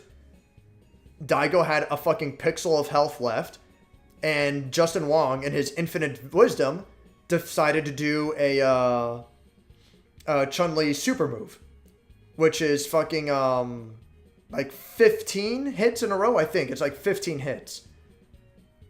And if Daigo even blocked one hit, he would have died. And it would have been risky for Daigo to try to jump over it. But, you know, maybe he could have gone that route. It's possible. Probably wouldn't have worked, but it's possible. But what Daigo did instead, he parried all 15 hits in such a perfect fucking pattern that it led into a jump-in combo to do just enough damage to kill Justin Wong right then and there and win the round. It was an incredible fucking match. It is cemented in history for a good reason. So when you tell me the greatest round of Street Fighter ever is fake, that's what my mind goes to. It's like, are you really going to argue that that round is fake? All right, I'm interested, except I know that round isn't fake. There's no fucking way it's fake. It's fucking impossible for that round to be fake, which means you're talking about something else. And if you're talking about something else, then it's not the greatest round in Street Fighter ever. So you're just fucking lying. And when you're getting to this fucking point, then it's like, you know what? I'm just not going to watch your fucking video then. I'm not going to give you the fucking time of day. I refuse to give you the fucking view. And maybe I'm thinking too deeply into this. I'm probably thinking too deeply into this. And that's fine. But that's where my fucking mind goes. And that's why I don't do thumbnails like that. I do thumbnails where it's impossible for someone to look at it the wrong way. My thumbnails are as direct and to the point as they could possibly be. Review, Resident Evil RE verse. That's it. Cut and print, we're fucking moving on. I'm not gonna spend my time thinking of the right fucking orientation of the thumbnail to attract the people. I'm not gonna spend my time thinking of the right title. I used to. When I first started doing views, I used to do things like that. I used to do things like fucking you know, is this the best entry in the Metal Gear series? Metal Gear Solid 5 review. I used to do things like that. And it's like, you know, I don't remember if I kept doing it this far into it, but if I did, I would have put something like cult classic Nintendo 64 platformer that everyone should play. Mischief Maker's review, you know? And you know what? That's not even true. Not everyone should play it. Like, it's not even that good. Like, I fucking love Mischief Makers, but it's not even that good. Like, it's just okay, you know? But you would do a title like that to attract viewers. And that's not genuine. And I eventually decided, and I'm like, you know what? No, I'm not going to do this anymore. I'm not going to fucking,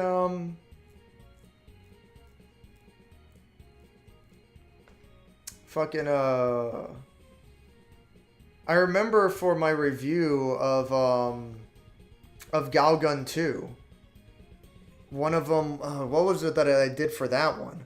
Because I remember when I decided to remove all those like extra long titles and make them way more simpler, how they are now. I went back and did that for all of them. I distinctly remember I forgot to do it for Galgun 2 for the longest time. And I was going through my old videos. I'm like, oh man, this title's still here. But God, what did I call it? Something like the Shoujo Time Crisis game I never knew I wanted. I called it something like that, you know? Which is a reasonably accurate title. Like, I actually like Galgun 2 quite a bit. Although, looking back, now that I think about it, Galgun 2 is more like a Virtual Cop than Time Crisis, to be fair, but whatever. But yeah, it's like, when I did do those titles, I never found any real success. I didn't really get, you know, a ton of views or anything. And I didn't like thinking up titles. Like, it felt fucking stupid. And it felt like I was making shit up. And it didn't feel genuine. And I'm like, no. Like, I'm done. I'm not doing this anymore. I'm not going to harp on anyone for doing it either, all right? If you want to do it for any reason, if you think it's smart to do it, if you want to do it because you want to, if you think it's cool, that's fine. I don't have a single fucking problem with that. But I have my reasoning why I don't want to do it. And, you know, that's fine. And that's, you know, whatever. That's that.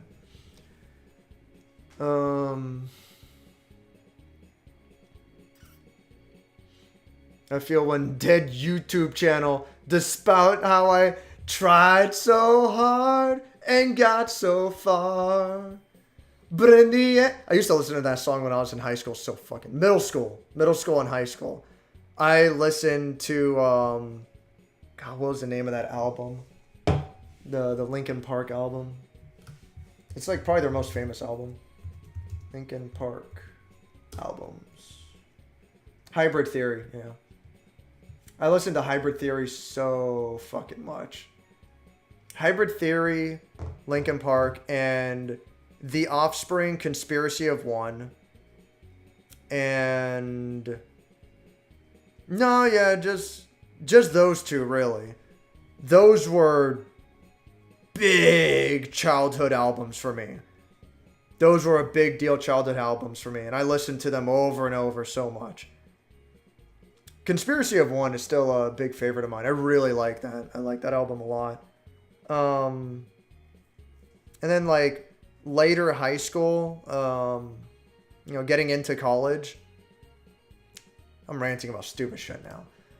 Demon Days by Gorillaz. And I really liked the first Gorillaz album too, but like Demon Days was like a huge favorite of mine. Demon Days I listened to so much. Big favorite. Love Demon Days. And I should really get back into Gorillaz. I like Gorillaz a lot. The last I listened to was like a few tracks of Plastic Beach, but I never bothered to listen to the whole album. And I've never listened to anything beyond that. I should. Demon Days. Gorillaz, fucking cool. I like Gorillaz a lot. My most viewed video is called "They Drew Every Grain of Sand." Yeah, I keep saying I keep seeing that I keep seeing that video recommended to me, and I haven't bothered to watch it. I'm somewhat interested in watching it because it's you, but me personally, like that thumbnail and that title doesn't fucking do anything for me. 2.5 million people to check out some old anime from the 80s just using a vague title. Yeah, I don't like vague titles. That's just me. If a title is vague, it pushes me away more than it attracts me. The opposite example, I like Red Letter Media because a lot of their video titles is just fucking Starship Troopers review, Event Horizon review, you know? And I'll watch the Starship Troopers one. I'll watch the one about the Blob, you know? Because I've seen those movies before, and I'm like, all right, sure, let me check out their opinion on that. And I really like how they structure their videos. I watched the one on Demolition Man because I've seen that video before, and I'm like, oh, I really like how they structure their videos. I think they make good points, and it's really cool stuff. Then from there, I'm like, let me see what else they got. Oh, Event Horizon. Never heard of this movie. Let me check it out. That's my line of thinking. That's the way I look at it.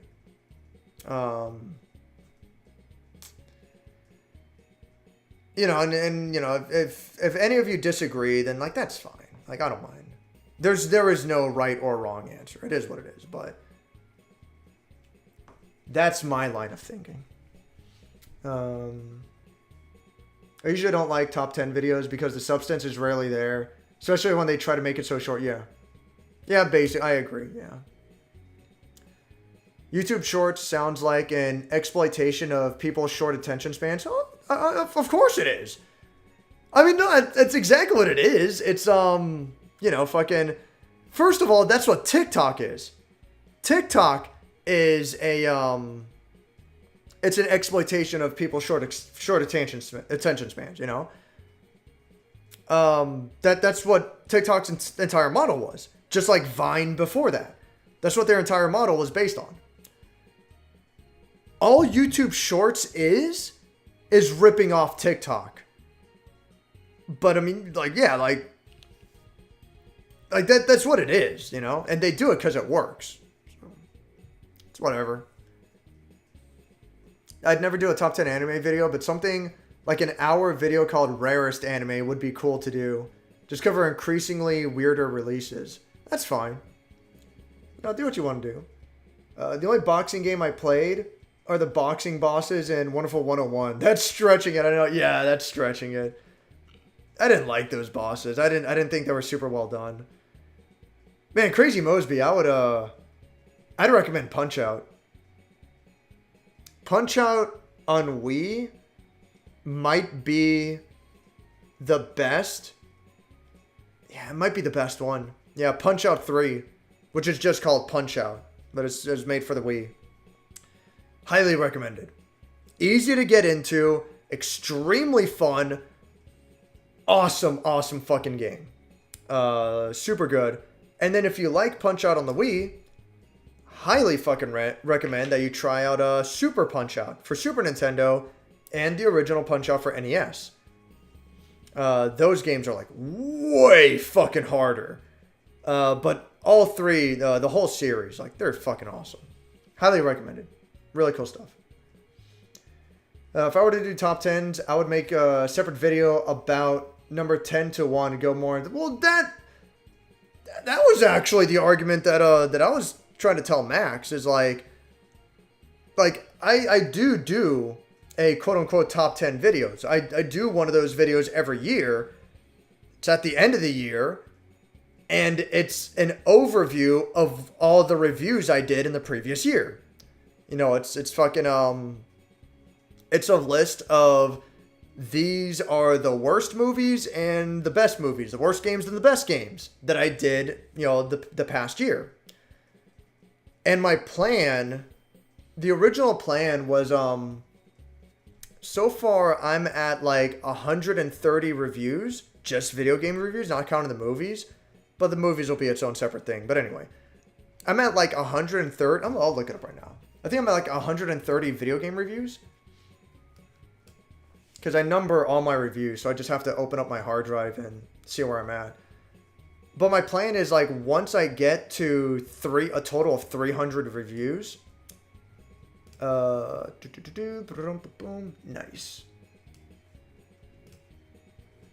Resident Evil RE Verse is review number 132. So I'm at 132. Once I get to 300 total reviews, I want to do a top 100 best games I've reviewed and a separate top 100 worst games I've reviewed. That'll be its own special video, you know? That'll be like 2 separate videos, you know? Kind of just for fun to see how it goes. And then the idea is that, like, once I get to like 500 reviews, I would do it again. I'd update the list. Once I get like 700 reviews, I'd do it again. I'd update the list. Once I get to like fucking, like 1,000 reviews, maybe I'd even do like top 200 and bottom 200, you know? Maybe not. Maybe I'd do it at 300, then again at 700, then 1,000. Maybe I'd like stretch it out more. Because the more I think about it, it's like, well, I'm probably going to cover the same games often, you know? Like fucking Bug Fables and Titanfall 2 are going to be on the list like every fucking time, you know? But yeah, like that's something that I'd kind of be interested in.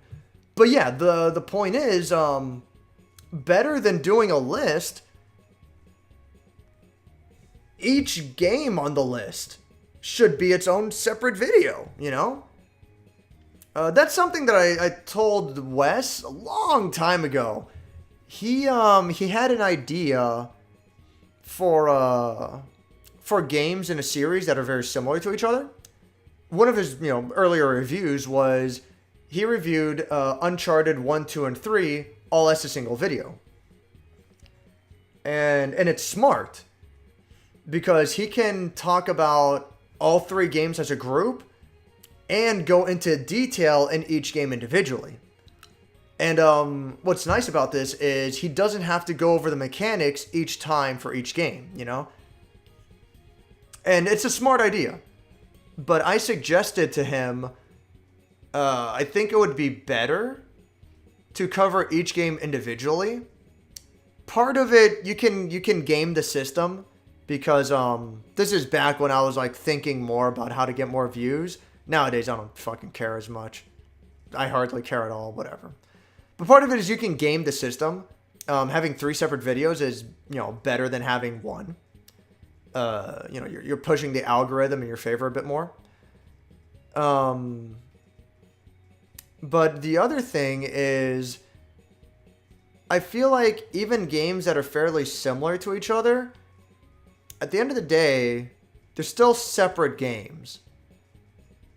And no matter how shitty a game is, at the very least, you can give it the respect to criticize it on its own merits. Even if it's similar to something else, even if it's similar to its prequel, you know?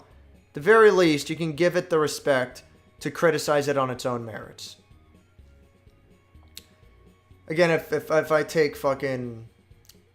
take, you know, reviewing like too fucking seriously, like, I'm not going to argue against that. I probably do, but this is the mentality I have.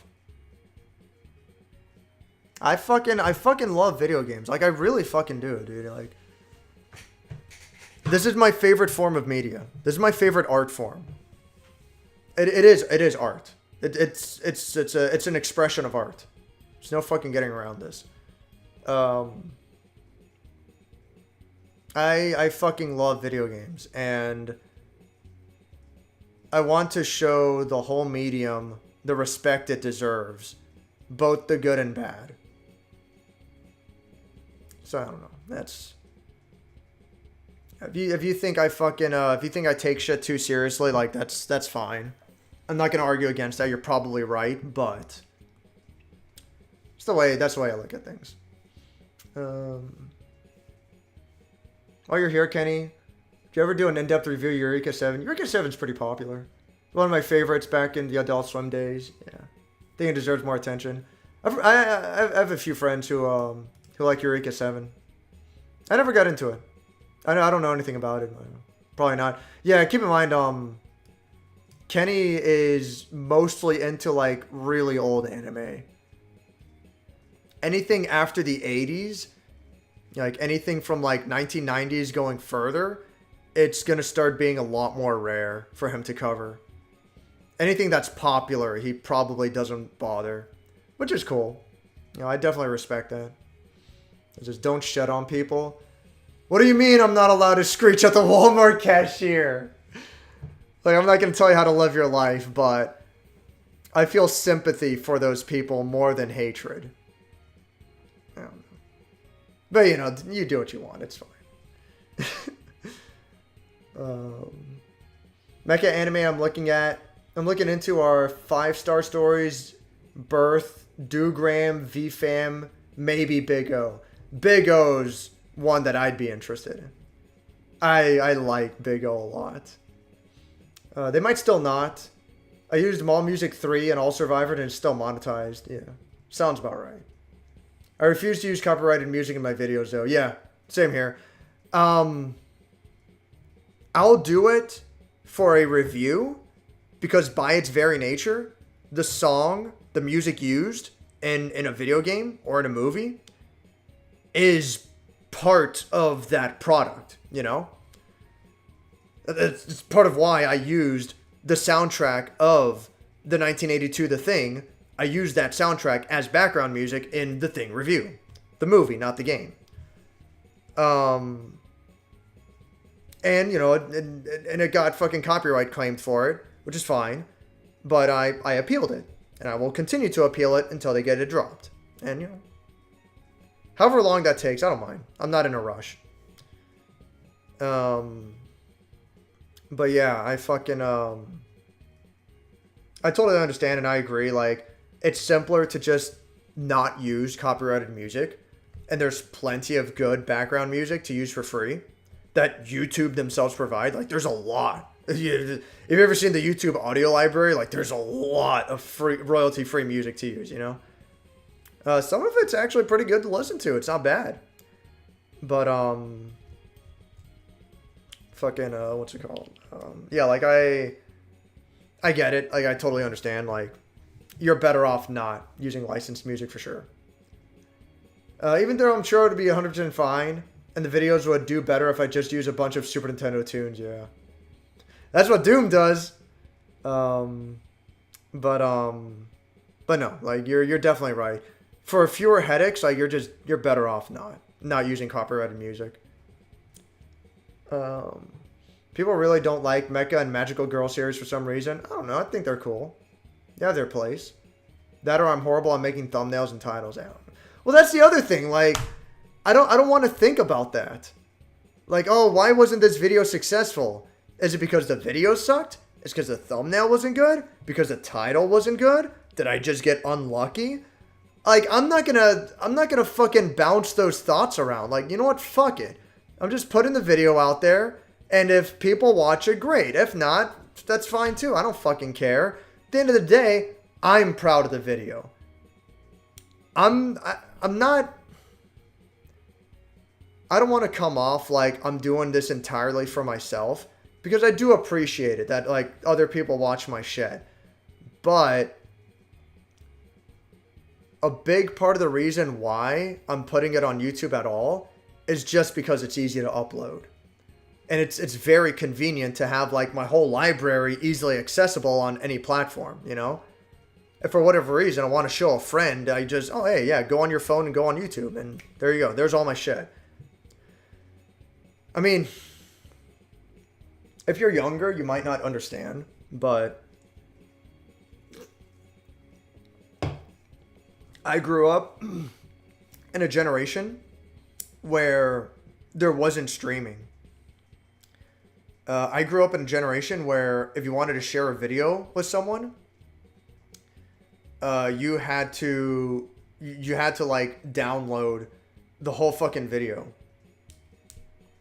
And like the video was only like 100 megabytes and it was shitty fucking quality. But if you wanted to see a cool Marvel vs. Capcom 2 match that someone recorded on their shitty camcorder, and they're sharing it on this fucking on an online internet forum, you know, you had to download the whole fucking video.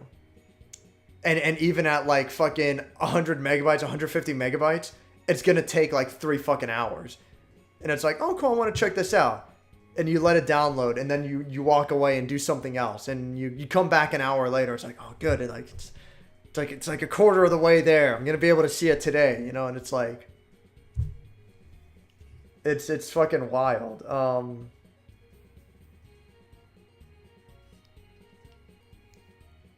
People will talk shit about YouTube, but like, I don't know, man. Like, show me another service that allows you to upload an unlimited amount of 4K video at 120 frames per second for free with no limitations in good quality. Like, the compression's actually pretty fucking good. I don't know what to tell you. Like, for all the stupid decisions and dumb shit YouTube makes, like, I'm really fucking grateful. Again, like, I grew up in a generation that we didn't have shit like that. So, it's whatever. I mean, I don't know. Like, when did YouTube come around? Like, probably when I was like it had to be like late high school, early college is when YouTube was coming around. And I was like, dude, this shit's fucking amazing. Even though the quality was like fucking horrendous. But yeah, like, I don't know. Whatever. I don't even know where that rant came from. I figured I'm not going to make it anyhow.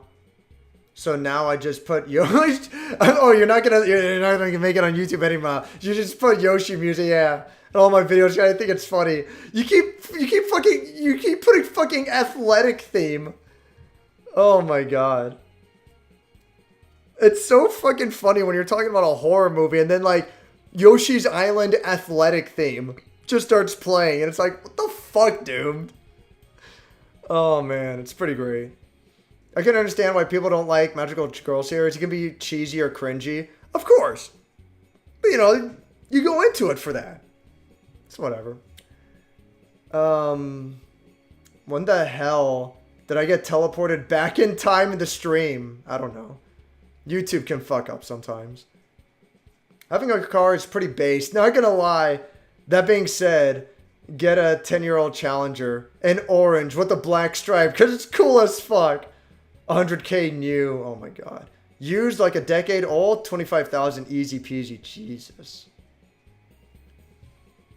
If you're getting it used, then like that's more reasonable. But man, that old. I wouldn't want to get a car that old. That's whatever. Thought about a Challenger when it first came back in 2006, but I chose no. Congratulations, Dave. Congratulations for what? I know I'm really fucking slow. I just love American muscle cars so much. They're cool. I like them too. They're neat. I've had dreams about getting an El Camino and sitting in the back with my sweetie watching the fireworks. Dreams die every day. Oh my god. The electric market, well, definitely what's going to be pushed in the next 10 to 20 years. Right now, it's not viable unless you have a seven-figure salary, yeah. We're gonna make that dream happen. We'll find your slam pig. God damn it. Yeah, I'm interested in seeing where the electric market goes. Oh, it should be neat. Oh fuck. The chat like fucking scrolled really fast on me. Where did I leave off?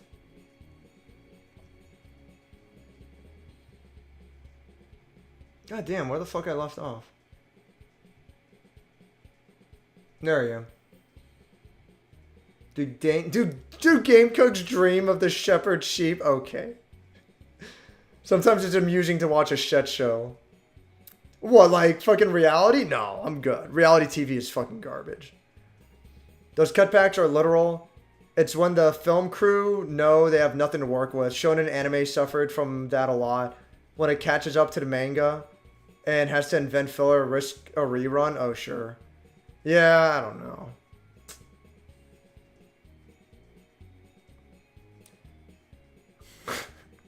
I want to say just make the anime after the series is already done.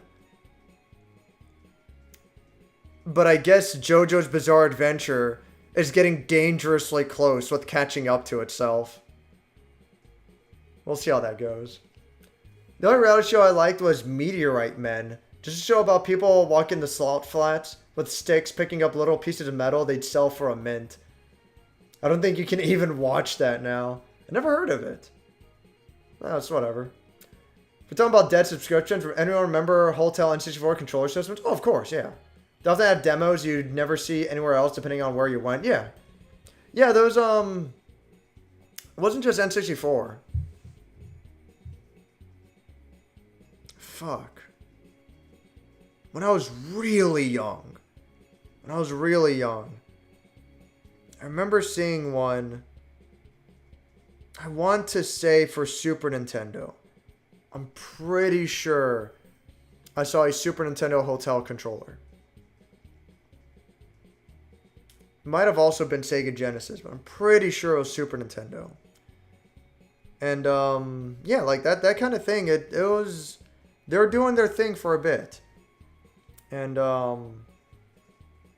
pretty sure they also made one for like GameCube and Wii down the line. Maybe not Wii.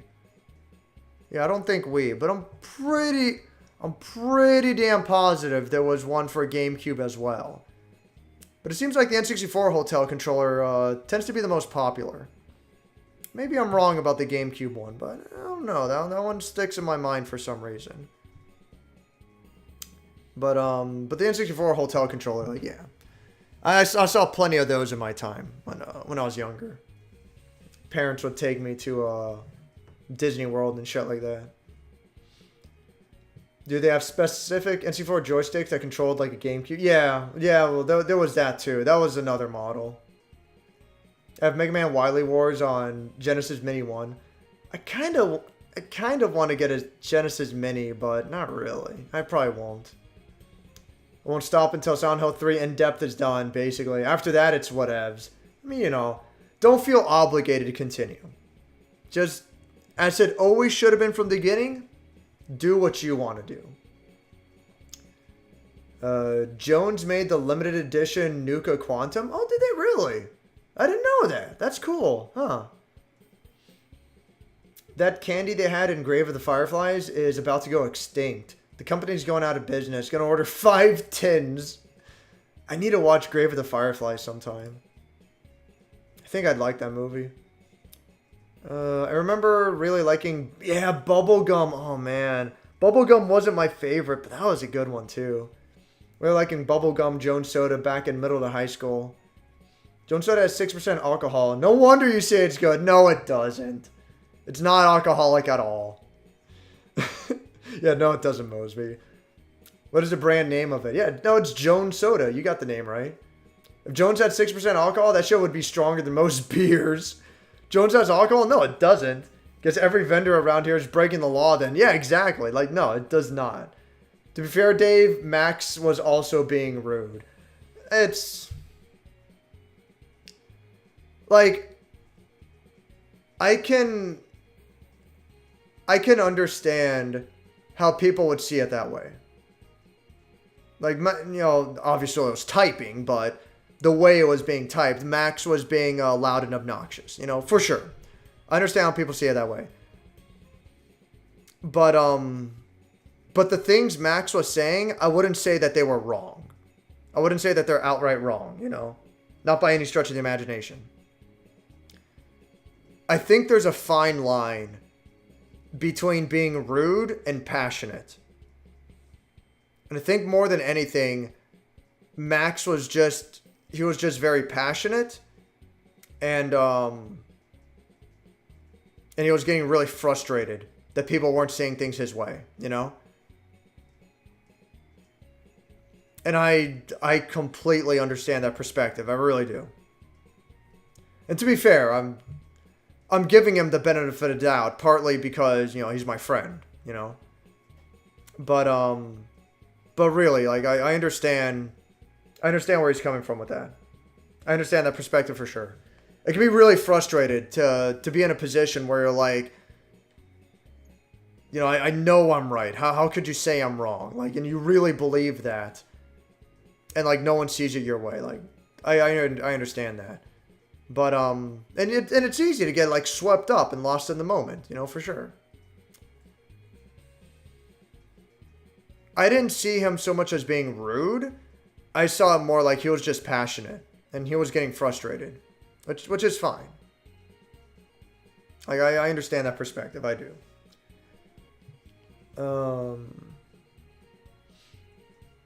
Sakuma drops. I just ordered 5 tins for sure. Don't know why people say it has 6% by volume. Like, there's no way.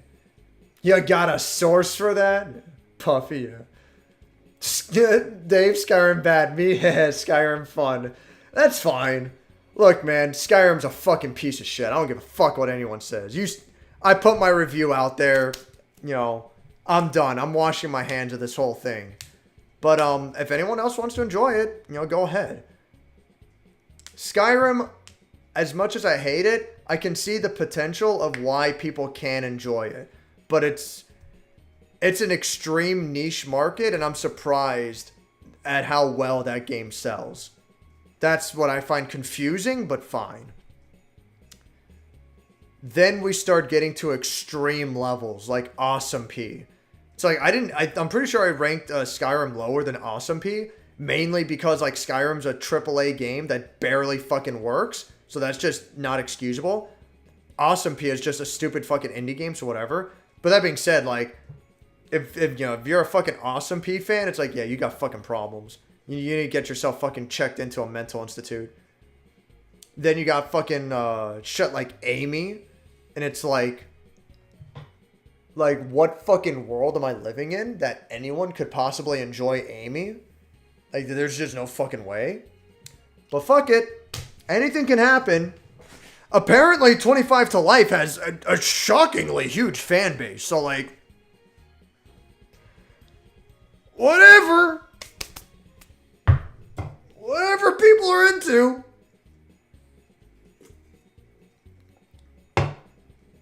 Tell you one thing. If I keep this up, I'm going to start drinking. Fuck. The Australian Uno reverse. Yeah. No you. To be fair, in terms of room reading, no one will ever be as roasted as I was for Rule of Rose. Oh, no. I'm sorry, dude. I fucking hate Rule of Rose. Jesus Christ. I respect a lot of it, but, like, Rule of Rose is a fucking piece of shit. Jones Soda Company celebrates 21 years with Spiked Jones hard cider soda. Spiked Jones is locally made in the Northwest, Canadian 6% ABV, is an all-natural product. Contains no preservatives. That's pretty cool. But I mean, that's like that's a specific, yeah. Like, sure, it's still Jones Soda, but like, first of all, when I was drinking Jones Soda, they didn't. I'm pretty sure. I think when I started drinking it, Jones Soda was like 5 or 10 years old. I distinctly remember reading a newspaper article about it that caught my eye because, like, I fucking love Jones. So, but yeah, that's not the soda though. But I see I see why you think that. That's cool that they made that. That's not true, Doomed. You understand the many flaws of Rules of Rose. I am socially oblivious at times. I have no idea how to predict when it'll happen. I'm also a New Vegas shill. I like getting lost in Skyrim so I can find new dungeon side quests. Yeah. Actually, in my review, that's what I said was one of the strong points of Skyrim. Was it's easy to just like walk in a direction and you're gonna get surprised by something new and interesting. That's what I said was one of the strong points about that game. It's just like the combat is so fucking bad and the controls are so fucking shit that like once you get to the dungeon, who fucking cares? Like the gameplay is garbage. So it's whatever. That's a completely different drink, yeah. You understand that's a variant of the original drink, yeah. Creation Engine is so old and outdated, yet still being used to this day. Yeah, it's fucking bullshit. But they do it because they get away with it. And they get away with it because people keep buying the fucking games. So it's whatever. It's whatever. This is why I drink. This is why I drink. No. Alright, get the rat stick. I didn't forget. Of course, I realized that now. Oh, I could realize that now after I said that dumb sentence. No, it's fine. Can't always win arguments. Like my mother likes to say, choose your battles. Yes, exactly. Max just doesn't like broad generalizations. Like when you go all top 10s are shit, that's when he goes off. Yeah, it's whatever. I mean, I don't know. Fucking,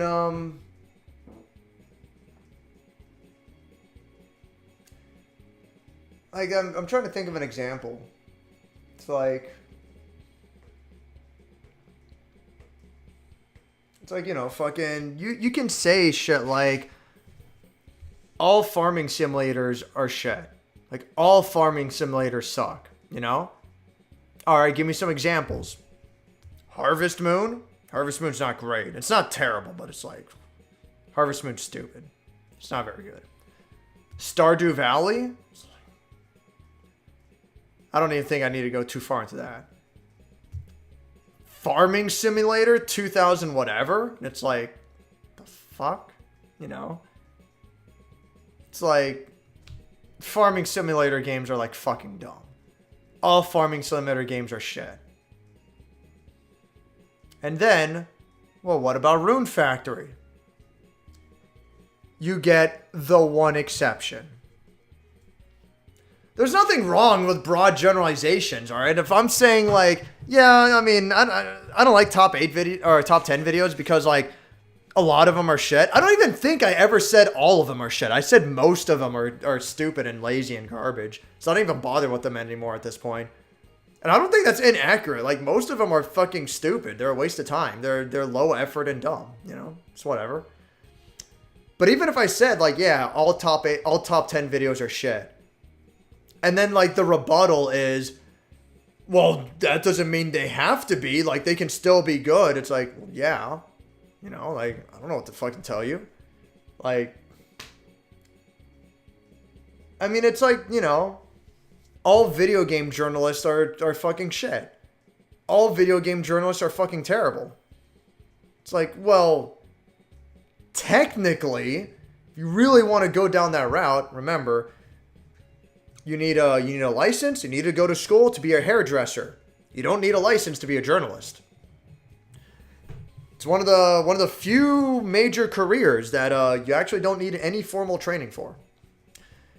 But yeah, fucking say all journalists are shit. It's like, I mean, technically, if you're willing to stretch the definition, Doom's a journalist. I'm a journalist. Wes is a journalist. You know. Technically, you know, it's whatever. There was a time when, you know, back when E3 was still bigger. This is I remember like this was a big thing in the video game news because I was reading about this in Electronic Gaming Monthly back when E3 was bigger, and there was an argument that E3 was turning less into a trade show and more into a spectacle. People mainly pointing at the booth babes. That it was less about like, you know, showcasing what games and technology you're planning to make for the coming years, and more about like the spectacle. You know, like it got to the point where like people were going to E3, like they weren't even fucking playing the games anymore. You know, they were just like taking pictures with booth babes and doing interviews with directors and developers, but without actually having played the game themselves. And it's like, what the fuck's going on? And one year, E3 banned booth babes, and I believe the following year, they made it so that so the public couldn't purchase tickets, that it was journalists only. But hilariously, their criteria for journalists was extremely loose. This is around the time when Kotaku was like just getting started. This is around the time when Kotaku was like maybe a year or two old at most. All right, Kotaku was like just going. And yeah, like Kotaku got into E3 because they were considered a journalist. And the argument, it's like, well, fuck, like anyone with a fucking blog could get into E3 then, you know? And at the time, I'm like, you know, that's really shitty. But the more I think about it, it's like, you know what? Yeah, fuck it. Just because you don't get the attention that you may or may not deserve, does that not make you a journalist all the same? At least you're trying. Fuck it. I think the definition of a journalist is pretty loose. And we'll say all the time, like, all journalists are fucking shit. But they're not really. Like, it's... The potential's there, of course, you know? Technically, myself, Doomed, and Wes, we're all journalists, technically. We've all done video game reviews, and we're discussing the culture and the medium. So what? Like, is Max gonna get on my case when I say all journalists are shit? No. He said it himself. I'm positive he said it himself before, you know? I don't want to speak for him, but my interpretation is less that it's not that Max doesn't like broad generalizations. It's that he had an idea in his head that he was trying to push, and he was getting extremely frustrated that no one was taking his idea. That's the interpretation I have, which is, it's fine. Like we can all lose our temper sometimes, and we fly off the handle. It's not a big deal. I'm not gonna fault anyone for that. But yeah, like you can't be like, oh, I hate broad generalizations, and then act like you've never said it yourself. Like, we've all said all journalists are fucking garbage, you know? And to be fair, like, yeah, like fucking 90% of them are. Like, it's a fucking wasteland. But like I've said a quadrillion fucking times at this point, that's why I do what I do, because I'm trying to make the difference for whatever that's worth. It's whatever. Yeah, all friends. No, we're friends. It's all cool, dude. It's not a big deal. Stopped in for a poll, apparently. No clue what's going on, but hopping right back out. Fuck you if you're doubting yourself, Dave. Your shit is good. Oh. Thanks, man. Appreciate it. That was a hell of a neck crack. Thanks, dude. If you're already gone by now, which I'm sure you are, just, yeah, thanks for stopping by, you know. Mr. Boko is always a cool dude. You say Donkey Sonks, and he's got the database out. It's whatever. Fuck Donkey, I got mad. When he showed up with the second channel, I unsubbed for a fucking reason. Boku comes in to be as based as possible once again. The new channel is like a second chance to appeal to me with shit I don't like. Ho ho ho, a Donkey second channel for you. Fuck the hell off. I've talked about it many times, but the big thing I dislike about Donkey, it again goes back to like I've said like twice already this stream. It again goes back to I don't like that disingenuous approaches get rewarded. And that's what Donkey is. Which is a shame, because he didn't used to be this way. But I'm sure that as he started to become more and more successful on YouTube, and he starts seeing the money roll in, he's like, wow, I can make a fucking career off of this. I can get a shitload of money for myself and my girlfriend. No, I think he's married, actually. I can get a shitload of money for myself and my wife. We can live super comfortably. All I have to self is just put my nose to the grindstone and just make crowd-pleasing videos, you know? And you know, I'm sure I've explained that term before, crowd-pleasing shit. It's like when a politician, any politician, they're all the fucking same. It's like when a politician is having a speech and they're like, we're gonna get this country back to work. Yeah, all right, yeah, all right. It's like, well, what am I gonna say to that? It's like, no, I don't know. I don't want the country to go back to work. No, I kind of want the country to go into a cesspool, you know? I'm not interested in the country's economy improving. It's like that doesn't mean anything, you know? We're gonna get this economy back on track. All right, yeah, I'm voting for you. It's like, why? He didn't say anything. He didn't say anything. He didn't say anything. Like, I don't know what to tell you. He didn't fucking say anything. Like, that doesn't mean anything. What are you gonna do to get things back on track? Like, what? Like, specifically, what's your fucking plan? It's always the same shit, you know. That's a Bill Burr joke, by the way. That's like I'm reenacting a Bill Burr joke, and part of that joke is also he goes, every fucking election,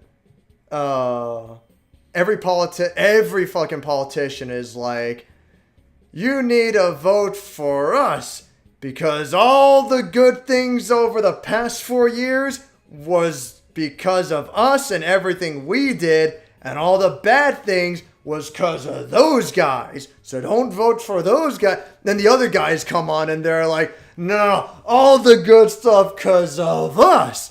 And they're the guys that were holding us back. We could have done more good things if they weren't being dicks about it. And it's like, and like, it really comes to a point where I'm just like, I'm just not going to vote anymore. Like, it doesn't do anything. It doesn't mean anything. It's just like, the only fucking difference between any of these fucking people is the color of their tie. That's it. They're all the fucking same. It doesn't do anything. I'm wasting my fucking time. It's gotten to the point where, like, even if the polls are like fucking empty and I go in and out, I'm still wasting like 20 to 30 minutes out of my fucking day voting. And for what? I'm just like, nah, I'm good. I'm going to fucking stay home and at least be somewhat productive. Do something with my fucking life, you know? Worst case scenario, I waste my time and I like fucking jack off or some shit. But like, you know what? Still more productive than voting. Because I don't want to be that way. I don't want to be that guy. Like, I do understand like how fucking important it is to vote. But like, let's be fucking real. When we're stuck with a two-party system and both parties are almost identical to each other, and they're like, like nothing gets done because everyone just wants to fight with each other over minute details. And it's like, I'm like, no, you know what? I'm done. I'm not going to vote. I got shit to do. It's fucking stupid. It's fucking dumb. I'm good. I'm good. I'm good. I don't know, man. For what it's worth, at least like fucking, well, like United Kingdom has like 10 parties, like an 8 or 10 party system or something. I could see myself voting in that, you know, or at least paying like more attention. But like, voting in America is like a fucking waste of time. It's fucking embarrassing. It fucking sucks ass. I don't know. Oh, you're not allowed to complain if you don't vote. It's like, you know, at this point, like, I'm too tired to complain. Like, at this point, like, I don't fucking care. It's like, you're not allowed to complain if you don't vote. It's like, you know what? I didn't like any of them. It's like, it's not going to make a difference. It's not even like, oh, vote for the lesser of two evils. It's like, the fuck kind of mentality is that? You know, it's like, at this point, I don't even fucking care who wins. It's like, go ahead. Have fun. I'll vote when one of the presidents is talking about banning video games. Then it's like, oh shit. Yeah, I'll vote against that guy. Fuck it. It's like whatever. I don't care. Oh Lord, where was I?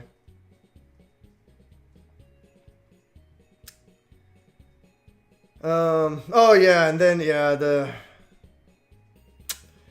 fuck man. How did I even get on that rant? Yeah, Donkey. Donkey's disingenuous. He didn't used to be like that.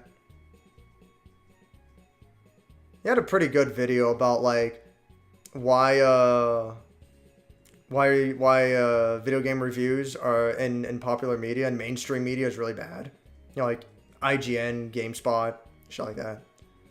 He had a pretty good video about that, and then he starts taking his own reviews more seriously, because before he had dunk views that he called them, and all of them were like super jokey, you know. They were all like dumb jokes, which is fine. You know, there's nothing wrong with that. But then like he clearly started doing reviews seriously, you know. And yeah, and he was bad at it. He didn't do a good job.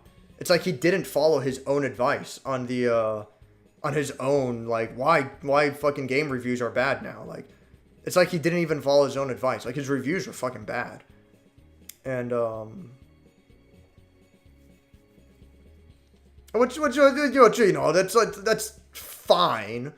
Like, no one's going to be perfect. So it's like, that's not even the issue. The real issue is, you know, for example, like the biggest example, like he did a review of Last of Us and he completely shut on it, which is fine. Like, you know, I could go either way with that game. Like, I'm not the biggest fan, but I think Last of Us is okay. You know, whatever. But he completely shut on it. He's like, Last of Us fucking sucks. Then he does a review of Uncharted 4 and he opens it with like, oh man, I gave Last of Us another chance and I was totally wrong. What a beautiful game. And I'm like, the fuck? Like, what a fucking 180. The hell is that all about? I can understand changing your opinion down the line. That you'll, you know, maybe you'll look at a game in a different light. And you'll be like, oh, you know, kind of wish I you know, I had this mentality get into this game the first time around, but yeah, it's whatever. But for Donkey, it's like, I don't know, like, the Last of Us review he made, maybe it wasn't even like 6 or 12 months old. And he just did a complete fucking 180. And it's like, the fuck happened? And the only thing I can fathom is, that there was a huge fucking fan backlash. And he's like, oh, fuck, I'm going to lose subscribers. I better apologize. And it's like, how about you stick to your fucking guns? How about you form a well-informed opinion, you know? You know, something like an approach I always try to do with my own reviews is,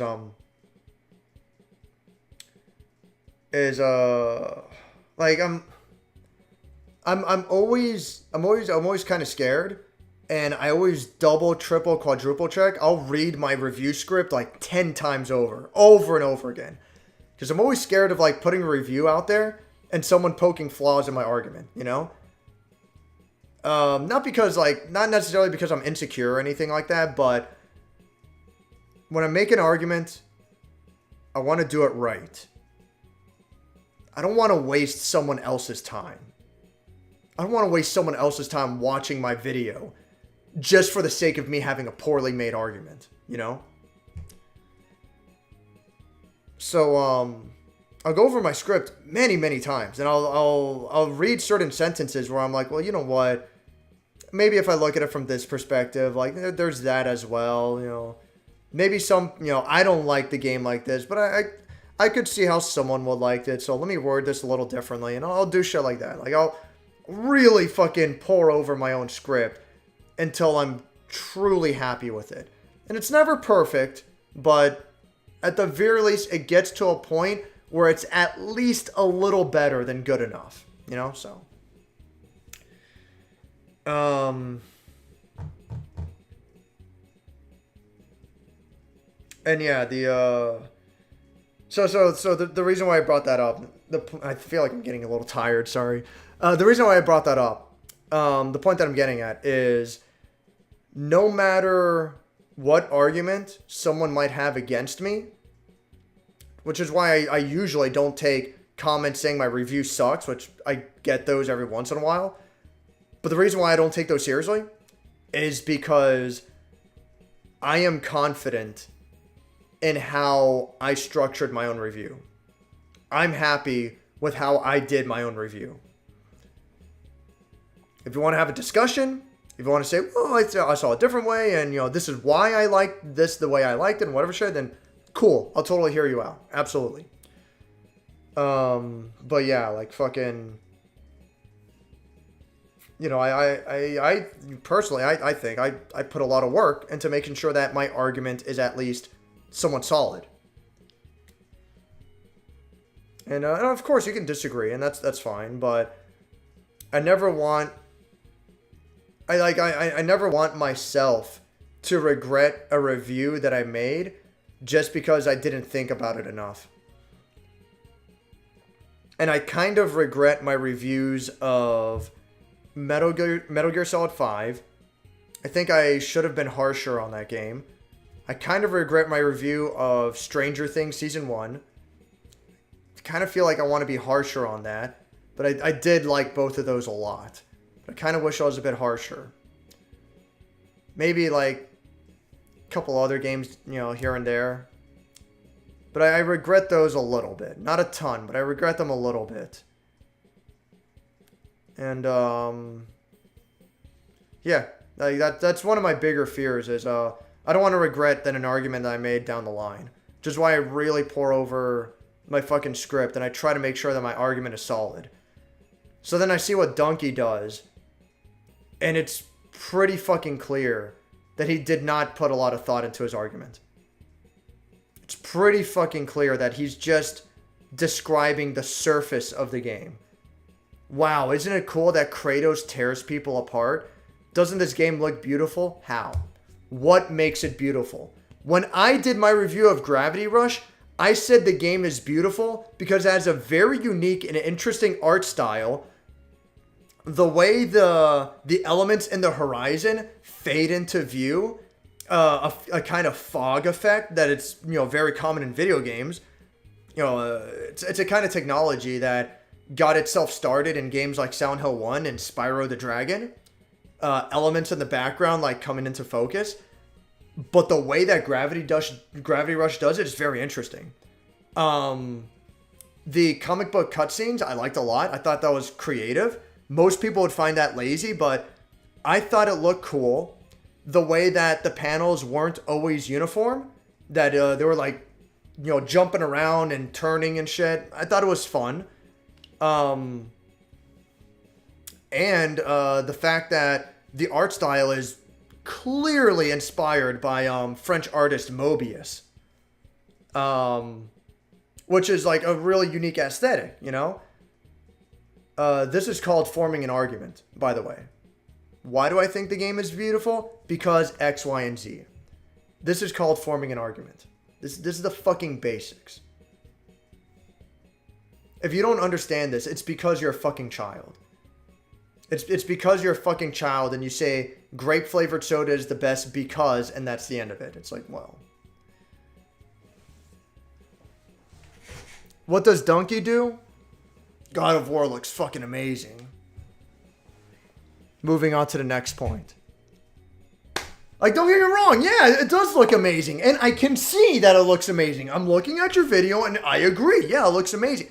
What makes it amazing? Is it the way color is utilized? Is it the cinematography? Is it the way depth of field? Is it the way that actor blocking is used in cutscenes? Does it make good use of camera effects? You know, can we get some fucking... Fuck, how's that pronounced? Like, chiaroscuro lighting? I always forget how that's pronounced. You know, can we get some fucking cool lighting effects in here, you know? What is it? Whatever your argument of, whatever you believe, it's fine, but make the fucking argument. Because if you just tell me, like, it's cool to kill things, the game looks good, the music is neat, 8 out of 10, it's like, yeah, you know what? Like, you don't fucking what? Like, you described all these fucking games. That describes, like, every one of these fucking games. That's all of these. Like, that doesn't do anything. It doesn't fucking do anything. That's not a good fucking review. That's fucking terrible. And I don't want to shut on him too much. It's a little frustrating because it's like, you know, he gets the views. It's like, okay, you know. He's the one getting like 1 million, 2 million views. It's like, all right, you know, it's fine. It's fine. You do what you do. He got his audience because he played League of Legends a shitload, and that's what got him popular. And then he got sick of that, and he decided to just be a new PewDiePie. But, you know, better than PewDiePie. I'll give him credit for that. Better than Markiplier. I thought he was pretty funny. And then he started doing serious reviews, and it's like, yeah, I'm fucking done. You shut the bed. Now you're phoning it in. Now you're pretending to be pretentious, but you have no fucking clue what you're saying. Then he did the review of fucking Octopath Traveler, and it's like, what the fuck are you doing? It's like, I'm fucking done. Whatever.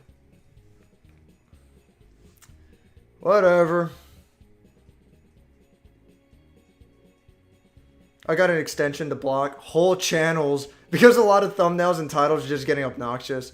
Then I'd feel like I was too mean and watch. And yeah, it was fucking obnoxious. Exactly. Every once in a while, I'll be like, well, this video must be popular for a reason. And I start watching it and it's like instant regret. You know, it's every once in a while I find something interesting for sure, but it's like a lot of times and it's like, why did I bother? I know better. Oh man. Prime example of a channel that lost me over time was Scotty Kilmer. I used to be able to find car repair advice so easily because it was right there in the pick title, but now shit is misleading. It sucks, dude. I'm gonna go back to watching... Ooh, Ghost in the Shell? Fuck yeah, dude. Ghost in the Shell is fucking rad. I like Dave's shed and I want to share it, but I don't want to share it with the wrong people. I don't want to help ruin it. Hey, you're fine, dude. Whatever you want to do. If you do or don't want to share it, that's fine. I don't care either way. It's cool. Anyone you share it to, like, I mean, use your best judgment. If you're afraid of sharing it with the wrong people, like, it's whatever. I don't know. You're cool, dude. Mr. Boko's always cool.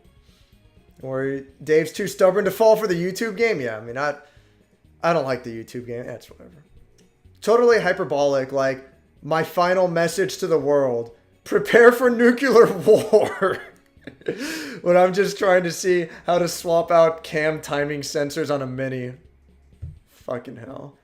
Dave's autistic boomerness is why I'm happy here. For sure. I'm glad you like it.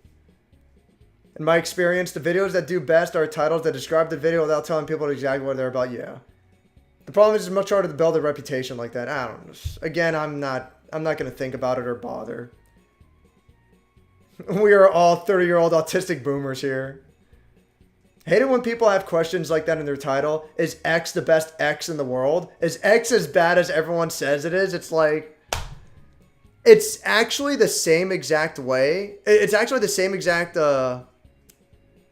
It's exactly the same as saying X review. Because that's what it is, you know? Is X the best X in the world? That's exactly the same as X review. Is X as bad as everyone says? That's no different than X review. But, I don't know. I guess people are attracted to long titles. And people are attracted to questions. That's whatever. I'm not. I don't get it. That's whatever, dude. I mean, I don't know. It's weird. It's like, I'm not gonna say advertisement doesn't work, but I always joke about it. I'll see a commercial about McDonald's, it's like, damn, I could go for a Big Mac right now. But like, not really. Like, I don't fucking care. The reason why I get fucking McDonald's, or more often Taco Bell, the reason why I get it is because both restaurants are technically walking distance from my house. I'll drive a car, but if I wanted to, I could fucking walk to Taco Bell. I wouldn't be able to walk back in time before it gets cold. I'd have to eat it there, which is why I use the fucking car. But yeah, the main reason, because McDonald's and Taco Bell are walking distance to my house. One, they're cheap as fuck, and I can get the food quickly. Like, have all the commercials you want, but as soon as you start raising the prices or it takes longer to cook the food, I'm gonna stop going. And if you close down your location that's like right across from my house, you close down that spot, it's like, I ain't driving further just to get fucking McDonald's. I might drive further to get Taco Bell. But I'm good on McDonald's, I'll tell you that much. I'll only take McDonald's so far. So like, anime review, name of anime, is better than opinion about the anime. Better than something about, or you're saying like leads into maybe. Something about why people generally like anime or game. Hyper specific thing about the game. That's the way the metagame seems to be going. That video where the guy tallies up how many NPCs in an RPG town have jobs, are employed, is genius. Oh, yeah. I thought that was cute. Something like Delfino Plaza or Isle Delfina has a low employment rate. I thought that was cute. I didn't watch it. And I was like, oh, okay, that's kind of a funny topic, but whatever. I don't care. I think the title was Clocktown has 17% employment rate. I think it was Delfino, Isle Delfino from Super Mario Sunshine. But I don't know, maybe did one for freaking Majora's Mask. I'm for real now, not sticking around before it was worth. Fuck you too, Kenny, because I like your shit too. Off I go, okay. I'm sorry I never got around to you, Boko. Yeah, take care, dude. Peace out. New video, I'm thinking of slowest manga artist. Better title might be "The series brings editors to tears." Yeah, that sounds like a better title. For the masses, not for me. Like, I don't know. That's just, I don't know. Like, no offense to you. Like, do what you want. But that's not the kind of thing that attracts me. So, it's whatever. No shame for unironically listening to Linkin Park, Hybrid Theory, etc. I go to emo goth nights on my regular. Still ironically love My Chemical Romance. I kind of liked Black Parade. I don't think I've ever listened to the whole album, but I listened to a couple of singles here and there. I remember I thought Black Parade was kind of cool. But in general, I didn't listen to too much traditional artists' music, you know? It was mostly singles here and there. But, unironically, I literally listen to video game music more than anything. I purposely make my videos simple because I miss old YouTube videos where some random guy talked about random shit they like. Thank you. Which is why I like your videos. You know, not counting like the shitload of little gameplay clips you have. That was like your main thing at first. Which I like that too. It was really cool, like watching a match of Smash Brothers. I don't know much about Smash Brothers, but it looks like you play really well. But yeah, like I really enjoyed those videos. And but yeah, then you made the Mario videos and I'm like, fuck, you know, this shit's good. I thought you did a good job. I really like those. Like you said, like just a guy talking about random shit that they liked, you know? And it's a topic that's actually interesting. You go into details on the Easter eggs and nuances, specifically gameplay details about Super Mario Brothers, as opposed to like Isle Delfino has a lot of unemployment. It's like, who fucking cares? That's not an Easter egg. That doesn't mean anything. When the developers, you know, when Miyamoto was designing Isle Delfino, he wasn't like, I'm going to design El Delfino so it has a low employment rate. It's like, no, he doesn't fucking care. That's the argument of like, you know, in a fantasy world. Oh, what was the fucking, for the big joke for Dark Souls 1. You know, you got a landscape, a picture of Anor Londo. And the big joke is like, what do they eat? What is their what was the term? What's their tax policies for Anor Londo? And it's like, who fucking cares? That is going so outside to the extreme of the point. If that's where your mind goes, it's like, and that was done as a joke, all right? Like, that was a dumb 4chan joke, you know? It's like, oh, what do they eat? How do they get food here? Where are their farms? You know, it's like, that was a dumb 4chan joke. But the sad thing is, that dumb 4chan joke turned into reality. With this fucking guy making a video, El Delfino has a really low employment rate. It's like, fuck.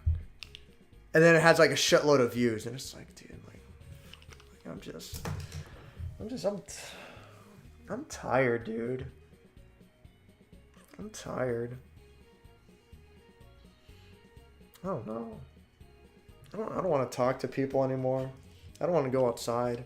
I just want to play video games. Is that so hard to ask? Is it though? Like, is it really? Is it so hard to ask for me to just be a NEET for the rest of my life? Is that so wrong? The answer is yes, actually. But yeah, it's whatever. I love The Offspring. Still listen to Alfred Drive. Offspring. I like Offspring. Offspring's cool. I've seen those videos. I was just genuinely curious what the percentage works out to. It's fine. I don't know. I'll probably, I should watch more fucking, should watch more stupid videos like that. Just play them in the background. It's fine. My original title was the most beautiful mecha anime you've never seen. The second I changed it, it became my most viewed video. If people don't know the anime at all, the title is meaningless. I understand that, but again, I say again, but like, I'm so fucking slow on the chat that I probably didn't come up to this point, but whatever. So yeah, I understand what you're saying, but again, my example with Red Letter Media, I love their review series. I think they do a great job. I watched their review series because they were covering movies that I already watched and I knew about. Demolition Man, Starship Troopers, The Blob, The Thing. They were covering movies that I was already familiar with, you know?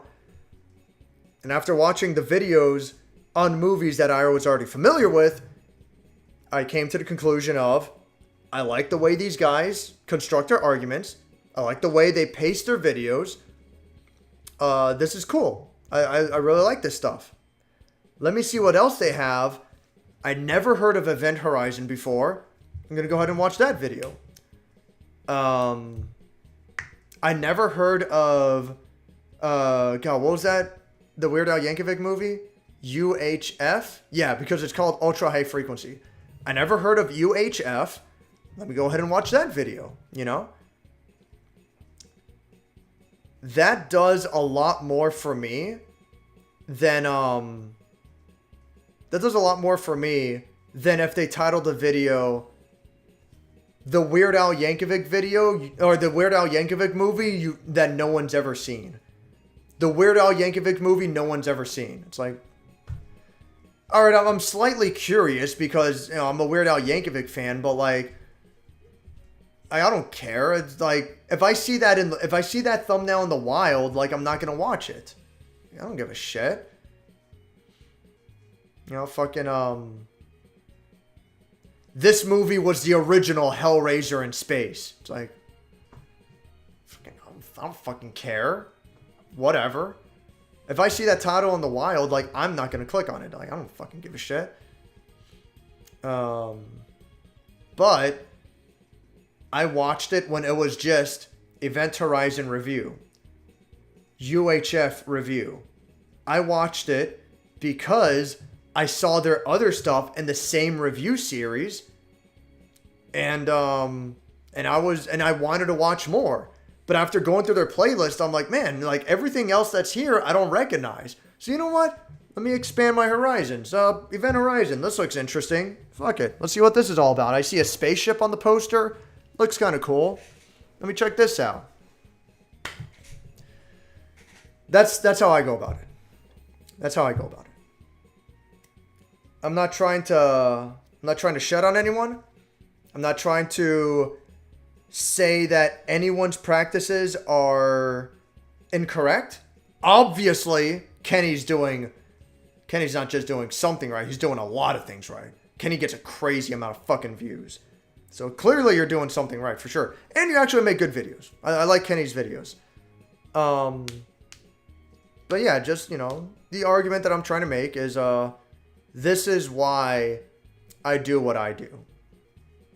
That's the kind of content that I'm attracted to, and what I want to put out there is what I want to put out there is what I myself would want to see more of. So simple as that.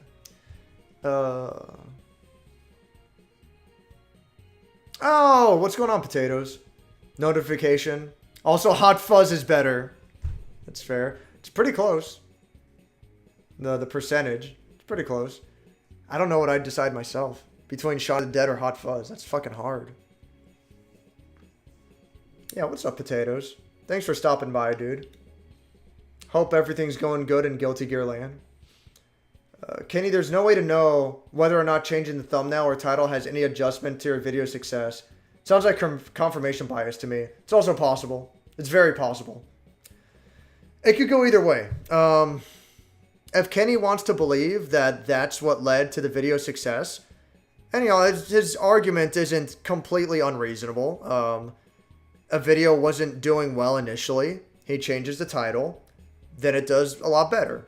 All right. Anything's possible for sure. I don't know.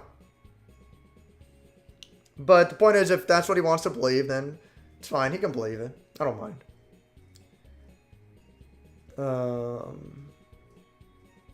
It could be confirmation bias as well. It's whatever. Amen, yeah. Man. Is Hot Fuzz better? I don't know, dude. Shaun of the Dead has time splitters, so that gives it a lot of points for me, which is a stupid argument, but oh, fuck. I think at the end of the day, both of them are closer to equal than not. I'd have to watch both of them back to back to make a strong decision. It's hard. It's hard. But they're both good movies.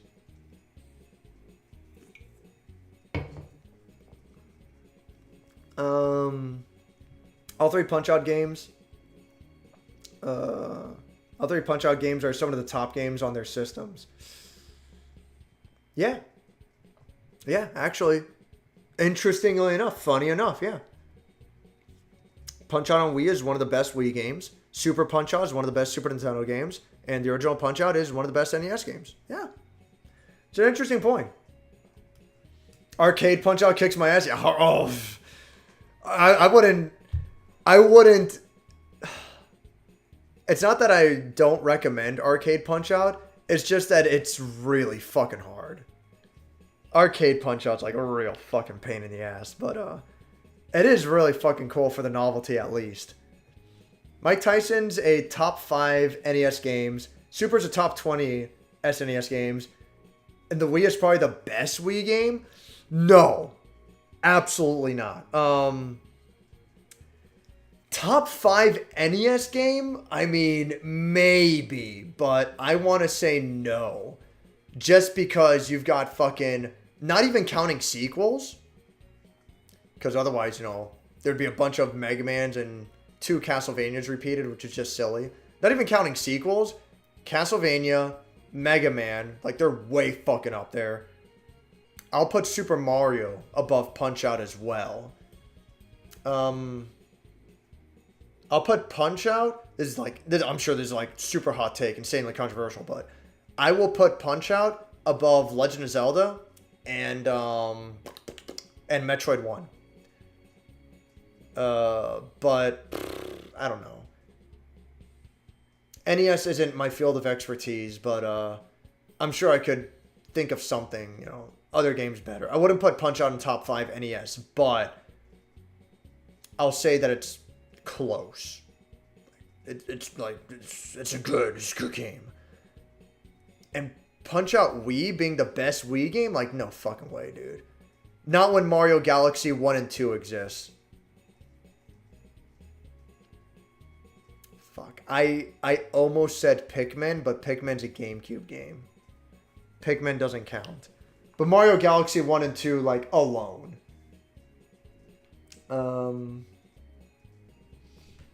What else do I have up there?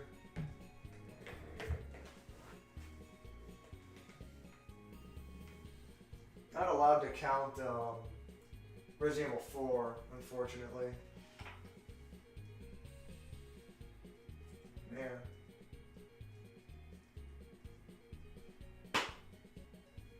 Fuck. I don't know. I'm drawing a blank. I can't think of too many. Man. I don't want to say that Punch-Out Wii is in the top 5, but that's the direction I'm leaning towards, though. Man.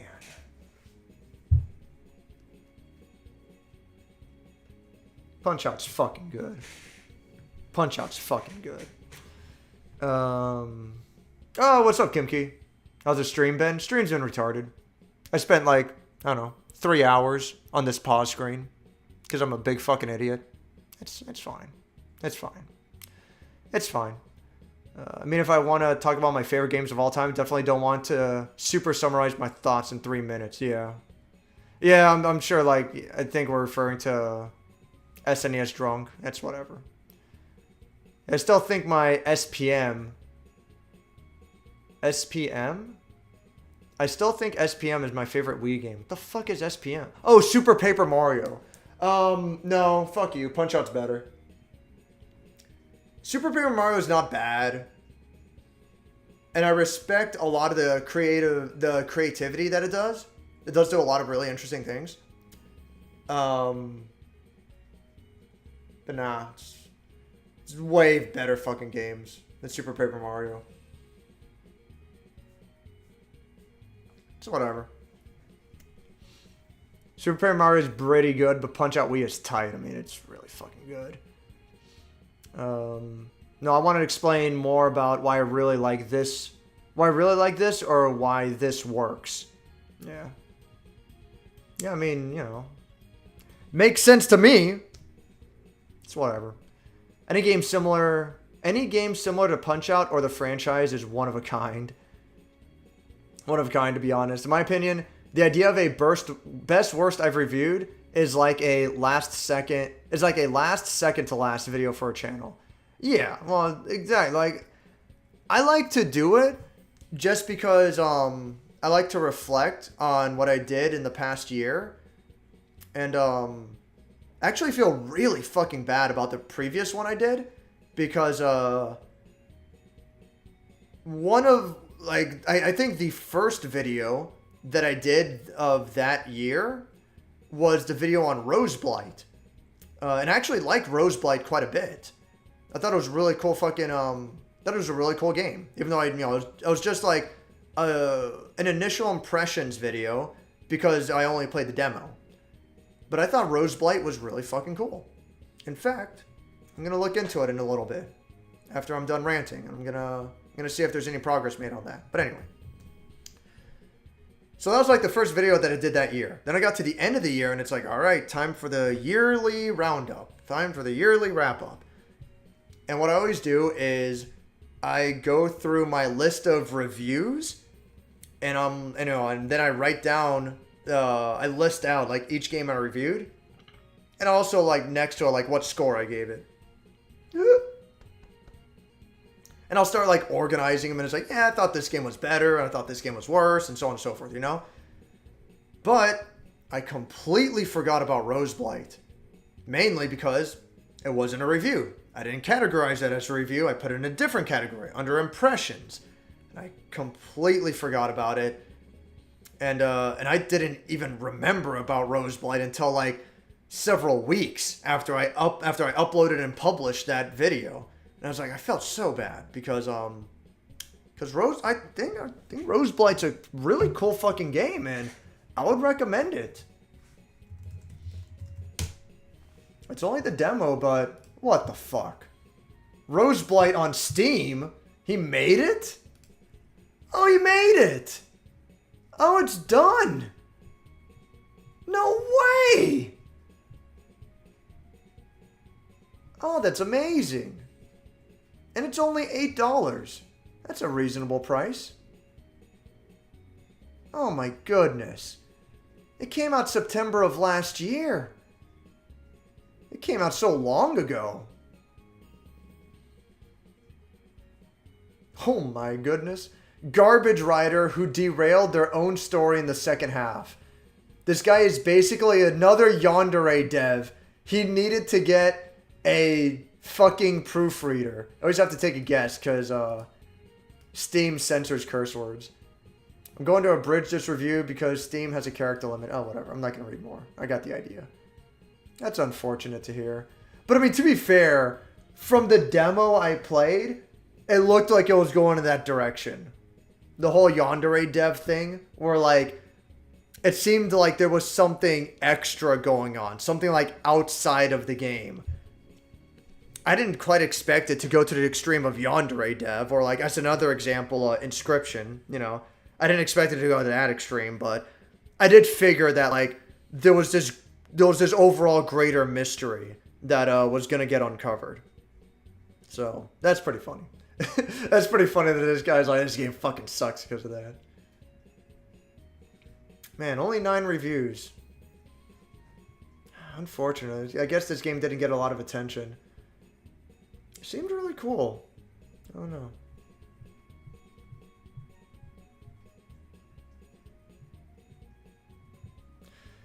I would recommend trying out the demo for Roseblight. See how you like it yourself. I have no idea how the full game is. In my impressions video that I did of the demo, I was like, hopefully they make quite a few changes because the combat feels kind of finicky, you know, a little janky, a little goofy, weird, whatever. Hopefully they make changes. I have no idea what changes they made. I stopped following it entirely, but you know. But yeah, Roseblight is cool. Roseblight's a neat game. Oh, I'm gonna look again real quick. Roseblight for consoles. Yeah, I guess not.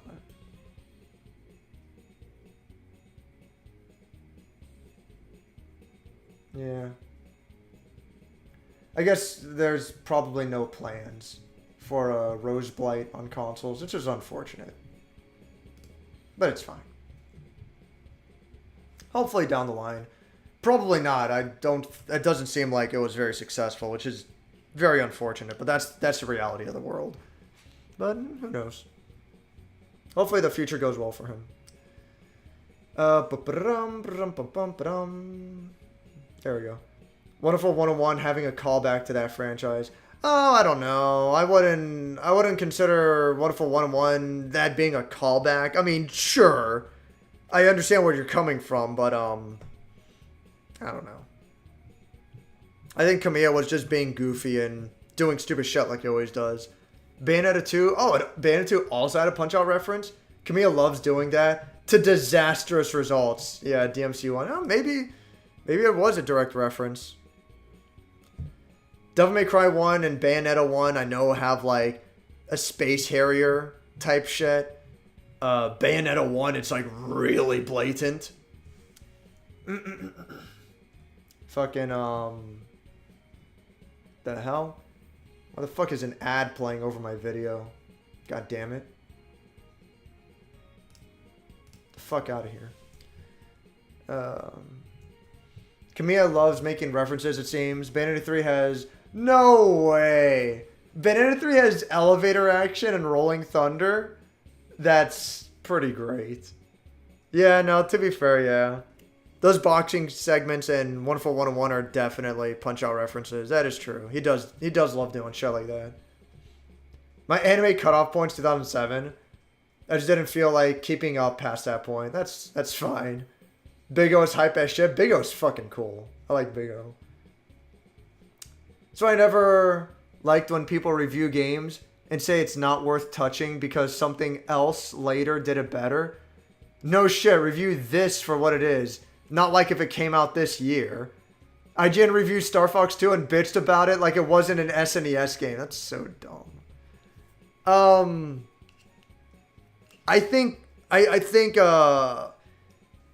I don't disagree with what you're saying, 0-2. But I believe a balance needs to be in play. So what I mean by that is that, like, for the case of Star Fox 2, like, yeah, absolutely. You have to review it like it's a Super Nintendo game. I mean, I do it well enough. I fucking I don't know, I reviewed fucking 25 to Life for PlayStation 2. What else have I reviewed on PS2? I reviewed fucking Dino Stalker. I reviewed Guitaro Man. But I'm trying to think of like a really good example. I don't think I really have one.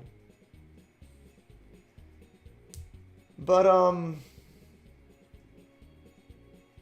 you know, Mischief Makers might not be a bad example. Again, like, I fucking... It's a major childhood game. I love Mischief Makers. But, when I reviewed it, I was very harsh on it. And I have the understanding, like, yeah, it's an N64 game, all right? It's old. It's definitely a game of its time period, for sure. Like, no doubt about it. But, you know, let's be reasonable. Let's be realistic. Is there a reason you should play it today? Personally, I think, yeah, Mischief Makers does a lot of cool shit. You know, you should definitely check it out. But at the same time, you probably don't have to go out of your way to play Mischief Makers. If you decide never to play Mischief Makers, are you really missing out on that much? Probably not. Honestly, probably not. I would recommend it, but, you know, don't go crazy for it.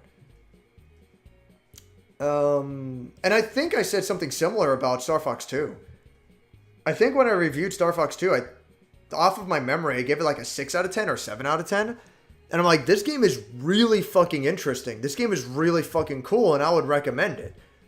But, you know, a big part of that is if you want to play it legally, you have to get the fucking Super Nintendo Mini. Which, you know, it's not...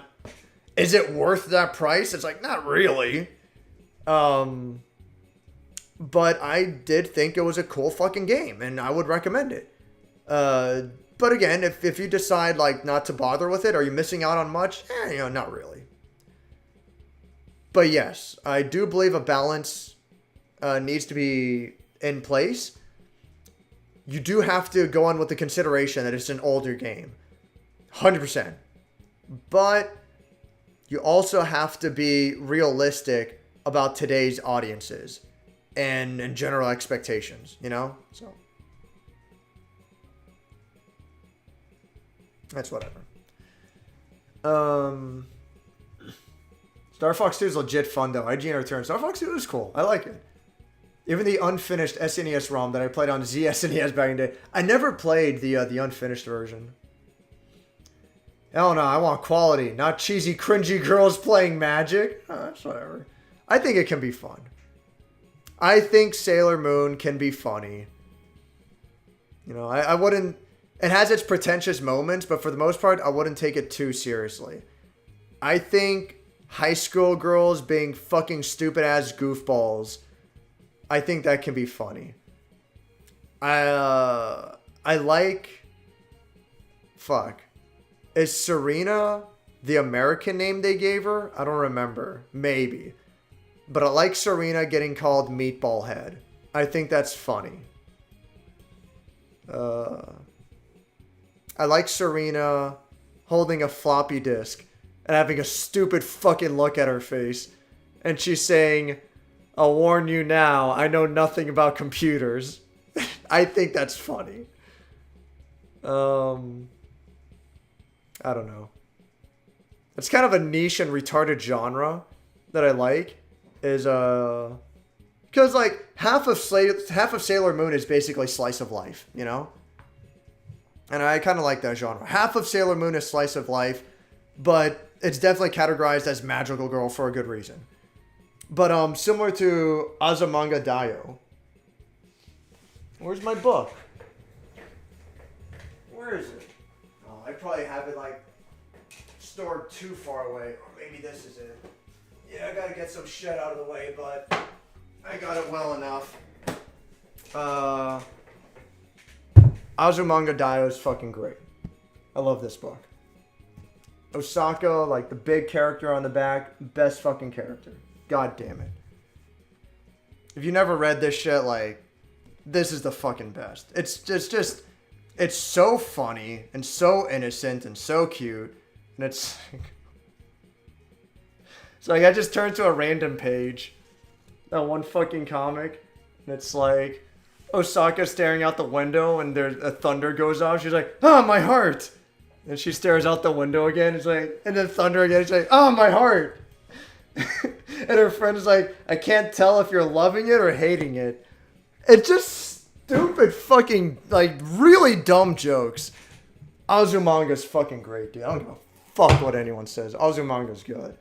And, you could say kind of like the spiritual successor to Azumanga, made by the same guy, Yotsuba. Also top tier. Better. Yotsuba's better. No fucking way around it. Yotsuba's even better.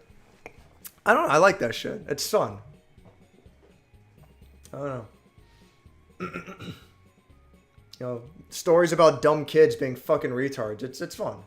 I like it. I'm already an old man at 28.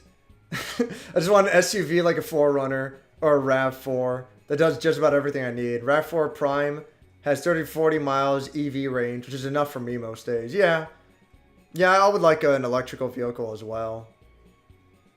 Reality TV is absolutely fucking trash. Yes. Yes, it is. But the series never ends. What? What, JoJo maybe? I don't know. Whenever I was at my grandmother's house, it's all she watches, specifically TLC with 90 Day Finance. Yeah, that sounds about right. Every once in a while, my mom gets really big into, you know, shows about, like, building houses. It's like, oh, flip this house, you know. No, shit like that. Like, fucking building a house from nothing. Those are more interesting. Oh, Tiny House Nation was another one. Those are a little more interesting. Those I can, like, let slide a little bit. At least there's a fucking goal. At least there's a fucking objective they have in mind. Shit like Keeping Up with the Kardashians. I'm like, dude, what the fuck are you doing? Watch something of value, please. I beg of you. It's whatever. Whatever else is on that stupid ass fucking channel, I genuinely believe reality TV should be banned. That would be nice.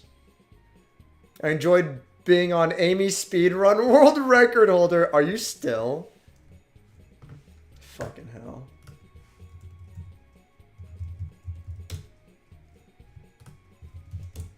You're not still the world record holder, are you?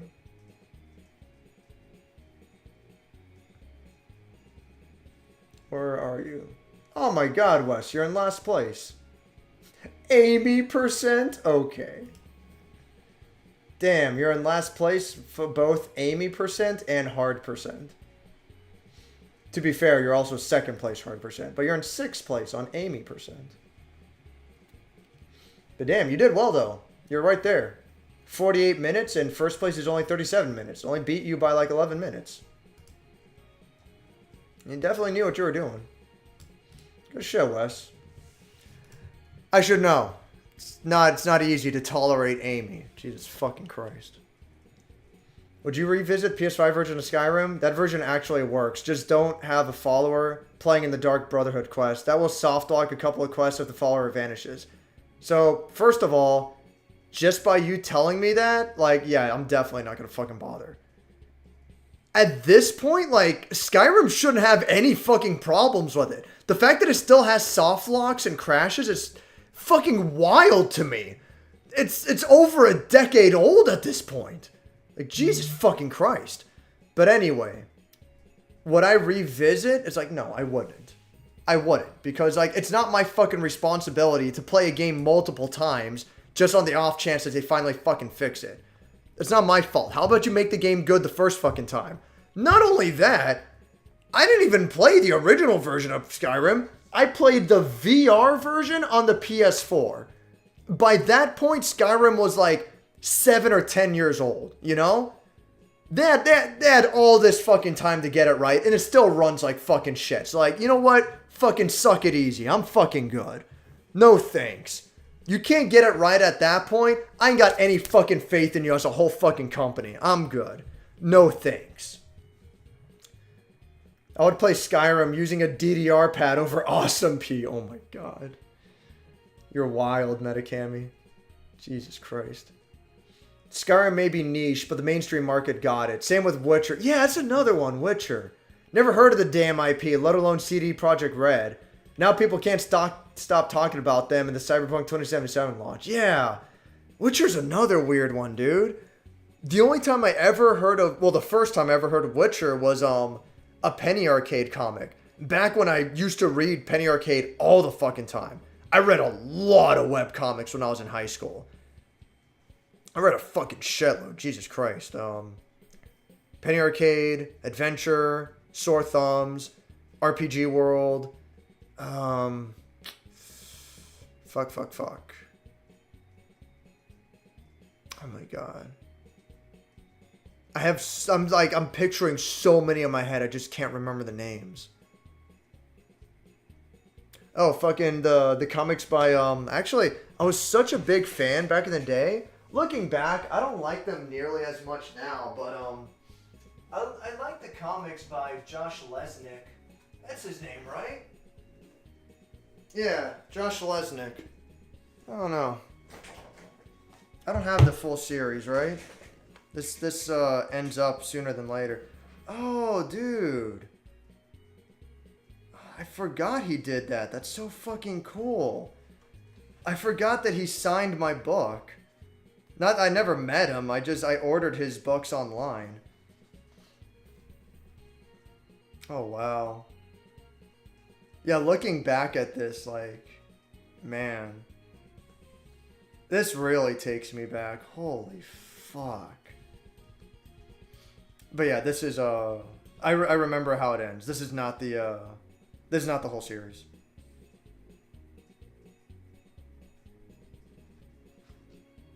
Yeah, I only have, like, I guess, like, half of it, more or less. But, fucking the first one, Cute Wendy. The second book, Girly Part 1. And the third book, Girly Part 2. Yeah, like, I forgot that, that he signs the books he sells. That's so fucking cool, dude. I like that.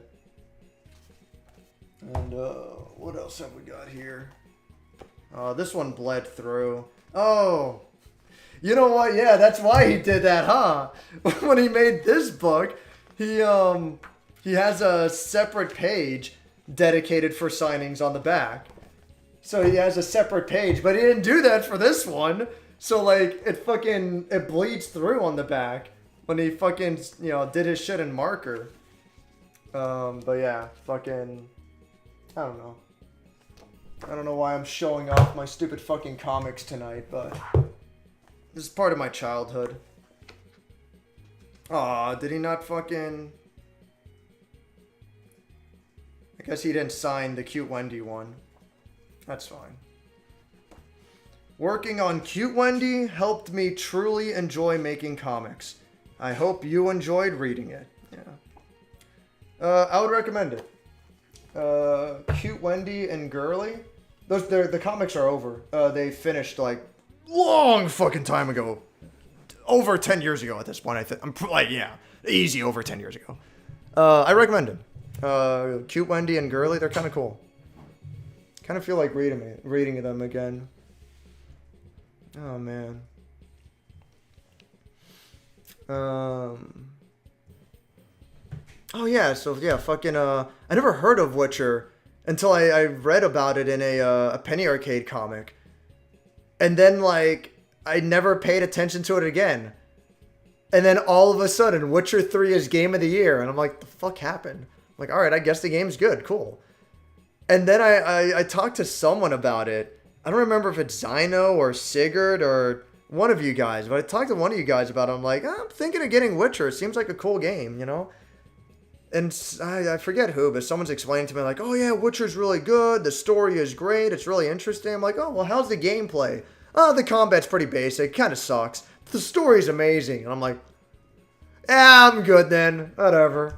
I don't give a fuck anymore then. Whatever, dude. Well, yeah, that launch is rightfully infamous. Yeah, the Cyberpunk 2077 launch was like, that was something else.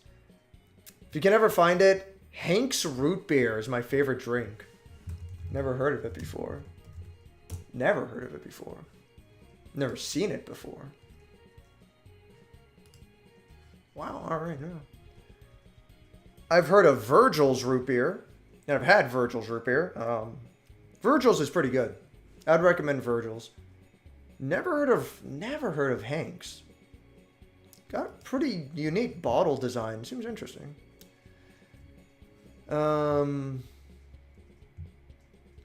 Reasons to drink. Bethesda makes a game fighting Zato. Oh my god, dude.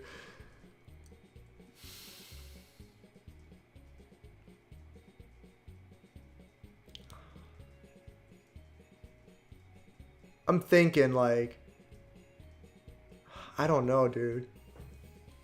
How is Zato not top 5? I think Marvello, not I think, like I know, Marvello put out his own tier list for the current version of Guilty Gear Strive. I forget exactly how it goes, but I think for him, Zato was like top 10 or something. And I was just like, no fucking way. How is he not top 5? Like, that's... It doesn't make sense. I don't know. I guess if you're, like, really fucking good. I guess if you're, like, godlike. Then you can react to Zato performing Leap. And if you can react to Zato doing Leap... And you get rid of it, even if you have to fucking trade... At the very least, just fucking kill Zato. Or kill Eddie. But if you can react to Zato doing... commanding Eddie to do Leap, and you can kill Eddie there, that makes a world of difference. But, like, for the life of me, I can't fucking do it without taking a guess. I just can't fucking do it. There's a lot of things I can't do in Guilty Gear, though, because I'm fucking garbage. God, I fucking hate Zato so much. Never cared for Harvest Moon or farming games myself. Next Bethesda game, Starfield, Fallout 4 in space. Yeah, we'll see. I have no faith in Bethesda. I don't give a fuck. I'm not even going to bother. Harvest Moon 64 made me want to die. I remember playing Rune Factory 4 for 3DS. Didn't click with me. That's fine. But, like, out of all the farming games, Rune Factory is probably the best. Because it goes at a fast pace. And there's actual combat that's fairly decent, you know? Complete opposite of Stardew Valley, which goes at a snail's pace all the fucking time, is overly restrictive for no fucking reason, and the combat is fucking bare bones.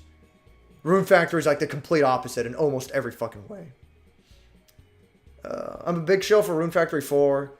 Oh, Rune Factory. 4 is very special to me, but 5 definitely has problems, so wait for that sale for sure.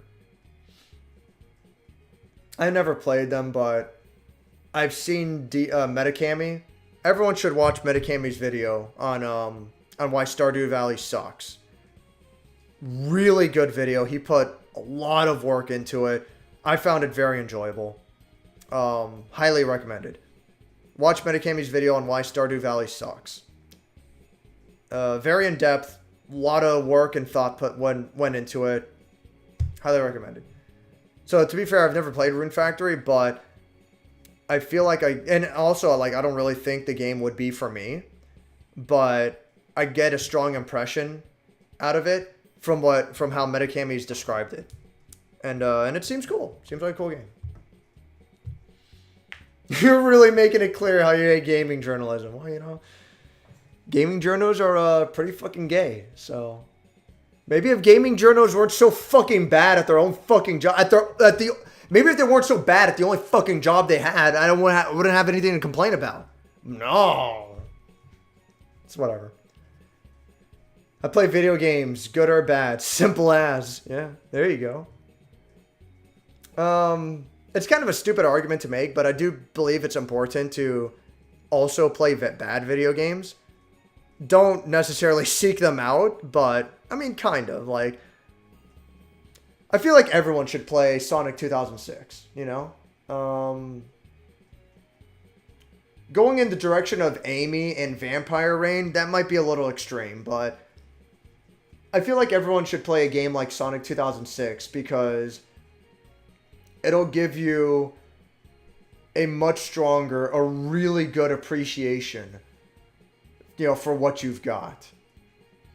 It's way too common for people to be like, oh, this is the worst game I ever played. And it's like, oh, really? Like, really? The worst game? Okay. The worst game you ever played? Okay, sure. The worst game, yeah. The worst, though. The worst, okay. The worst game, yes. He's never played Cruz Brothers. But clearly, it's like, I don't know. People are like, Last of Us 2 is the worst game I ever played. It's like, wow, you have it fucking good. You've lived a very privileged life. You're able to avoid a lot of shit. So it's like, I don't know, fucking a reviewer, and like, don't get me wrong, Last of Us 2 fucking sucks, but like, it is far from the worst. As bad as it is, it's so far from the worst.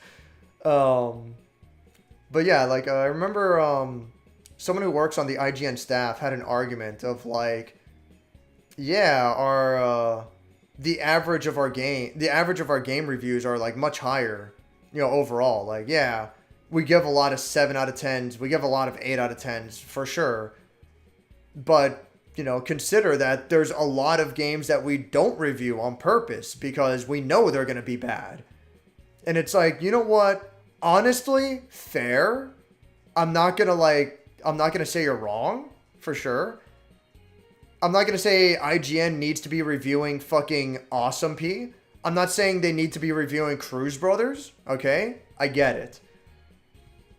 But, you know, take that argument and flip it on its head. Number one, why not? Well, it's going to take more time to do it, and people don't care about these games. Okay, fair enough. But if you really cared, you would at least put some kind of effort towards this, all right? That's number one. Number two, it's harder for anyone to understand where your standards lie if you only review what's popular and you only review what's good. If you never try to cover a bad game, and you know, the grand vast majority of your reviews are fucking 7 out of 10 and up, 8 out of 10 and up, like that's everything. Like if your baseline is 7, if that's your average, that's your base. I think IGN's baseline is actually 75%. I remember, like, I did research on this, I think like last year or earlier this year. I don't fucking remember, but I remember I did research on this. I think IGN's baseline is, their average is like fucking 75%. If that's your average, then where's your standard? If you never review anything that's bad, then like, how can people have a fair assumption of where you're coming from? You know?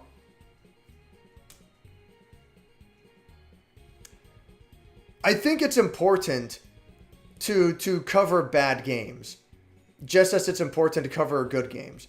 Part of the problem is that covering games, period, takes a lot more fucking time and effort.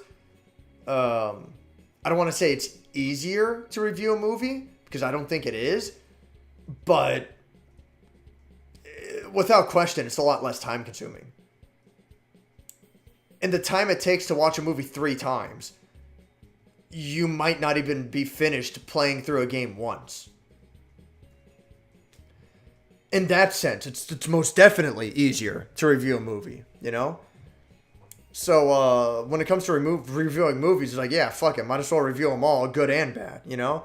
But I can understand for games, you kind of want to pick and choose a little more. It's like, yeah, I get that approach.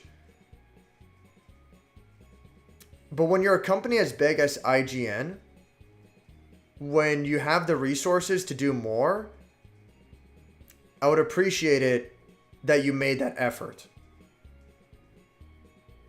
I understand that there is profit to be considered. I understand, of course. It's a business in the end. I get it. But there's a difference between understanding. There's a difference between understanding and respecting. And I'm not going to respect a group that doesn't respect the medium it's trying to cover. And that's what a lot of mainstream journalism is like. That's what IGN's like. That's what GameSpot's like. That's why IGN has literally lied in their reviews in the past. Go ahead and look up IGN Pixel Junk Side Scroller. I always get it confused. Is it Pixel Junk Side Scroller or is it Pixel Junk Shooter? IGN Pixel Junk Side Scroller review. Fine, fuck it.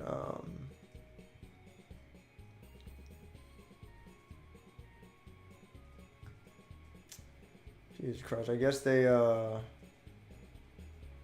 we go, read review. Yes, okay, that's the one. Go ahead and Google search IGN Pixel Junk Side Scroller Review Controversy. I've told the story a million times in the past. I'm not going to tell it again. Look that up. IGN, like, I understand that was a long time ago. And, you know, their standards are different. But they're not trustworthy anymore. They lied in the review. They tried to cover up the lie. Then they gave a half-assed answer for their cover-up. And now you can't even read the half-assed answer for the cover-up anymore. It's been removed. Like, the link for it is still there, but the link doesn't go anywhere. If IGN doesn't even care to fucking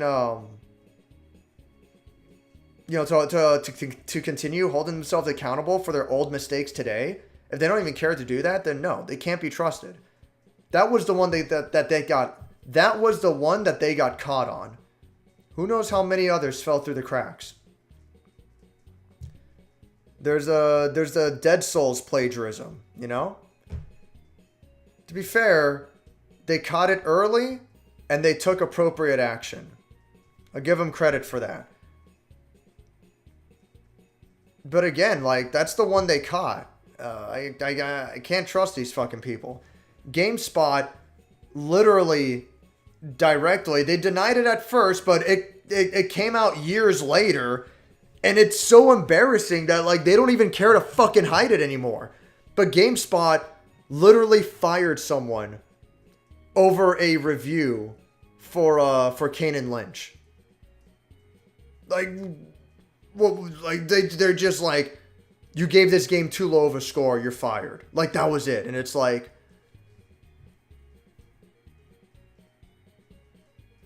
the fact that GameSpot is still around after that is fucking insane. It's like, it's not fucking right. It's really not. So yeah, you know, game journalists are, yeah, it does fucking suck. It is fucking bullshit, dude. It's not fucking right. Fucking, what is it? Let me look it up. Amiga Power Magazine. Pound of Flesh.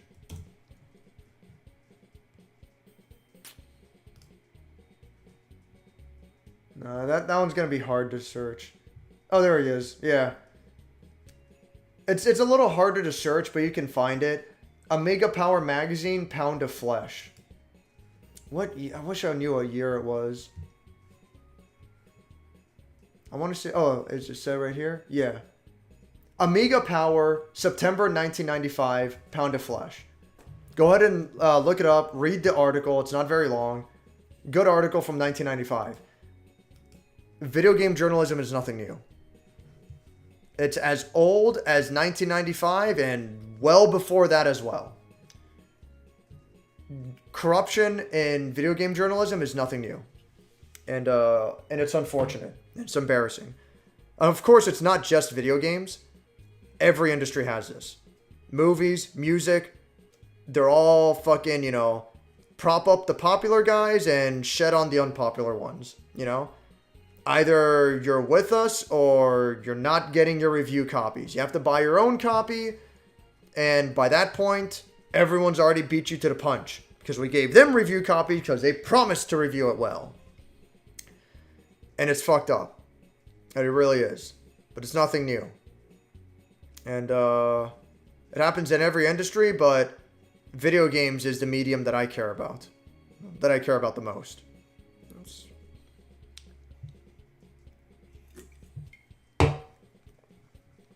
Whatever, man. Fuck ever. Heard about frame dips for a third-party Switch exclusive. People should optimize their game better not run poorly. Yeah. You'd think that'd be standard by now, but no, of course not. I hear you on that, Crazy Mosby.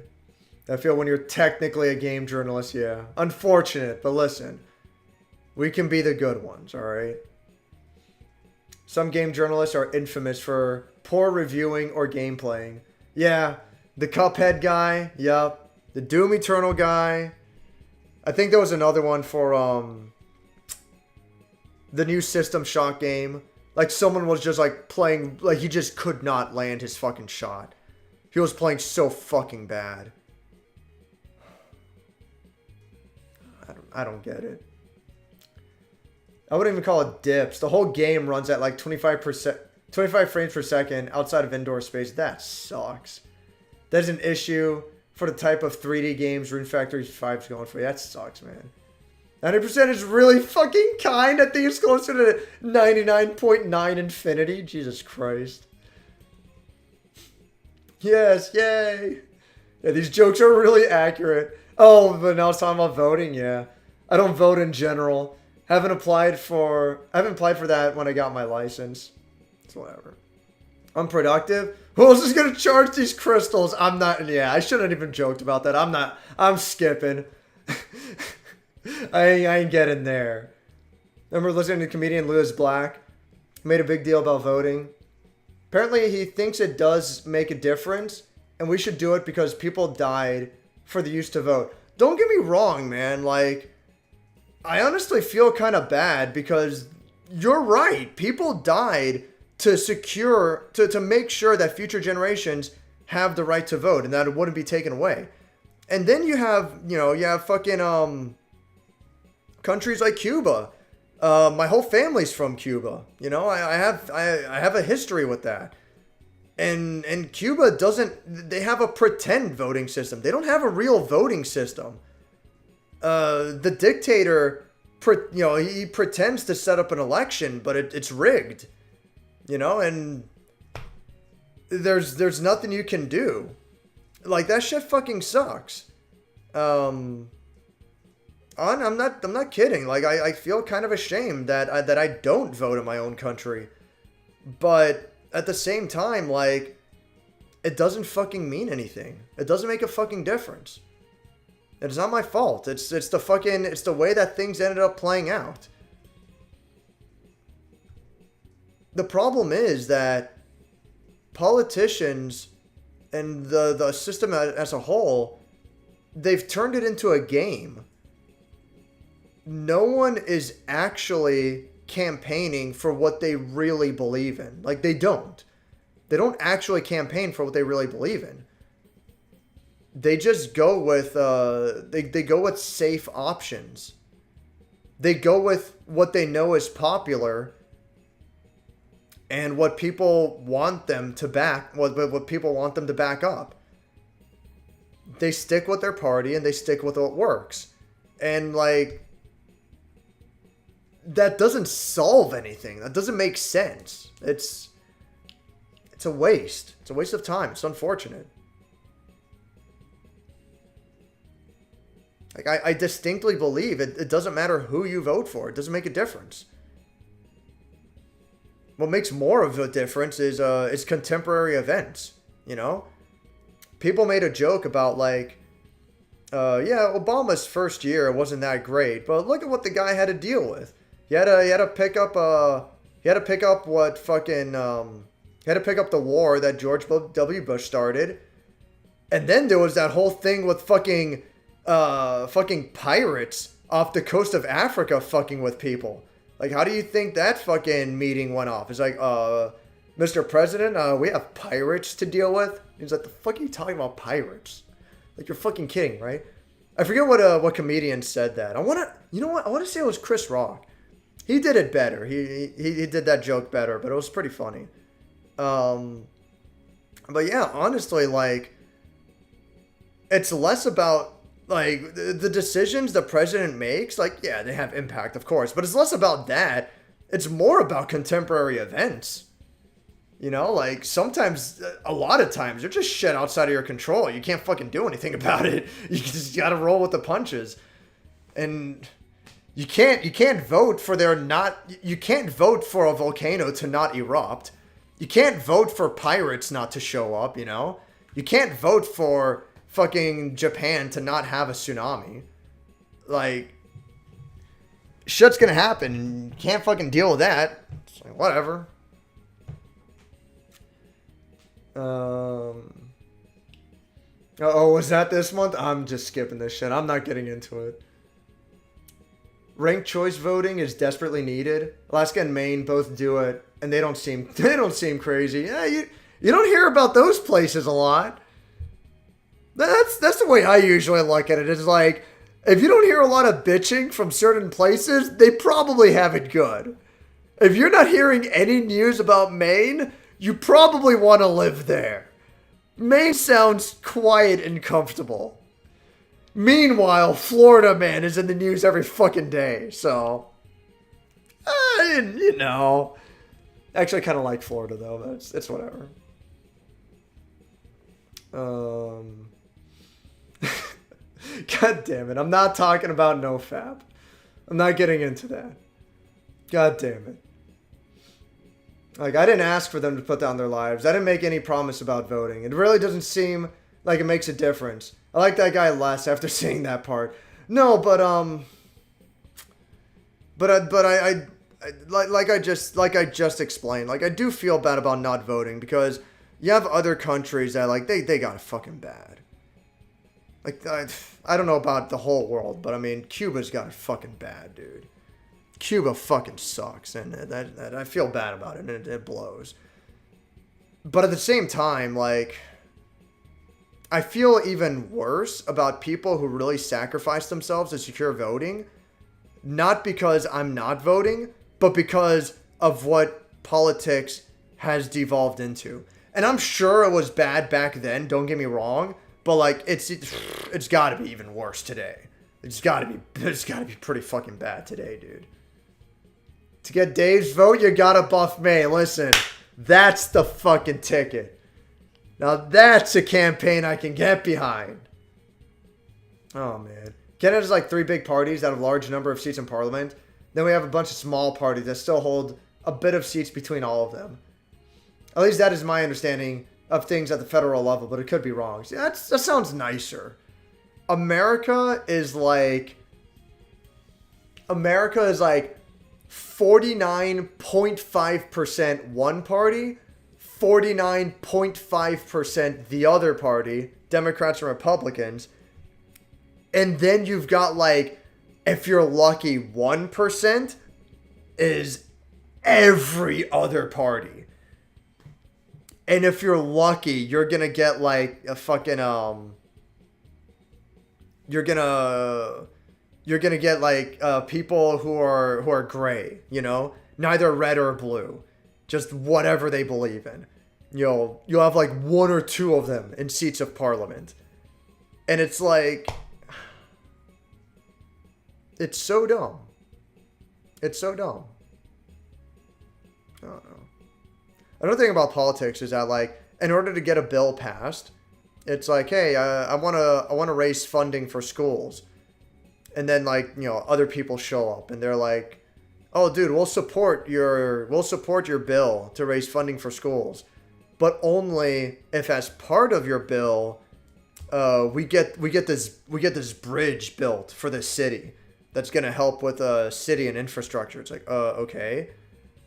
It's like this other guy shows up. Oh yeah, well we'll support this bill, but only if you attach to this bill.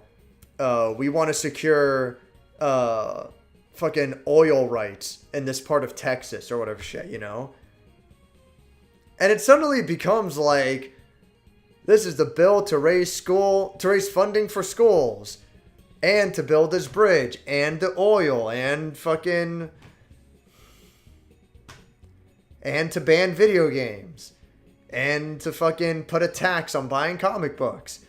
And then, and like, after all of that shit, it's like, no one's voting for this.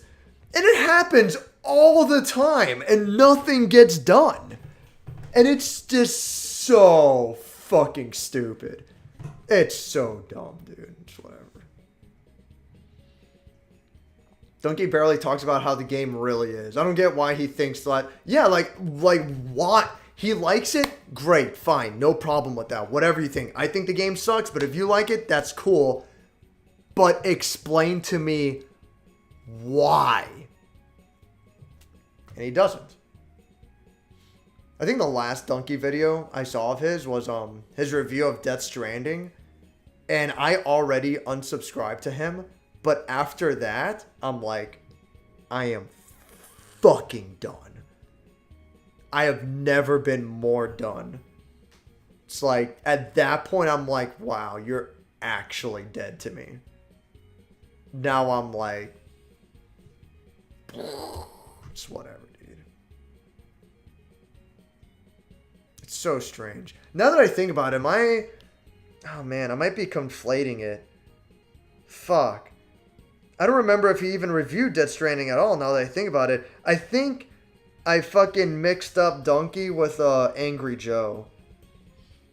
But yeah, Angry Joe, like, I know I watched his. I distinctly remember that. But that video, I'm like, wow. I knew this guy was worthless before, but like, holy shit, this is bad. Oh, for sure, Wes. I'm out of here. I'm going to watch a bunch of tutorials for Blender and shit. That is definitely a better use of your time, yes. Definitely shouldn't bother listening to me. I'm just wasting time here. He posted cringe and was going to lose a subscriber. And whatever. I remember your Super Mario Odyssey review being 7 out of 10. Now you said it sucks. And what of your Street Fighter 6 reviews? Oh, well.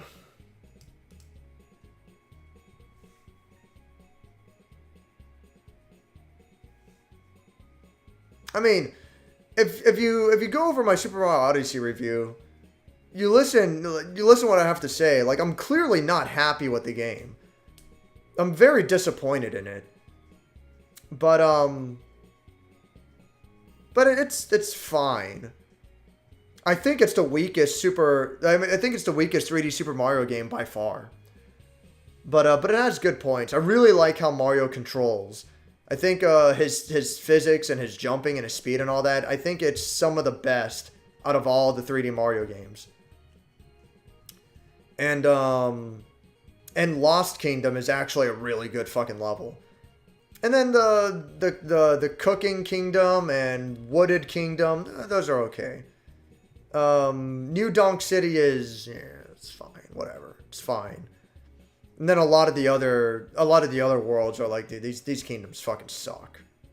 It's fucking garbage. But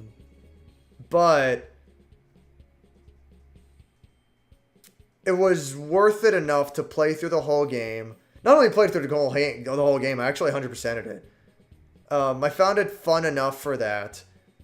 And I never felt like man, I just want to quit already. Like, I was just interested enough to keep playing through it.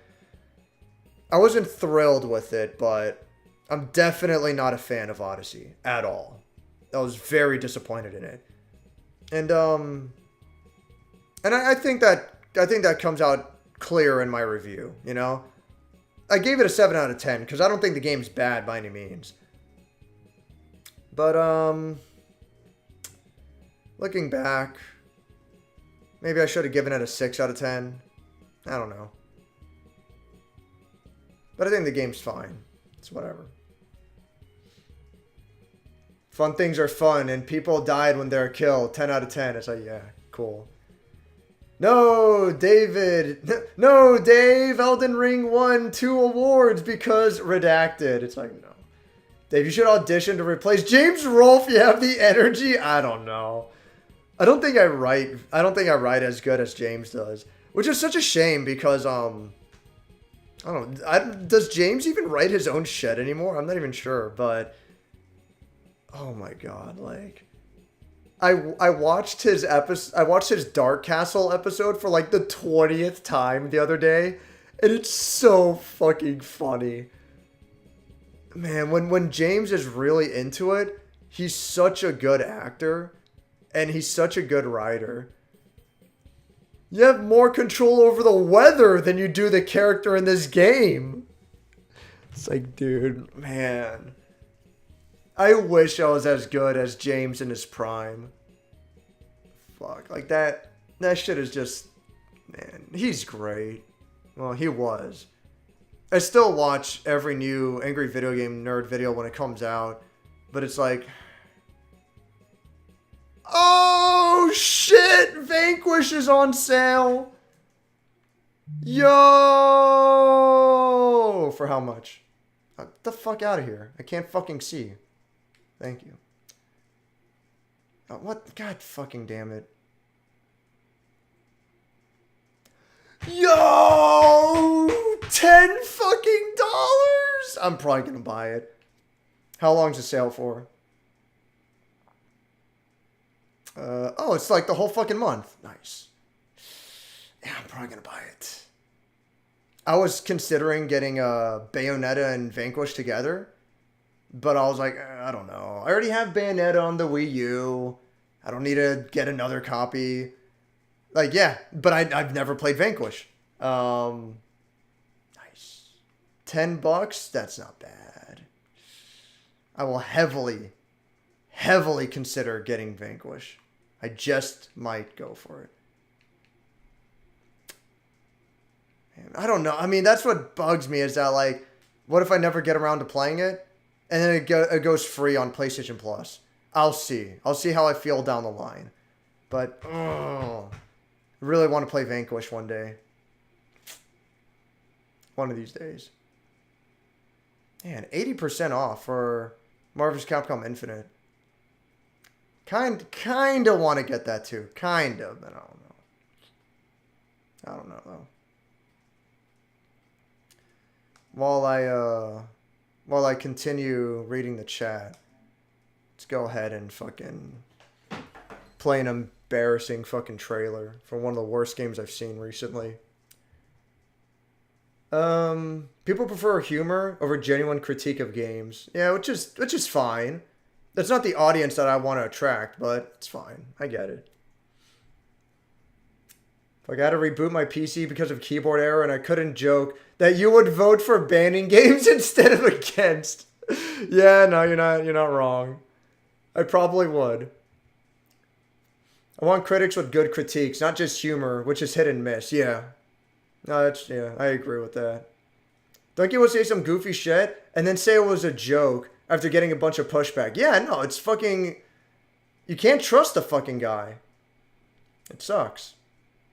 On to the current topic. Take a lot of issue with Donkey because he has someone who uses "it's a joke." Yeah, we've had this conversation a lot. Yeah, no, I'm done with Donkey, dude. That guy sucks. Motherfucker, no. You shut on all turn-based games and intentionally misled people on how the game plays because you hate the genre. Yeah. His fucking, I wouldn't even call it a review. Like, he barely touches on the game. He didn't even get very far in the game at all. Which is fine. You don't have to beat a game to review it. But, it's wild. Like, his coverage of Octopath Traveler was just very, very disingenuous. It's insulting, really. If I recall correctly. Yeah, but he likes Persona 5. Shocking, since it's a hugely... Oh, yeah, I get it. Sarcasm. Shocking, since it's a hugely popular game, which he pulled the same trick...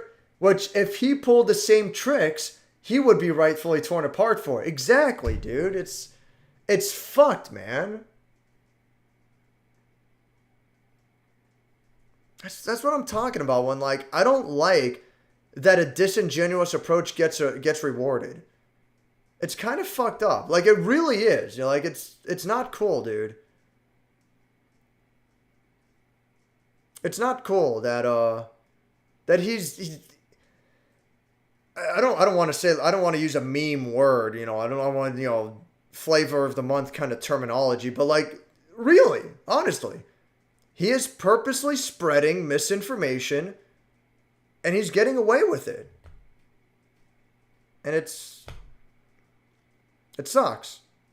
He's not trustworthy. But he gets millions of views all the fucking time without even trying. It sucks. It really does. It really sucks. Too many people argue like how this girl did in the debate club on the matter of if government funding would help women get into male-dominated fields.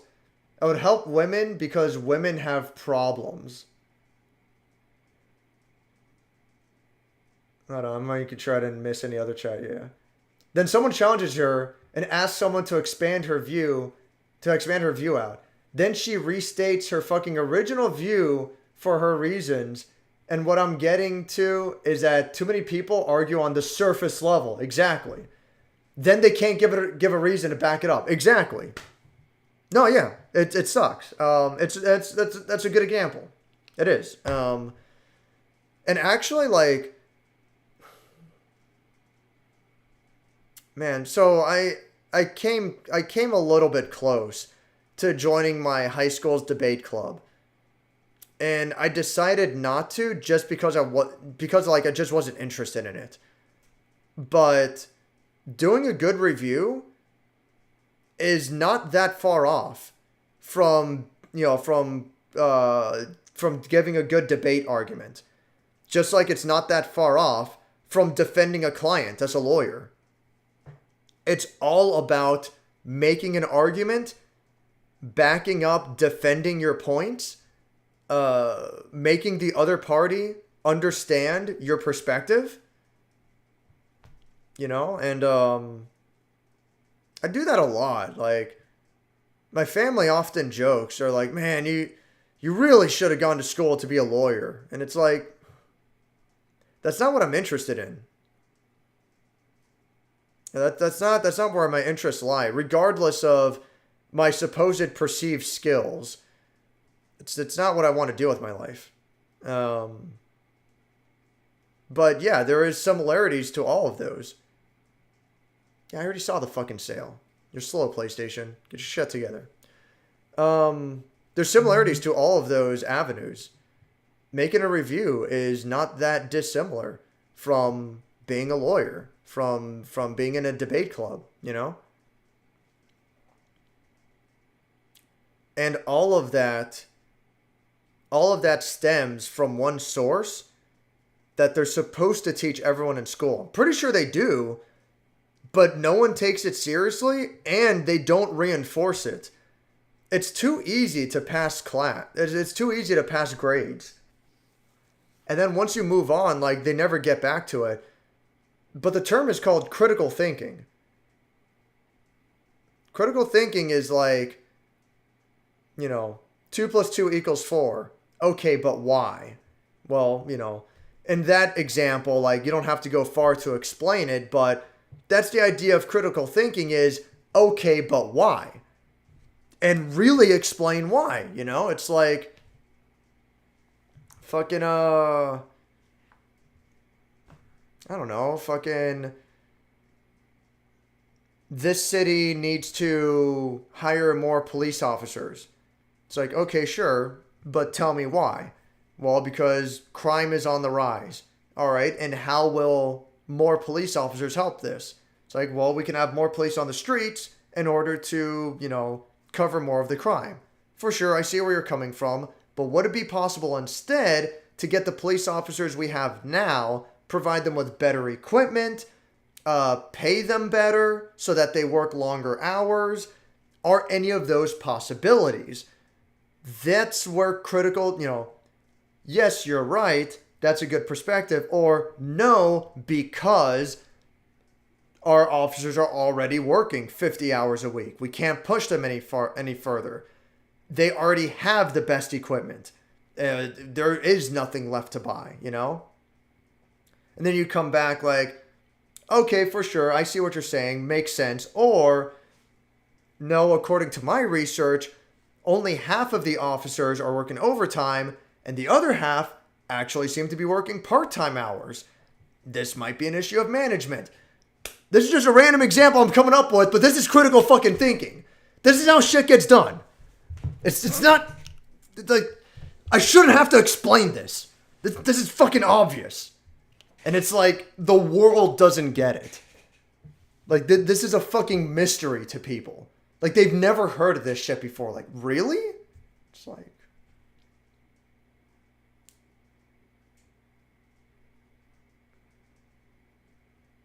It's like, yeah, I listened to all your arguments, but how dare you say Elden Ring sucks? It's like, you know what? You know what, man? There's only so much that can be done. Donkey did have a somewhat unpopular opinion that he doesn't like the Assassin's Creed games. That's the one. That's the one. Number one, all right, first of all, that's the one.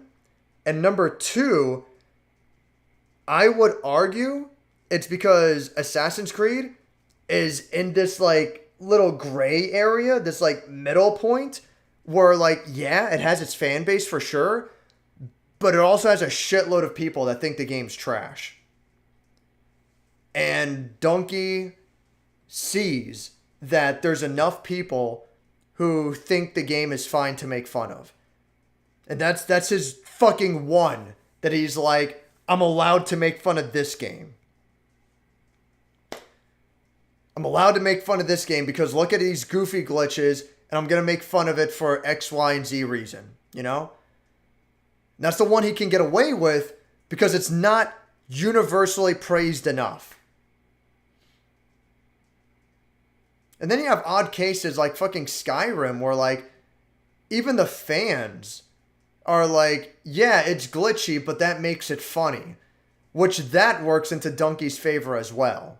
It's like, whatever. I'm not going to get into it. I don't like the guy. Leave it at that. I don't care.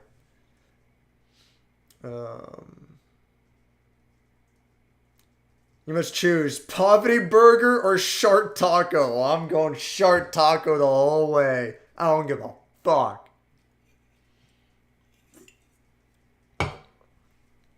Oh, man. Yeah, people like to shut on Assassin's Creed ever since Unity. Yeah, exactly. I think the last Assassin's Creed game that was, like, universally praised, like, everyone seemed to love it, was Black Flag. I think that was the fourth game. I remember hearing a lot about Black Flag. Like, people just couldn't get enough of it. And then after that, like, ever since then going forward, like, Assassin's Creed was ridiculed a lot. So, yeah. I agree with Jonathan. I know Valhalla is somehow insanely well selling, even if I never see anyone talk about it really. Well, Ubisoft just gets away with it. I don't know. Maybe they're buying their own fucking copies. Who knows? Last one I bought was 4. I borrowed and 100%ed Origins. I'm not going to say it was unfun, but it sure as shit ain't what I want out of a game with the Assassin's Creed title. I don't know. I mostly listen to more slow country, Coulter Wall, folk music, Sean James, and aggressive, I don't even know the genre music of Grim Salvo. What, like Death Gripes, for example. I've listened to a little bit of Death Gripes. Death Gripes is kind of cool. I'll bring up the background music a little bit just so like there's something to listen to in the meantime.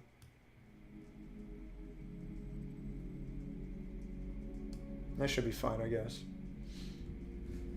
Yeah, fuck it.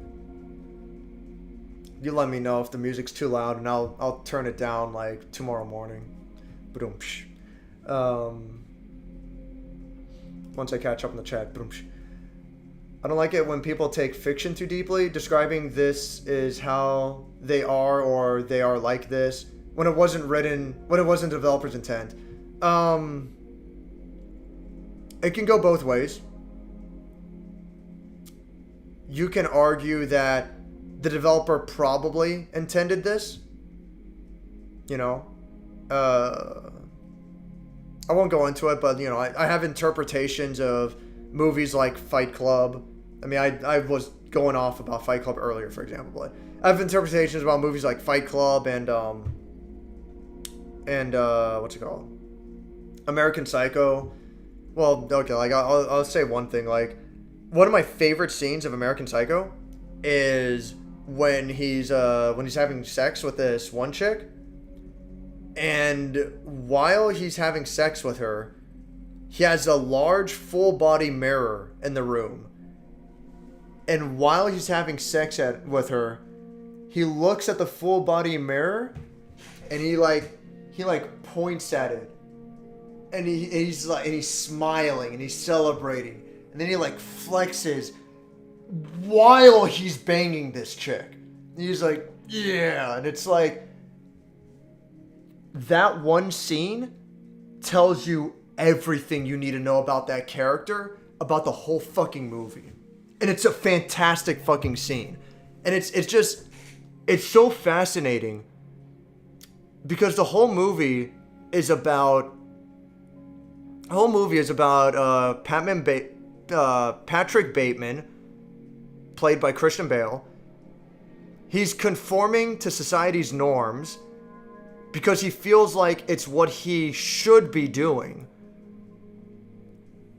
But it's not necessarily what he wants to do.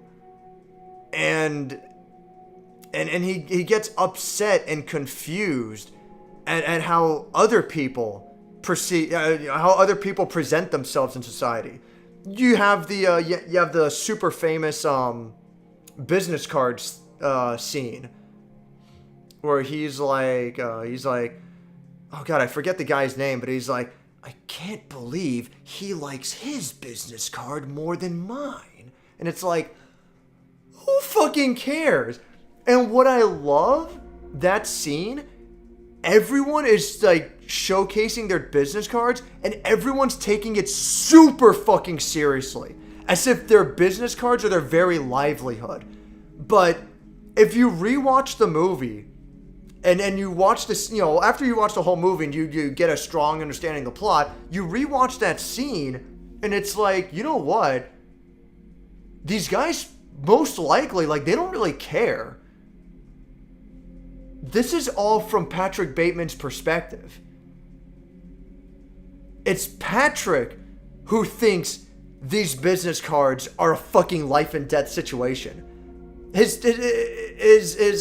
colleagues, they don't fucking care. They're just like, hey, check it out, it's my business card, and that's it. But from Patrick's perspective, like, this is serious shit, you know? That's the whole movie. When he's banging that chick, he's not even enjoying himself having sex. He's not even enjoying the moment. He is celebrating himself having achieved a milestone as part of society, which is fucking insane. I mean, the whole movie is about a guy who's fucking insane, you know? That scene is fucking fascinating to me. It is such a brilliantly executed scene. It is such good storytelling because it tells you so much about this character with minimal, almost no dialogue, just through visuals. And yeah, it's like he's not even enjoying the moment. He's looking at himself in the mirror and he's like, "You fucking did it. Like, you're the fucking best." And it's like, what the fuck is wrong with this guy?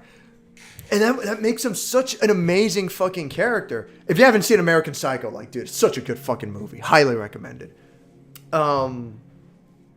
So yeah, when it's like, you know, fucking, I don't like it when people take fiction too deeply, describing this is how they are when they're like this, when it wasn't developer's intent. Case by case situation. In the sense of American Psycho, that's my interpretation of the character of the movie, and I believe that was the director's, the writer's intent. You know, 100%. That's how I look at it. But of course, then you have the lore researchers with Demon Souls and Dark Souls and whatever shit. And to be fair, I believe that sometimes there's a kernel of truth. And yes, it can be fun to examine, you know, whatever shit. But the way I look at it, the story in Dark Souls, for example, it was never meant to be deep. It was never meant to be a big deal. The story in Dark Souls was purely to give reason to the setting, which is a part that I find interesting. Dark Souls is a post-apocalyptic game where you are exploring a world that the gods have abandoned, or that the gods have died.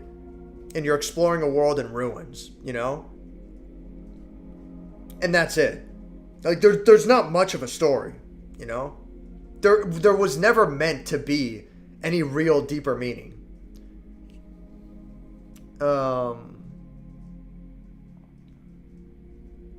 Similar with Demon Souls. Like, Demon Souls' backstory is so simple. Fucking demons, the king of this kingdom found out about an eldritch horror living underground or some shit, and researching it, he unleashes a shitload of demons in his kingdom. And now fucking people around the world, they flock to that kingdom, and they want to kill the demons there as a way of fame and fortune. Simple as that. Yeah, like, that's the bad side of it. That's like, sure, it can be fun to look into this lore stuff, but that was never the main purpose. That was never the main goal. It was just to, like, establish a setting, and that's it. Demon Souls and Dark Souls, that whole series, and Bloodborne and so on, their main purpose was about gameplay and level design, enemy placement. More than anything, it's an example and a study of that, you know.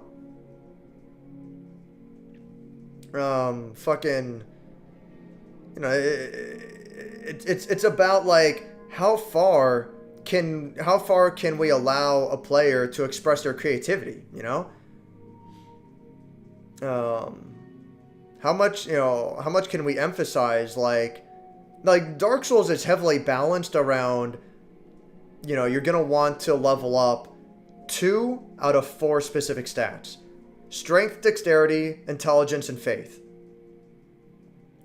And you can, you know, strength and intelligence, strength and faith, dexterity, intelligence, dexterity, and faith, and you can make it work. You can forego magic altogether and dump everything into strength and dexterity together. And that's what's often called a quality build. Not much magic there, but you can make it work. If you need a ranged option, you have bow and arrows. You certainly have the stats to make that work too. If you want to be crazy, you can put everything into intelligence and faith. Which worked a little bit better in Demon Souls than it does in Dark Souls, but you know, if you want to be pure mage, like, hey, you can make it work. It's gonna be tough not having a solid melee option, but that's what I find interesting about Dark Souls. How far can we allow the player to take his creativity? Again, the backstory was just to set up, what was just to establish a setting. That was never, you know, the lore was never the main purpose. And all these lore videos takes it a bit far.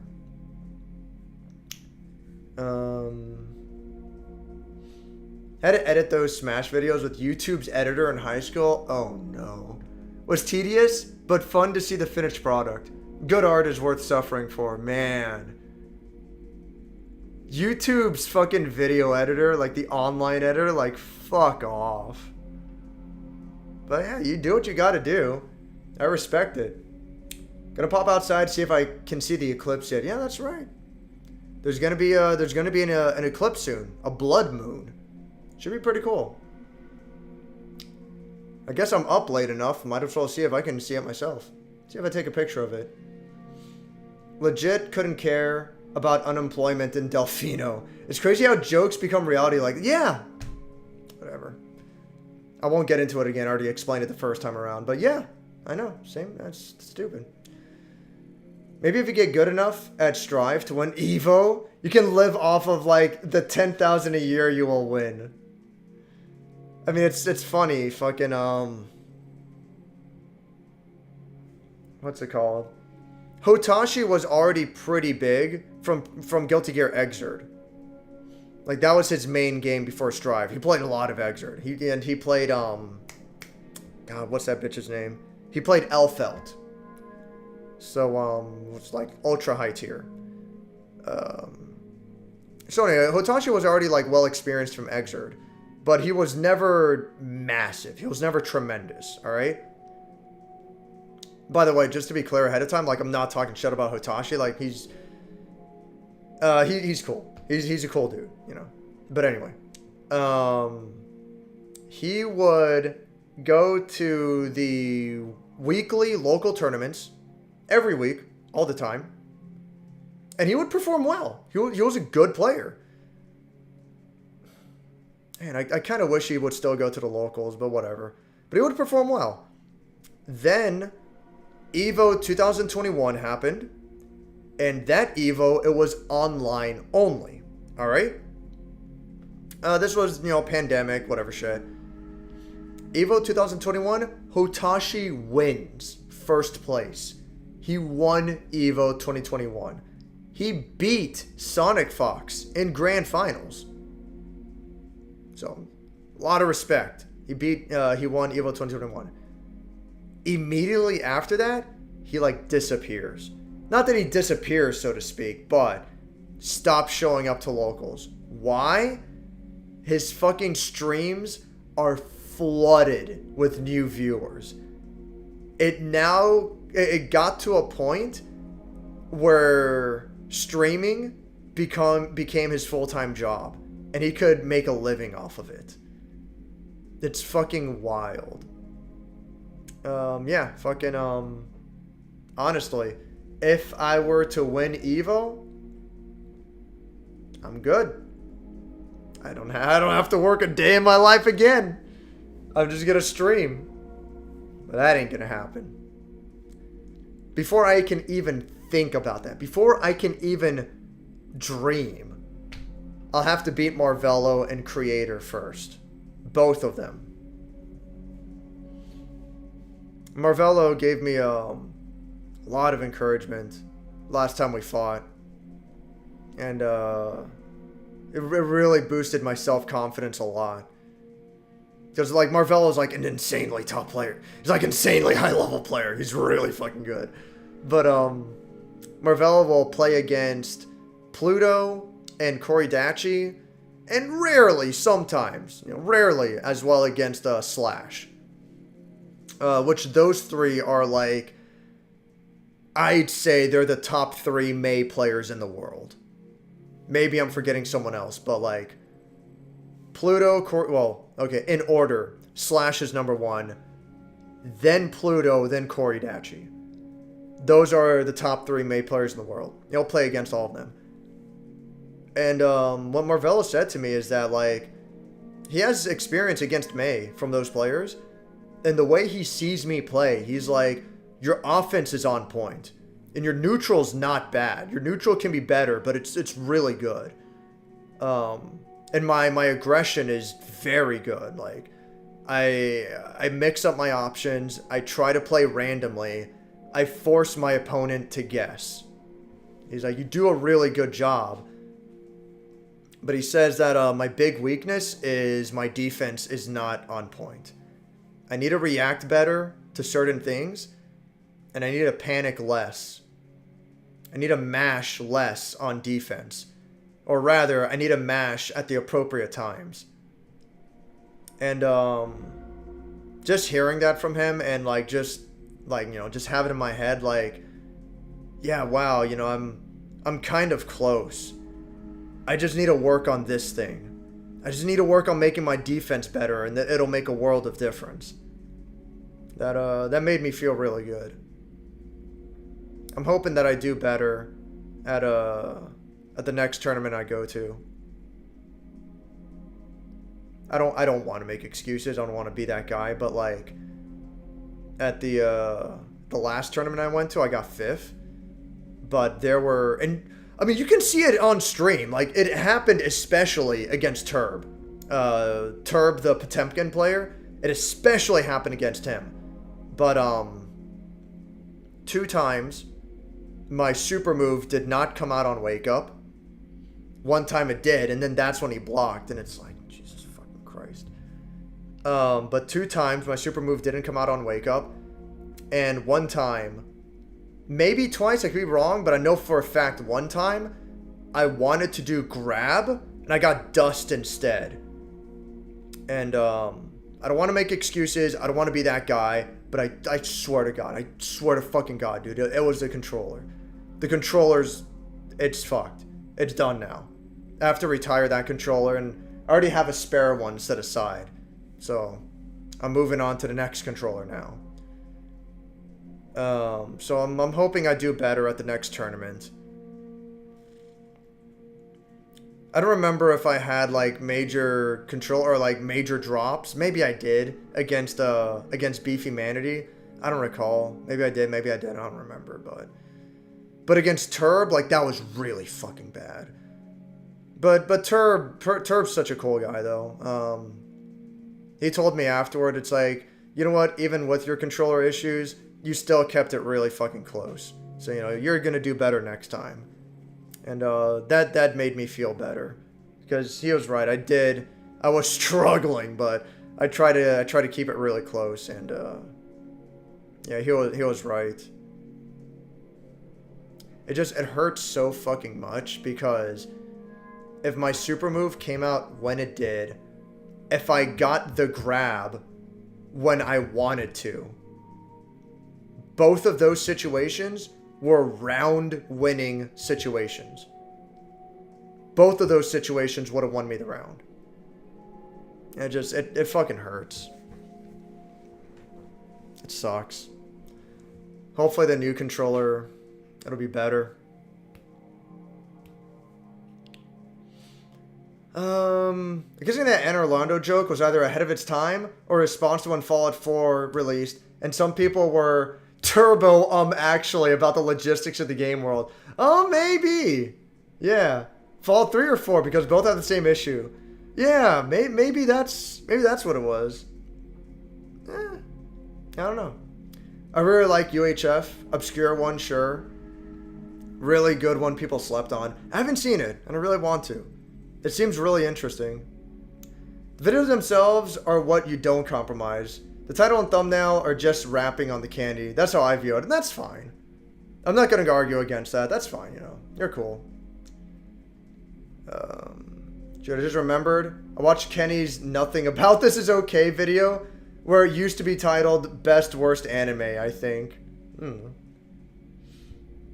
Also, start stream by neglecting chat. Then when reading it back, go into whole ass lectures on a one sentence statement, you know.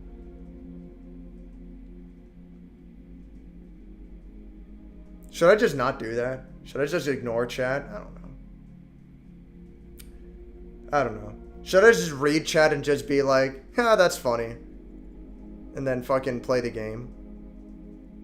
Should I just pick a sentence out of random and then discuss that at length, and then fucking skip to the newest, whatever's new, and then leave it at that? I don't know. I don't know what's best. I wanna give everyone the time of day and the respect, you know? That's whatever. But anyways, I've been fucking dog shot. I was really all sick all of last month. And now still sick. And I might have a fucking tooth infection. Like my whole body has just told me to go fuck myself. Damn, dude. Yeah, I've had days like that. That shit sucks.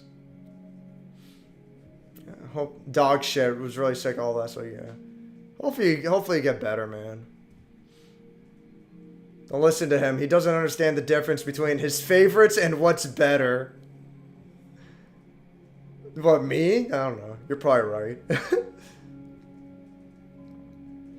Mustache Man talks about the state of YouTube game reviews while Frogun remains paused for 3 hours. Yeah, that sounds about right.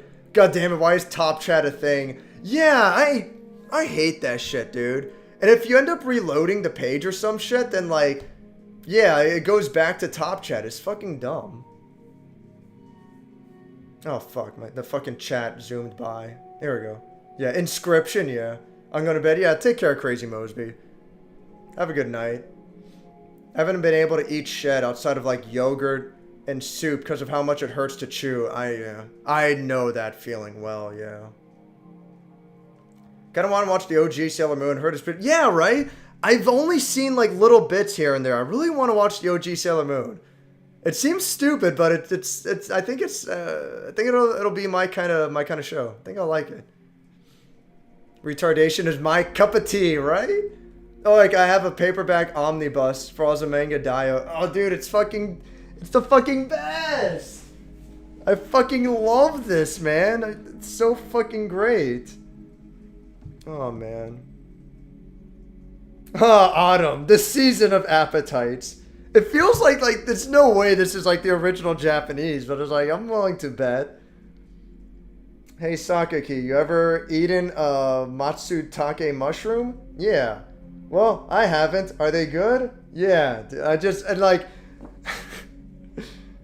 the Osaka ranking. I just went to a random comic and it's Osaka again. She's my favorite character. What if someone was all, this has gotta be matsukake in it. But it was totally shiitake. Could you tell the difference? Yeah. Shiitake and matsutake taste nothing alike. They're very different. Whoa, really? I always imagined that little shiitake mushrooms grew up to be those big old matsutakes. Man, I gotta change how I think about mushrooms. Okay, so they taste as different as, like, ham and bacon? So stupid. I fucking love this comic, man. It's the fucking best. It's so stupid. Oh my god. I thought shiitakes grow up into big mushrooms. Whatever. Crazy that CD Projekt Red is so popular despite never making a good game. I mean, that's what I'm saying. No, that's whatever. Oh, Lord. I first heard about The Witcher because of Obama. He randomly said he pre-ordered 2 because he liked the original? Alright, that's pretty wild. On the topic of innocent and funny manga, I really like... I can't pronounce that shit. No, I've posted parts of it in Discord or PM'd you. Oh. Post it again? I don't really remember. Oh, this is the one about, the fucking gamer girl. It was like the anime that, like, she fucking, she shrinks into a fucking gremlin when she gets home. It's fucking weird. She always, like has a blanket over her. I know of it. But, I've never really looked into it at all. I'd like to one of these days. I might like it. And it looks like it's really long going. Fucking hell. Virgil, when are we getting Don't Taste Sodi? Yeah. Keep in mind, not related to, Devil May Cry at all. But yeah. It was Sigurd. Played a bit of Witcher, but not more than a couple hours, yeah. That was probably Sigurd. Sounds about right. That's fine. Watched Default Stardew video twice. Once to actually watch it, once to fall asleep since it's easy listening. I remember enjoying Physical Jinx Shooter a lot as a kid. It's a pretty basic game, but I guess the physics stuff appealed to me a lot. Yeah. I never played it, but it seems cool. He's skipping? But how are you gonna get the lore? No! It's like, no, I'm good. I just hate how manipulative a lot of these ads are. Come on, fellow Latinos, let's vote. Reggaeton drum beat starts playing, right? No, it's bad, dude. It's pretty bad, yeah. What's the term? It's patronizing, is what it is. It's fucking 100% patronizing, you know? It's. How about instead of, like, coming at me like you have an agenda, how about you just treat me like a normal fucking human being, you know? Like, yeah, I get you have an agenda, but, like, you don't have to fucking pretend that you care. Just be fucking honest. And just, whatever, dude. Whatever, man. Whatever, man. Whatever. Yeah, but I could vote for U.S. pirates to raid the other pirates and then defect, making everything worse. Fuck. In fact, we should be funding the pirate groups to fight other pirate groups. We have a long and storied history about this going just perfectly. Oh, fuck. Oh, man. Started watching James talk about movies because he's really into it. You can tell he really cares about movie history and trivia. Yeah. I want to say he's still phoning it in on that front as well, but there's no question he's more passionate about that for sure. And he's better about that as well, yeah. I have no idea when I said shit, but I'm back. And I'll just assume people were like, yeah, Mr. Boko is fucking right. No, yes. Mr. Boko's cool by me. I always got your back, homie, yeah. I mean, we're brothers on a spiritual level, so if you don't ever have my back, I'll know I fucked up. Man, did I bring up Donkey, or was that a thing already going? I don't remember. Because I only brought him up because I was mad about him showing up in my recommended on a second channel. After I click stop recommending, right? Like, that shit doesn't do anything. I do that too. Stop recommending me this channel, and it keeps happening. I'm like, it's whatever. They've just, yeah, I'm behind, as usual. 3:49 a.m.? Wow. I'm behind on Dave. I clicked around a bunch to see if I could find the bit I stopped in for. It's fine. Like, at this point, he might as well send a letter on a pigeon to keep the chat rolling for Dave. Oh, no. You know what? I'm going to say it's your guys' fault for typing so much. No, stop, police. This man asked a question. Ah, help me. I haven't been told what to say. Oh, my fucking God, yeah. Oh, Lord.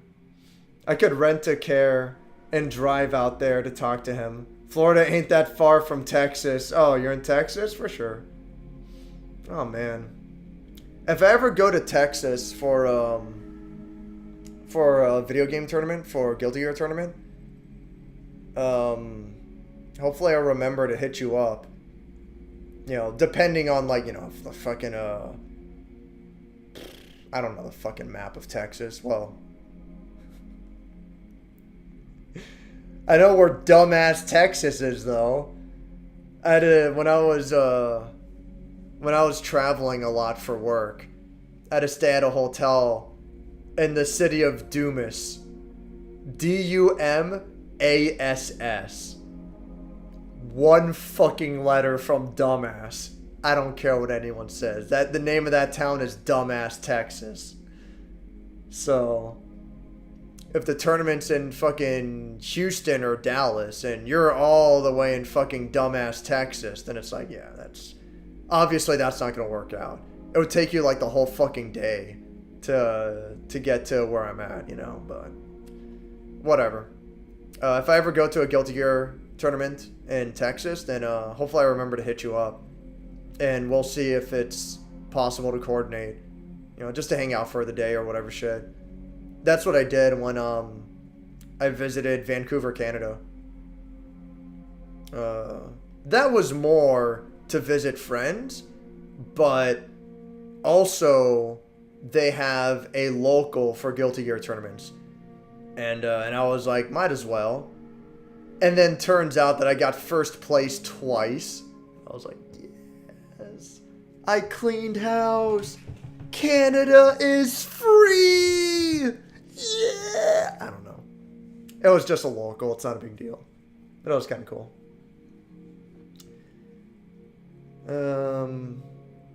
Started watching hours ago. And the game was paused. Now I'm at work still listening. Alright, you know. If people find it enjoyable, then, you know, that's cool. I don't mind. I guess I kind of like ranting. I rewatched SAC. Oh, that's when, Standalone Complex. Yes. I rewatched Standalone Complex, then Second G? Is that supposed to be Second Generation? I don't remember. Whatever, Second Gig. Then Standalone Complex movie, then the 1995 OVA. Then Ghost in the Shell Innocence. That's the sequel, right? Super mad that was the correct way to watch it. The 95 OVA was peak. I'm salty, yes. The original movie. Fuck, I don't think I have my copy anymore. I used to have a really good copy of Ghost in the Shell. I don't think I have it anymore. Yeah, it's not here. Fuck, dude. Well, speaking of the extremely specific genre of high school girls acting like fucking retards, highly recommend Chio's School Road. I saw it on Crunchyroll, and I liked the show so fucking much that I actually went out of my way to get the Blu-ray. And I was actually looking forward to like see if like hopefully that shows up well on camera. I'm too lazy to like actually make sure, but I was actually really looking forward to listening to some commentary on it. And the fucking it's 2 discs, right? Yeah, like it's fucking 2 discs. No commentary. Practically no special features whatsoever. And I'm like, wow, you can really suck it easy. Go fuck off. If I knew that was the case, I wouldn't have bought the Blu-ray. Super fucking disappointed. But it's a good show. I like it a lot. I highly recommend it. I think it's a great fucking show. If you like shit like Azumanga Daioh, then Chio's School Road is really good. I like it a lot.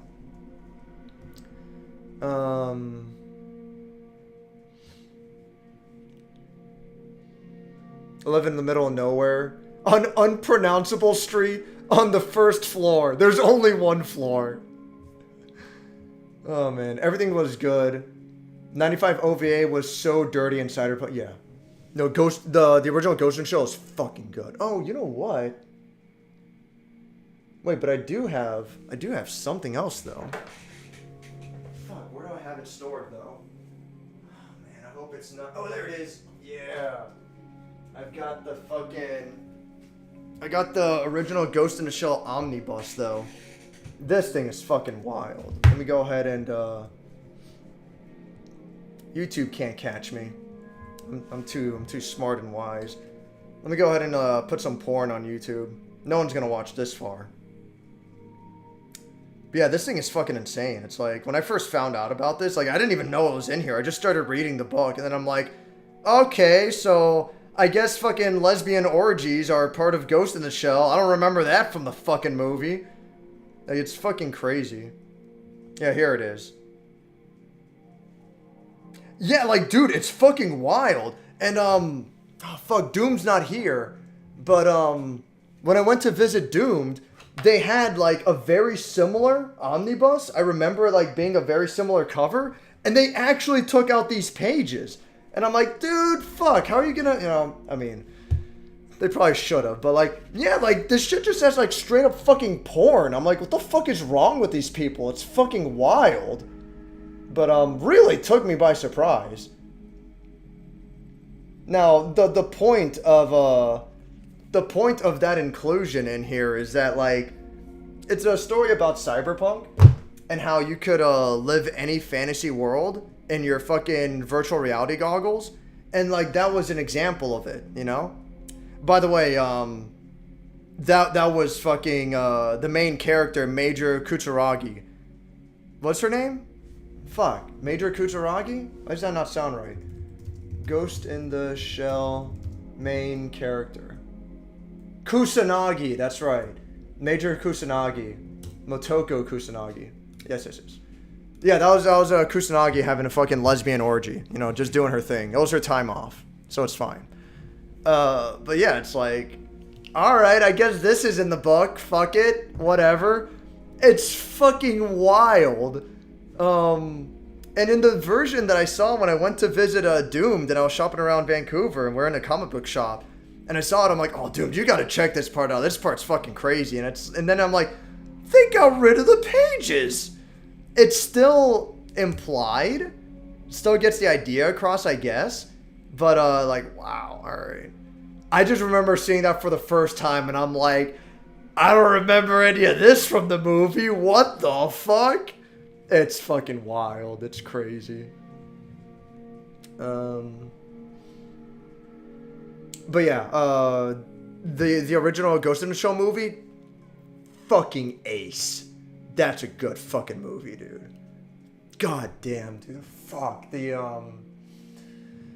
Man, the last scene of the movie where Kusanagi is fighting the fucking tank, and she like cloaks herself. She's trying to run around and flank it, and then she gets on the top of the tank, and she like grips the top cover, and she's trying like so hard to rip it off, and like her muscles start fucking flexing and like really getting big, and she's like giving her it all.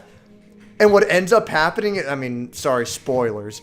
Fuck it. You already saw the movie. You know what I'm talking about. That scene is fucking wild. Such a good dude. Such a good fucking movie. God damn.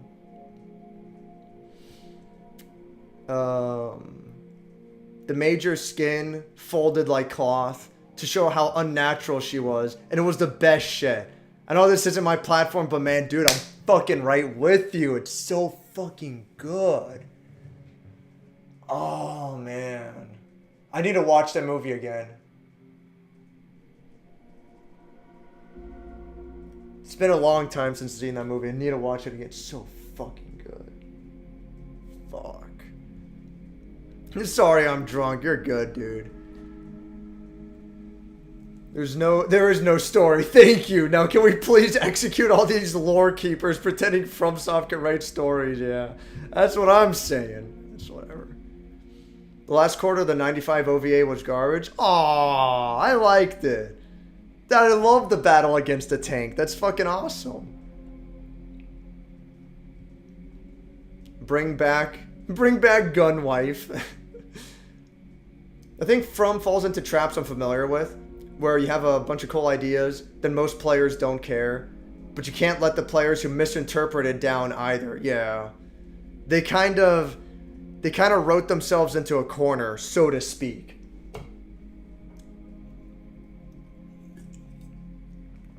Am I worried about the hurricane? No, dude. Hurricane's not even going to reach Category 2. Who gives a fuck? If I lived on the coast, if I lived on the beach, that's different. But no, like, I live quite a bit inland. I'm fine. If a hurricane is like upper category 2, and if it's at category 3, upper category 2, at category 3, then I'd be like, all right, let me pay attention. Let me look at what's going on. Who knows? At category 4, it's like, all right, it's time to board up the windows for sure. Category 1 is like, who fucking cares? Like, it ain't shit. I don't give a shit. I don't give a fuck. Category 1 don't mean shit. Damn, that one ain't coming up from the Gulf for a change, huh? Oh yeah. Yeah, it's finally coming out from the middle of the ocean for once, huh? I guess most of them do, but that's whatever. I'd rather my ideas be clear and ignored than misinterpreted as fact. I mean, it looks like it's coming straight from Miami, Fort Lauderdale, Pompano, Deerfield, whatever's, yeah. Yeah, Boca, yeah. Oof. It's gonna hit West Palm pretty directly, which is where I'm at, but, it's fine. It's fucking category 1. Who gives a shit? It's really hard to straighten out when players are like, oh, I know it was like this. I assume so for the last 12 sessions. Oh, that's, yeah. When they establish their own headcanon, shit like that. It's whatever. What can you do? My issue with that best bad anime video is that the thumbnail doesn't look like anime. 70s stuff looks like American Hanna-Barbera. Oh, yeah. Yeah, it kind of does. It's got a distinct enough look, though.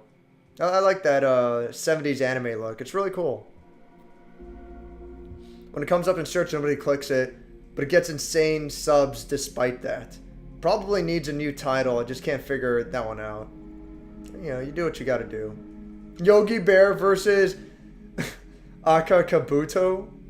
I don't even know. It's basically impossible to say anime bad.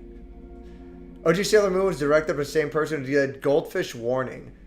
And I feel like I should do a video on that. The problem is, from the creators of Sailor Moon is such a stupid angle. Well, they need to do what Ross's Game Dungeon does, where it's just Kenny's anime review, name of anime. Well, I mean, like, that's what I would do. So, I don't know. Hope y'all are okay. And I've dealt with a lot of shit in the Gulf. I think the biggest concern I had is that a tree on the house as a kid during Katrina. Well, Katrina was bad. Katrina was strong, which we got through just fine. No, most of the time hurricanes aren't actually that bad. And a lot of times, like, I've gotten really lucky. But anyway. By the way, Dave, if you want, I can always put one of your anime reviews on my playlist for an hour. Probably get a bigger audience that way if that's what you actually care about. If you want to, I'm not gonna stop you. I'm not gonna say no. Last anime thing I did was Satellite Girl and Melcow, which I believe was developed by a South Korean studio. I could be wrong, but I think it was a South Korean anime. I don't know, like, Satellite Girl and Melcow, like, had a lot of problems. And, it's not great. But there's something about it that's so charming. I don't know. It's weird. Something about it. I kind of like it. Also, hilariously, it is unironically, literally, an anime about an incel, which I find fucking hilarious. It's literally about an anime. Like, that's like the whole fucking plot of a guy wanting to impress a girl, being heartbroken when he finds out she has a boyfriend, and then he's like, how could you pick him over me? And it's like, oh my fucking god, that's fucking embarrassing. That's a major plot point too, but it's only like a quarter of the movie though. The majority of the movie is like, a romantic comedy where he falls in love with another girl. And, you know, just like my favorite character archetype, the other girl is basically a fucking retard. But it's a lot of fun. Oh no. Yeah, that's a fun movie. I was kind of harsh on it. I didn't give it a high score, and for good reason. It's actually not that good. But I don't know, man. It's really charming though. I like that movie. It's kind of fun.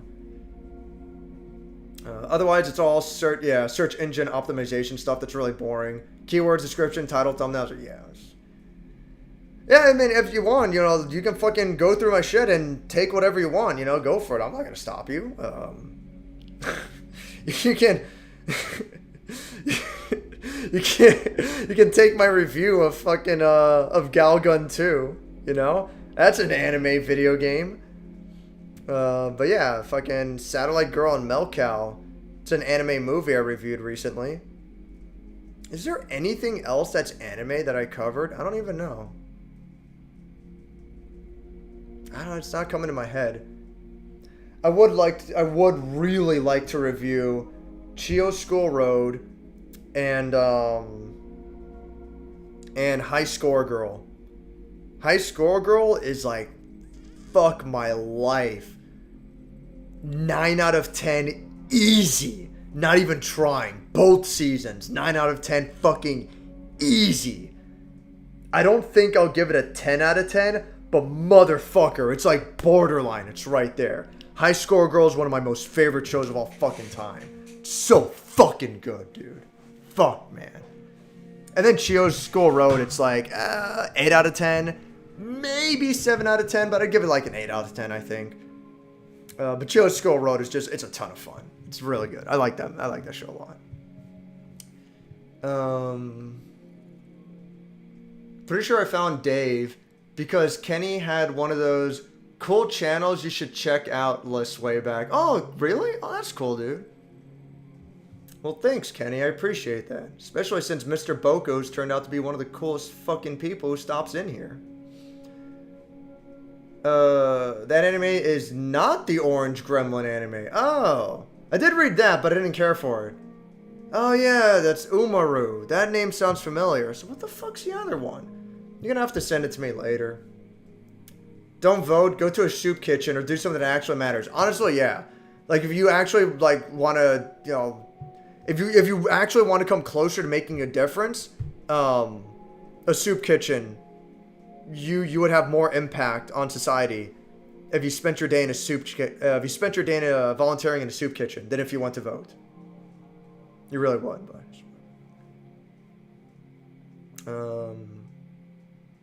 adapt an animal. Oh, adapt. Well, actually, you spelled adapt, but I get it. Adopt an animal from a shelter, pick up some trash, do something. Yeah, that's better. Yes. Dave is a pool shark, except with guilty gear. No, I don't know about that. Special features, closed captioning. Fuck.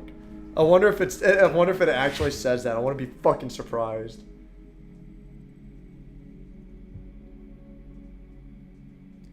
Blu-ray special features, 1080p high definition.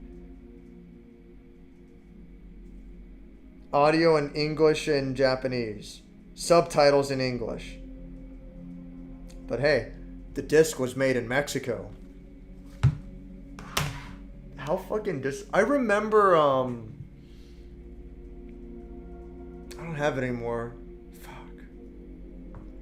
I have a replacement, but I don't have my original Foley Coley DVD. But, I love the commentary on that Foley Coley DVD, and I haven't seen my replacement one that I bought later. But I really hope that one has the same, or even better, a new commentary. It was really interesting. And it explained some of the jokes that, like, made no fucking sense. I won't go into it, but, like, yeah, like, fuck, dude. The Foley Coley commentary track and the commentary track on the Max DVD. Dude, the Max. Yes. Well, it's not great, actually. It's not very good. Oh man, where's the Max? Oh shit.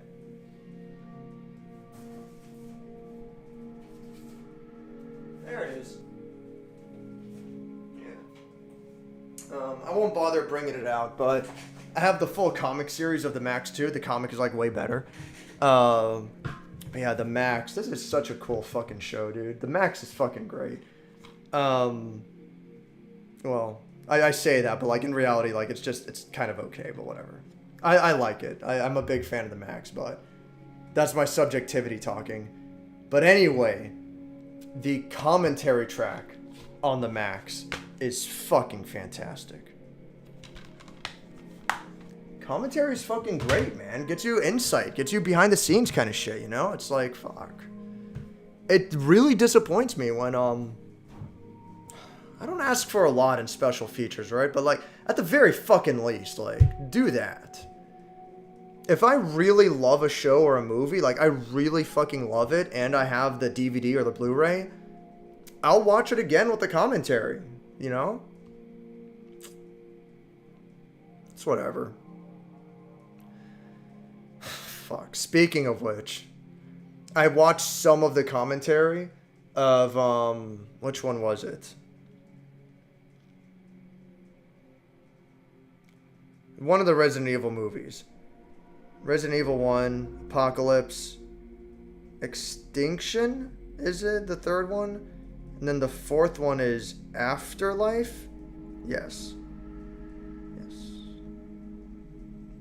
Pretty sure, yeah. Okay, so I watched some of the commentary for Resident Evil Afterlife, and fucking the fucking retard douchebag, what's his fucking name? Joseph Anderson? Fuck, I don't remember. But the director, he's like, oh, I wanted to put 3D effects in my movie, you know, like 3D glasses, you know, that fucking pops out at you as shit. Because I feel like it's really gonna deepen, you know, movies so much, and it's gonna do so much for movies. And then like he doesn't do it for like the movies afterwards. Number one, his implementation of 3D effects in that movie were fucking dog shit. And he hypes it up as his big fucking deal. And then he stops using it for the later movies. And it's like, how about you just take off your fucking shit-eating grin? How about you just stop being a fucking retard? How about you get your fucking shit together? How about you direct a good fucking movie? Oh, I'm sorry. That one's asking for way too much. My apologies. Whatever. It's not that hard to style on Canadians. I do it daily. Damn. Oh, man. Shame the creator went insane. Heard he lost his family in an earthquake, so now all he does is erotic manga? Well, I mean, it's what sells. That's what it is. No, they should keep it. Can we make your Yuri cyborg manga into a serious story? As long as Bato still gets cucked, sure. Damn. Yeah? Yeah, you're about on point. It's a story about cyberpunk sold to the nerd in Nebraska. I got 3 out of 6 of the Akira books. I recommend you get them all. I want to get those, then get the Ghost in the Shell series. I recommend all 6 Akira. Those fucking books are encyclopedias, dude. They're massive. I used to have them all with me, but I gave them to my brother. My brother claims that he bought them. I disagree. I don't remember who bought them anymore, but regardless, I let my brother have them all. He has them in storage at his house. To be fair, if I did have those books today, I don't know where the fuck I'd put them, man. Like, fuck, those books are they're fucking encyclopedias. Encyclopedia Britannica A through F. It's like, holy shit, they're fucking gargantuous. And there's 6 of them. It's like, god damn. But I highly recommend. Very, very good series of books. An excellent expansion of the movie. Obviously, the manga was first. The movie was an adaptation of it.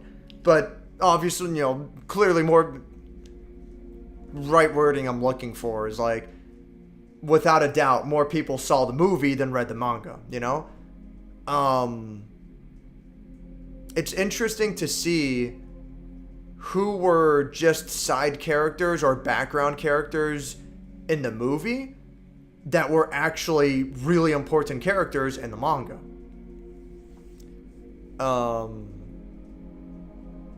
But yeah, highly recommended. A fantastic expansion of the world from the of the world that, you know, you probably saw first in the movie. And just good shit. Really fucking cool. You know, fucking the Akira books are fucking fantastic. I love them. Does she fight the tank by throwing hand grenades through the hatch? I don't... Like, Metacami, have you not seen Ghost of the Shell? I'm not going to say anything. I'm just going to move on. Watch Ghost in the Shell. Alright? Like, it's fucking good. Watch Ghost in the Shell. Like, seriously. I've never read the entire Ghost in the Shell manga, but I'm wondering if that scene is in here as well.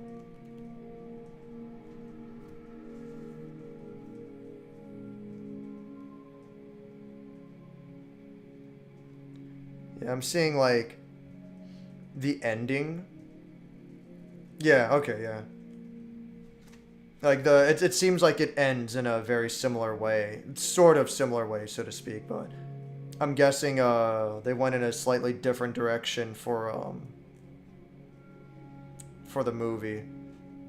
But I'm very curious if the tank scene is in here.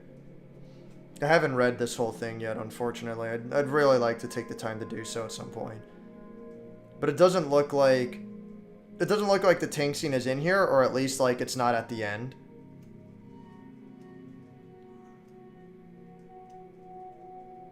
But it does seem like the book ends in a similar way that the movie ends, just, you know, slightly different-ish.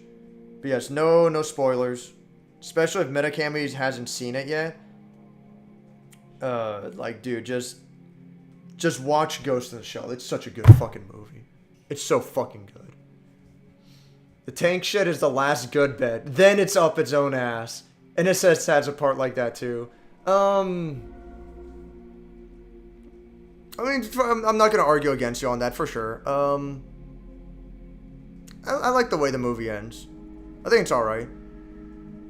The whole ending in general and the themes it goes for, it's alright. But yeah, don't get me wrong though. I get where you're coming from for sure. Oh, well, you're just gonna spoil it. That's fine. Her body is completely artificial and replaceable, so she overexerts it to rip the hatch off and end the fight, destroying the body in the process, yeah. Also, Dave, I mean the tank shit where it gets up its own ass. Yeah, I mean, it's whatever. It's fine.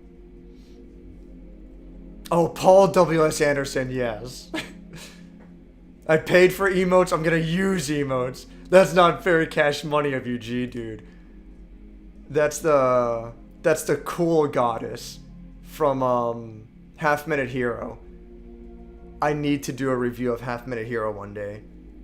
That might be my 200th review.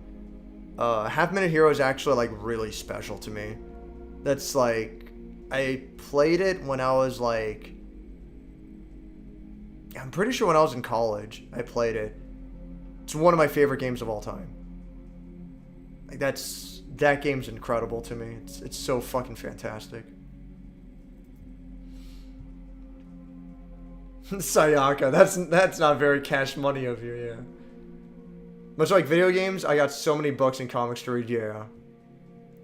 Have you seen the One Piece volume where it's every single chapter ever, and it won the Guinness record for biggest book in physical print? Jesus Christ. It's like an accordion. It's comical. I should look it up. That's awful, dude. Wish I had asked earlier. Could have put this stream at the front of my page. You get a few dozen people that way. It's too late in the night. Yeah, it's definitely too late in the night now. I'll end the stream soon. But I'll finish the level first. Oh yeah, I was playing a video game, remember guys? Remember this? Remember video games? That's fine though, it's not a big deal, Kenny. I don't want you to feel obligated either, like, I'd appreciate it, it would be cool, but you know. It's whatever either way. No, I have not. I'm just making a Metal Gear Solid meme. Oh, yeah, because I guess that was the thing in Metal Gear Solid, yeah. Something joke about making Nico Robin into accordion. I'm too tired. Oh, man. Oh, no. Halt, you human vermin. Another big bug. I take from your comment that these... Oh yeah, well, it should have been those two brutes, but whatever. I take for your comment that these two brutes have failed in capturing you. How quaint. It is clear that they were unfit for the work, if they cannot capture a tiny, stupid, weak, ugly kid like you. What a bitch. Your luck is over. Oh no.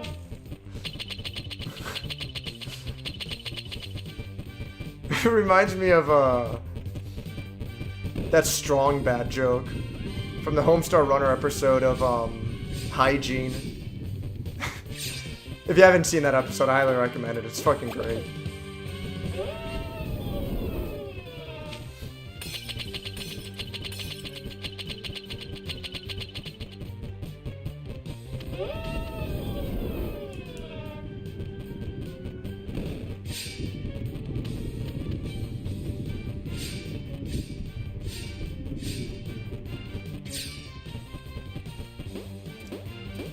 This boss is not very good at her job.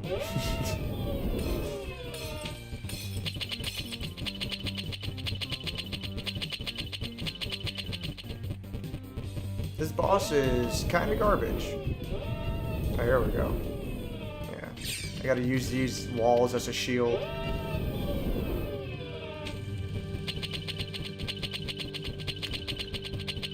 This boss kind of sucks. That's whatever.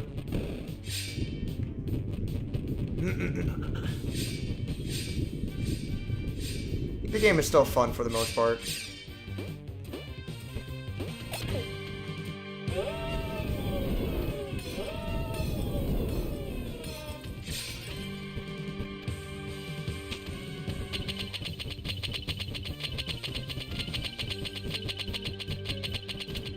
And then I'll have to do this level again, speed running it. And then that'll be the end of the stream.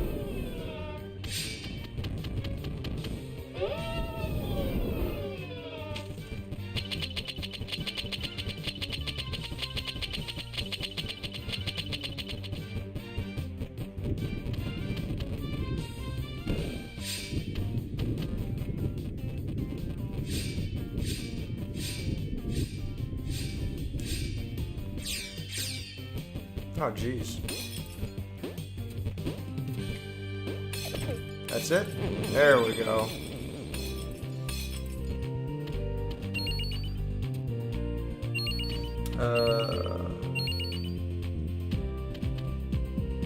Something, oh yeah. Played that shit on PC, then got bummed by the Steam. Oh, you played it on PSP, then you got bummed by the Steam port. Yeah. The Steam port's fine. I'm not gonna say like, oh, that version's terrible, don't play it. Like, it's fine. Actually, shit. Let me, exit. Let me hit up the shop. See if I can buy Wintory's mask. What the fuck? Where's the merchant? Oh, here we go. That works. Is Wintory's mask here? Yes. Good. One of the achievements is to beat a boss dressed as them. And I have to do this level again anyway for a speed run.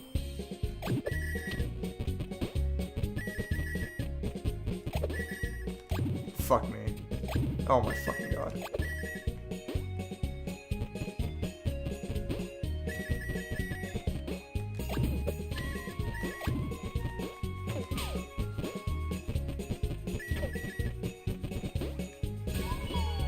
There we go.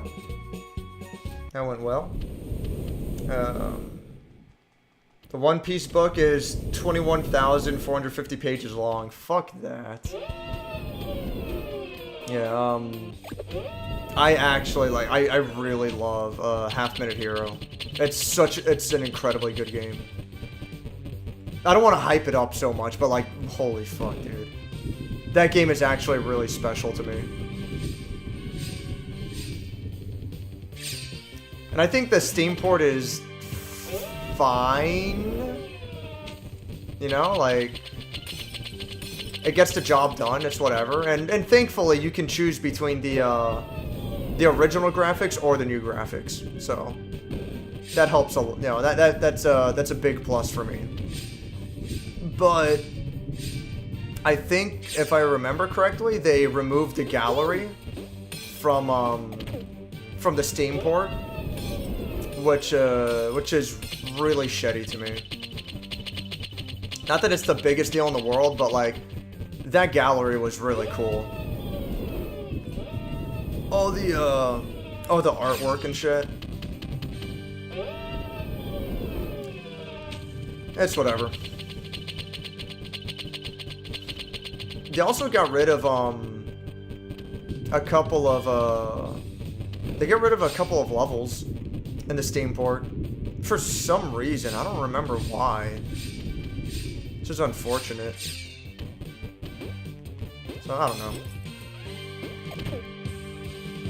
But again, if that's the most convenient way to play, and for most people it will be the most convenient way to play, then it's fine. It's not such a bad port that it's like, well, don't play. You know, it's no Silent Hill HD collection. So, you know, you do what you gotta do.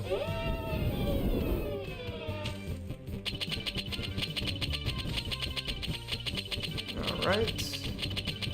Almost done.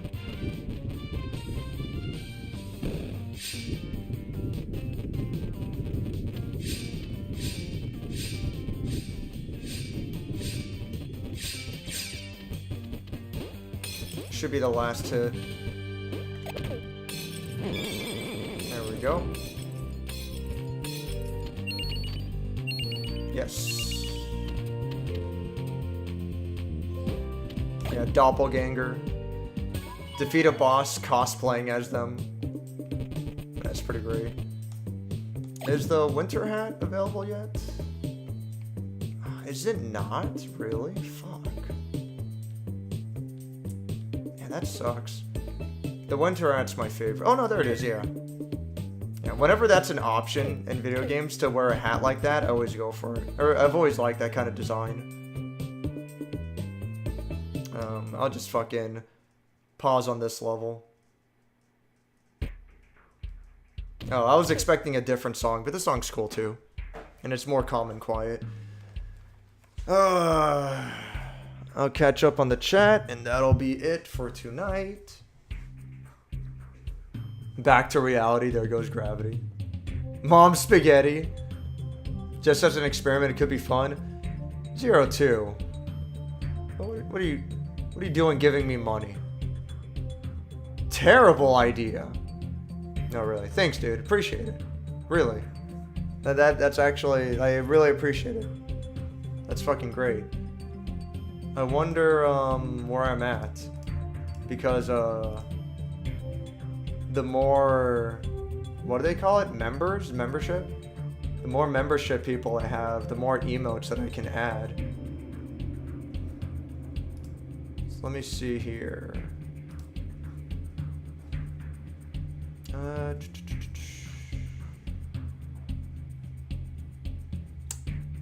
Man, how do I find this shit out? Should be here, right? Oh, here we go. Customize default perks? No, that doesn't seem right. Maybe membership levels? For fuck's sake. It's not that, no. I wish this show wasn't like so weird and confusing to try to fucking...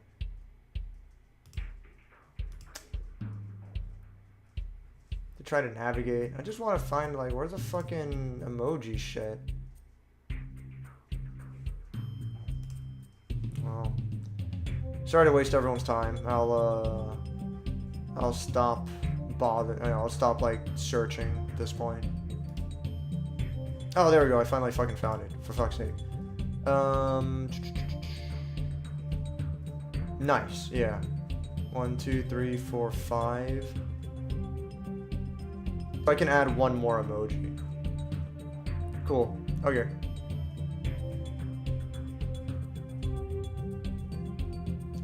I have to decide. I might want to get rid of the May emoji, just because, like, the main reason I added it is because it's animated. It's a GIF. But apparently the emoji itself doesn't animate, which is fucking bullshit. I'm like, alright, you know what? I don't fucking want anymore then. Yeah, really, thanks a lot, dude. Really appreciate it.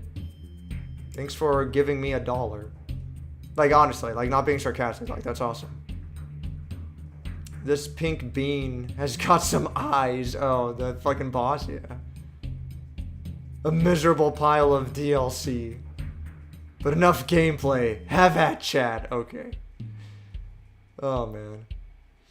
If they couldn't catch a salad dodging drop tray drinker like you.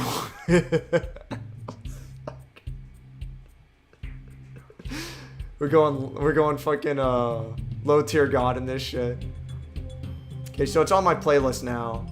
Might get a few people for sure. That'd be cool. It defaulted to the new art style, yeah. That was what made me sad. I know you can change it, but it being default made it a concern. At least you could change it, but I know what you mean. Even without it on the playlist, there's nobody clicking it. Oh, even with it on the playlist, there's nobody clicking it. I guess if it's not anime, they don't care. That's whatever. That's whatever either way, though. It's, you know. I don't know how deep people are willing to dive. We live in a culture of convenience. I only looked around on your channel back then for stuff similar. Yeah. No, you're right. I mean, I'm the same way. I only look at a channel for stuff that, like, I'm already familiar with. And if I really like how the videos are structured, then I'll look at everything the guys got after. That's whatever. It's been like 10 minutes at 4 a.m. Chill, yeah. That's, if they do, they do. If not, it's whatever. Glad I clicked over, though. No, I'm glad you did, too. You could always gift emotes. But that defeats the purpose of trying to make something. What do you mean, gift emotes? Like, allow them for free? I wish I could. It doesn't let me. It actually doesn't let me gift emotes. It doesn't let me, like, just allow anyone to have emotes. Only if you fucking pay, which fucking sucks. That's whatever. This isn't animated, right? Yeah, it's just a static image. That sucks. It's supposed to be animated. Oh, well. Unless you can set it to, like, 50 SEK or something. The cheapest it lets me do is $1. I just want to have custom emotes, and that's... People aren't allowed to do it unless, you know, they pay $1, apparently, and that's whatever. But I thought it was cool to have, well, you can buy emotes for your own chat. What are you talking about? How does that work? Well, I'll look into it. I'll see what you mean. I don't know anything about it, but I'll look into it. Don't be so harsh on yourself, Kenny. I don't know he's the person or anything, but you seem real fucking quick to blame yourself and bothers me because you seem nice. No, Kenny's cool. Oh, Kenny's just trying to, he's trying to push himself further. He's trying to get more views. He's trying to be more successful, you know? And when something doesn't work out, you know, he's trying to look at all angles why it doesn't work out. So it's whatever. I don't want to bother with that stress, though. That's too much. You'd always stream trending things like Resident Evil 4, Silent Hill 2, Bayonetta? Yeah. If I was smart, I would. If I was smart, I wouldn't, like, read the chat for 3 hours while the game is paused. But you know, that's whatever. I'll just do what I do.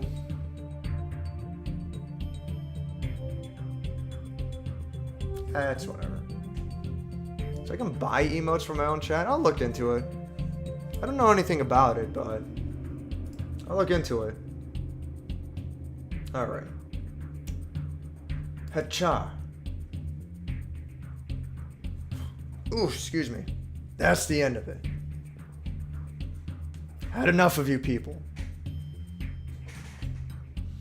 Man. Can't believe what time is it.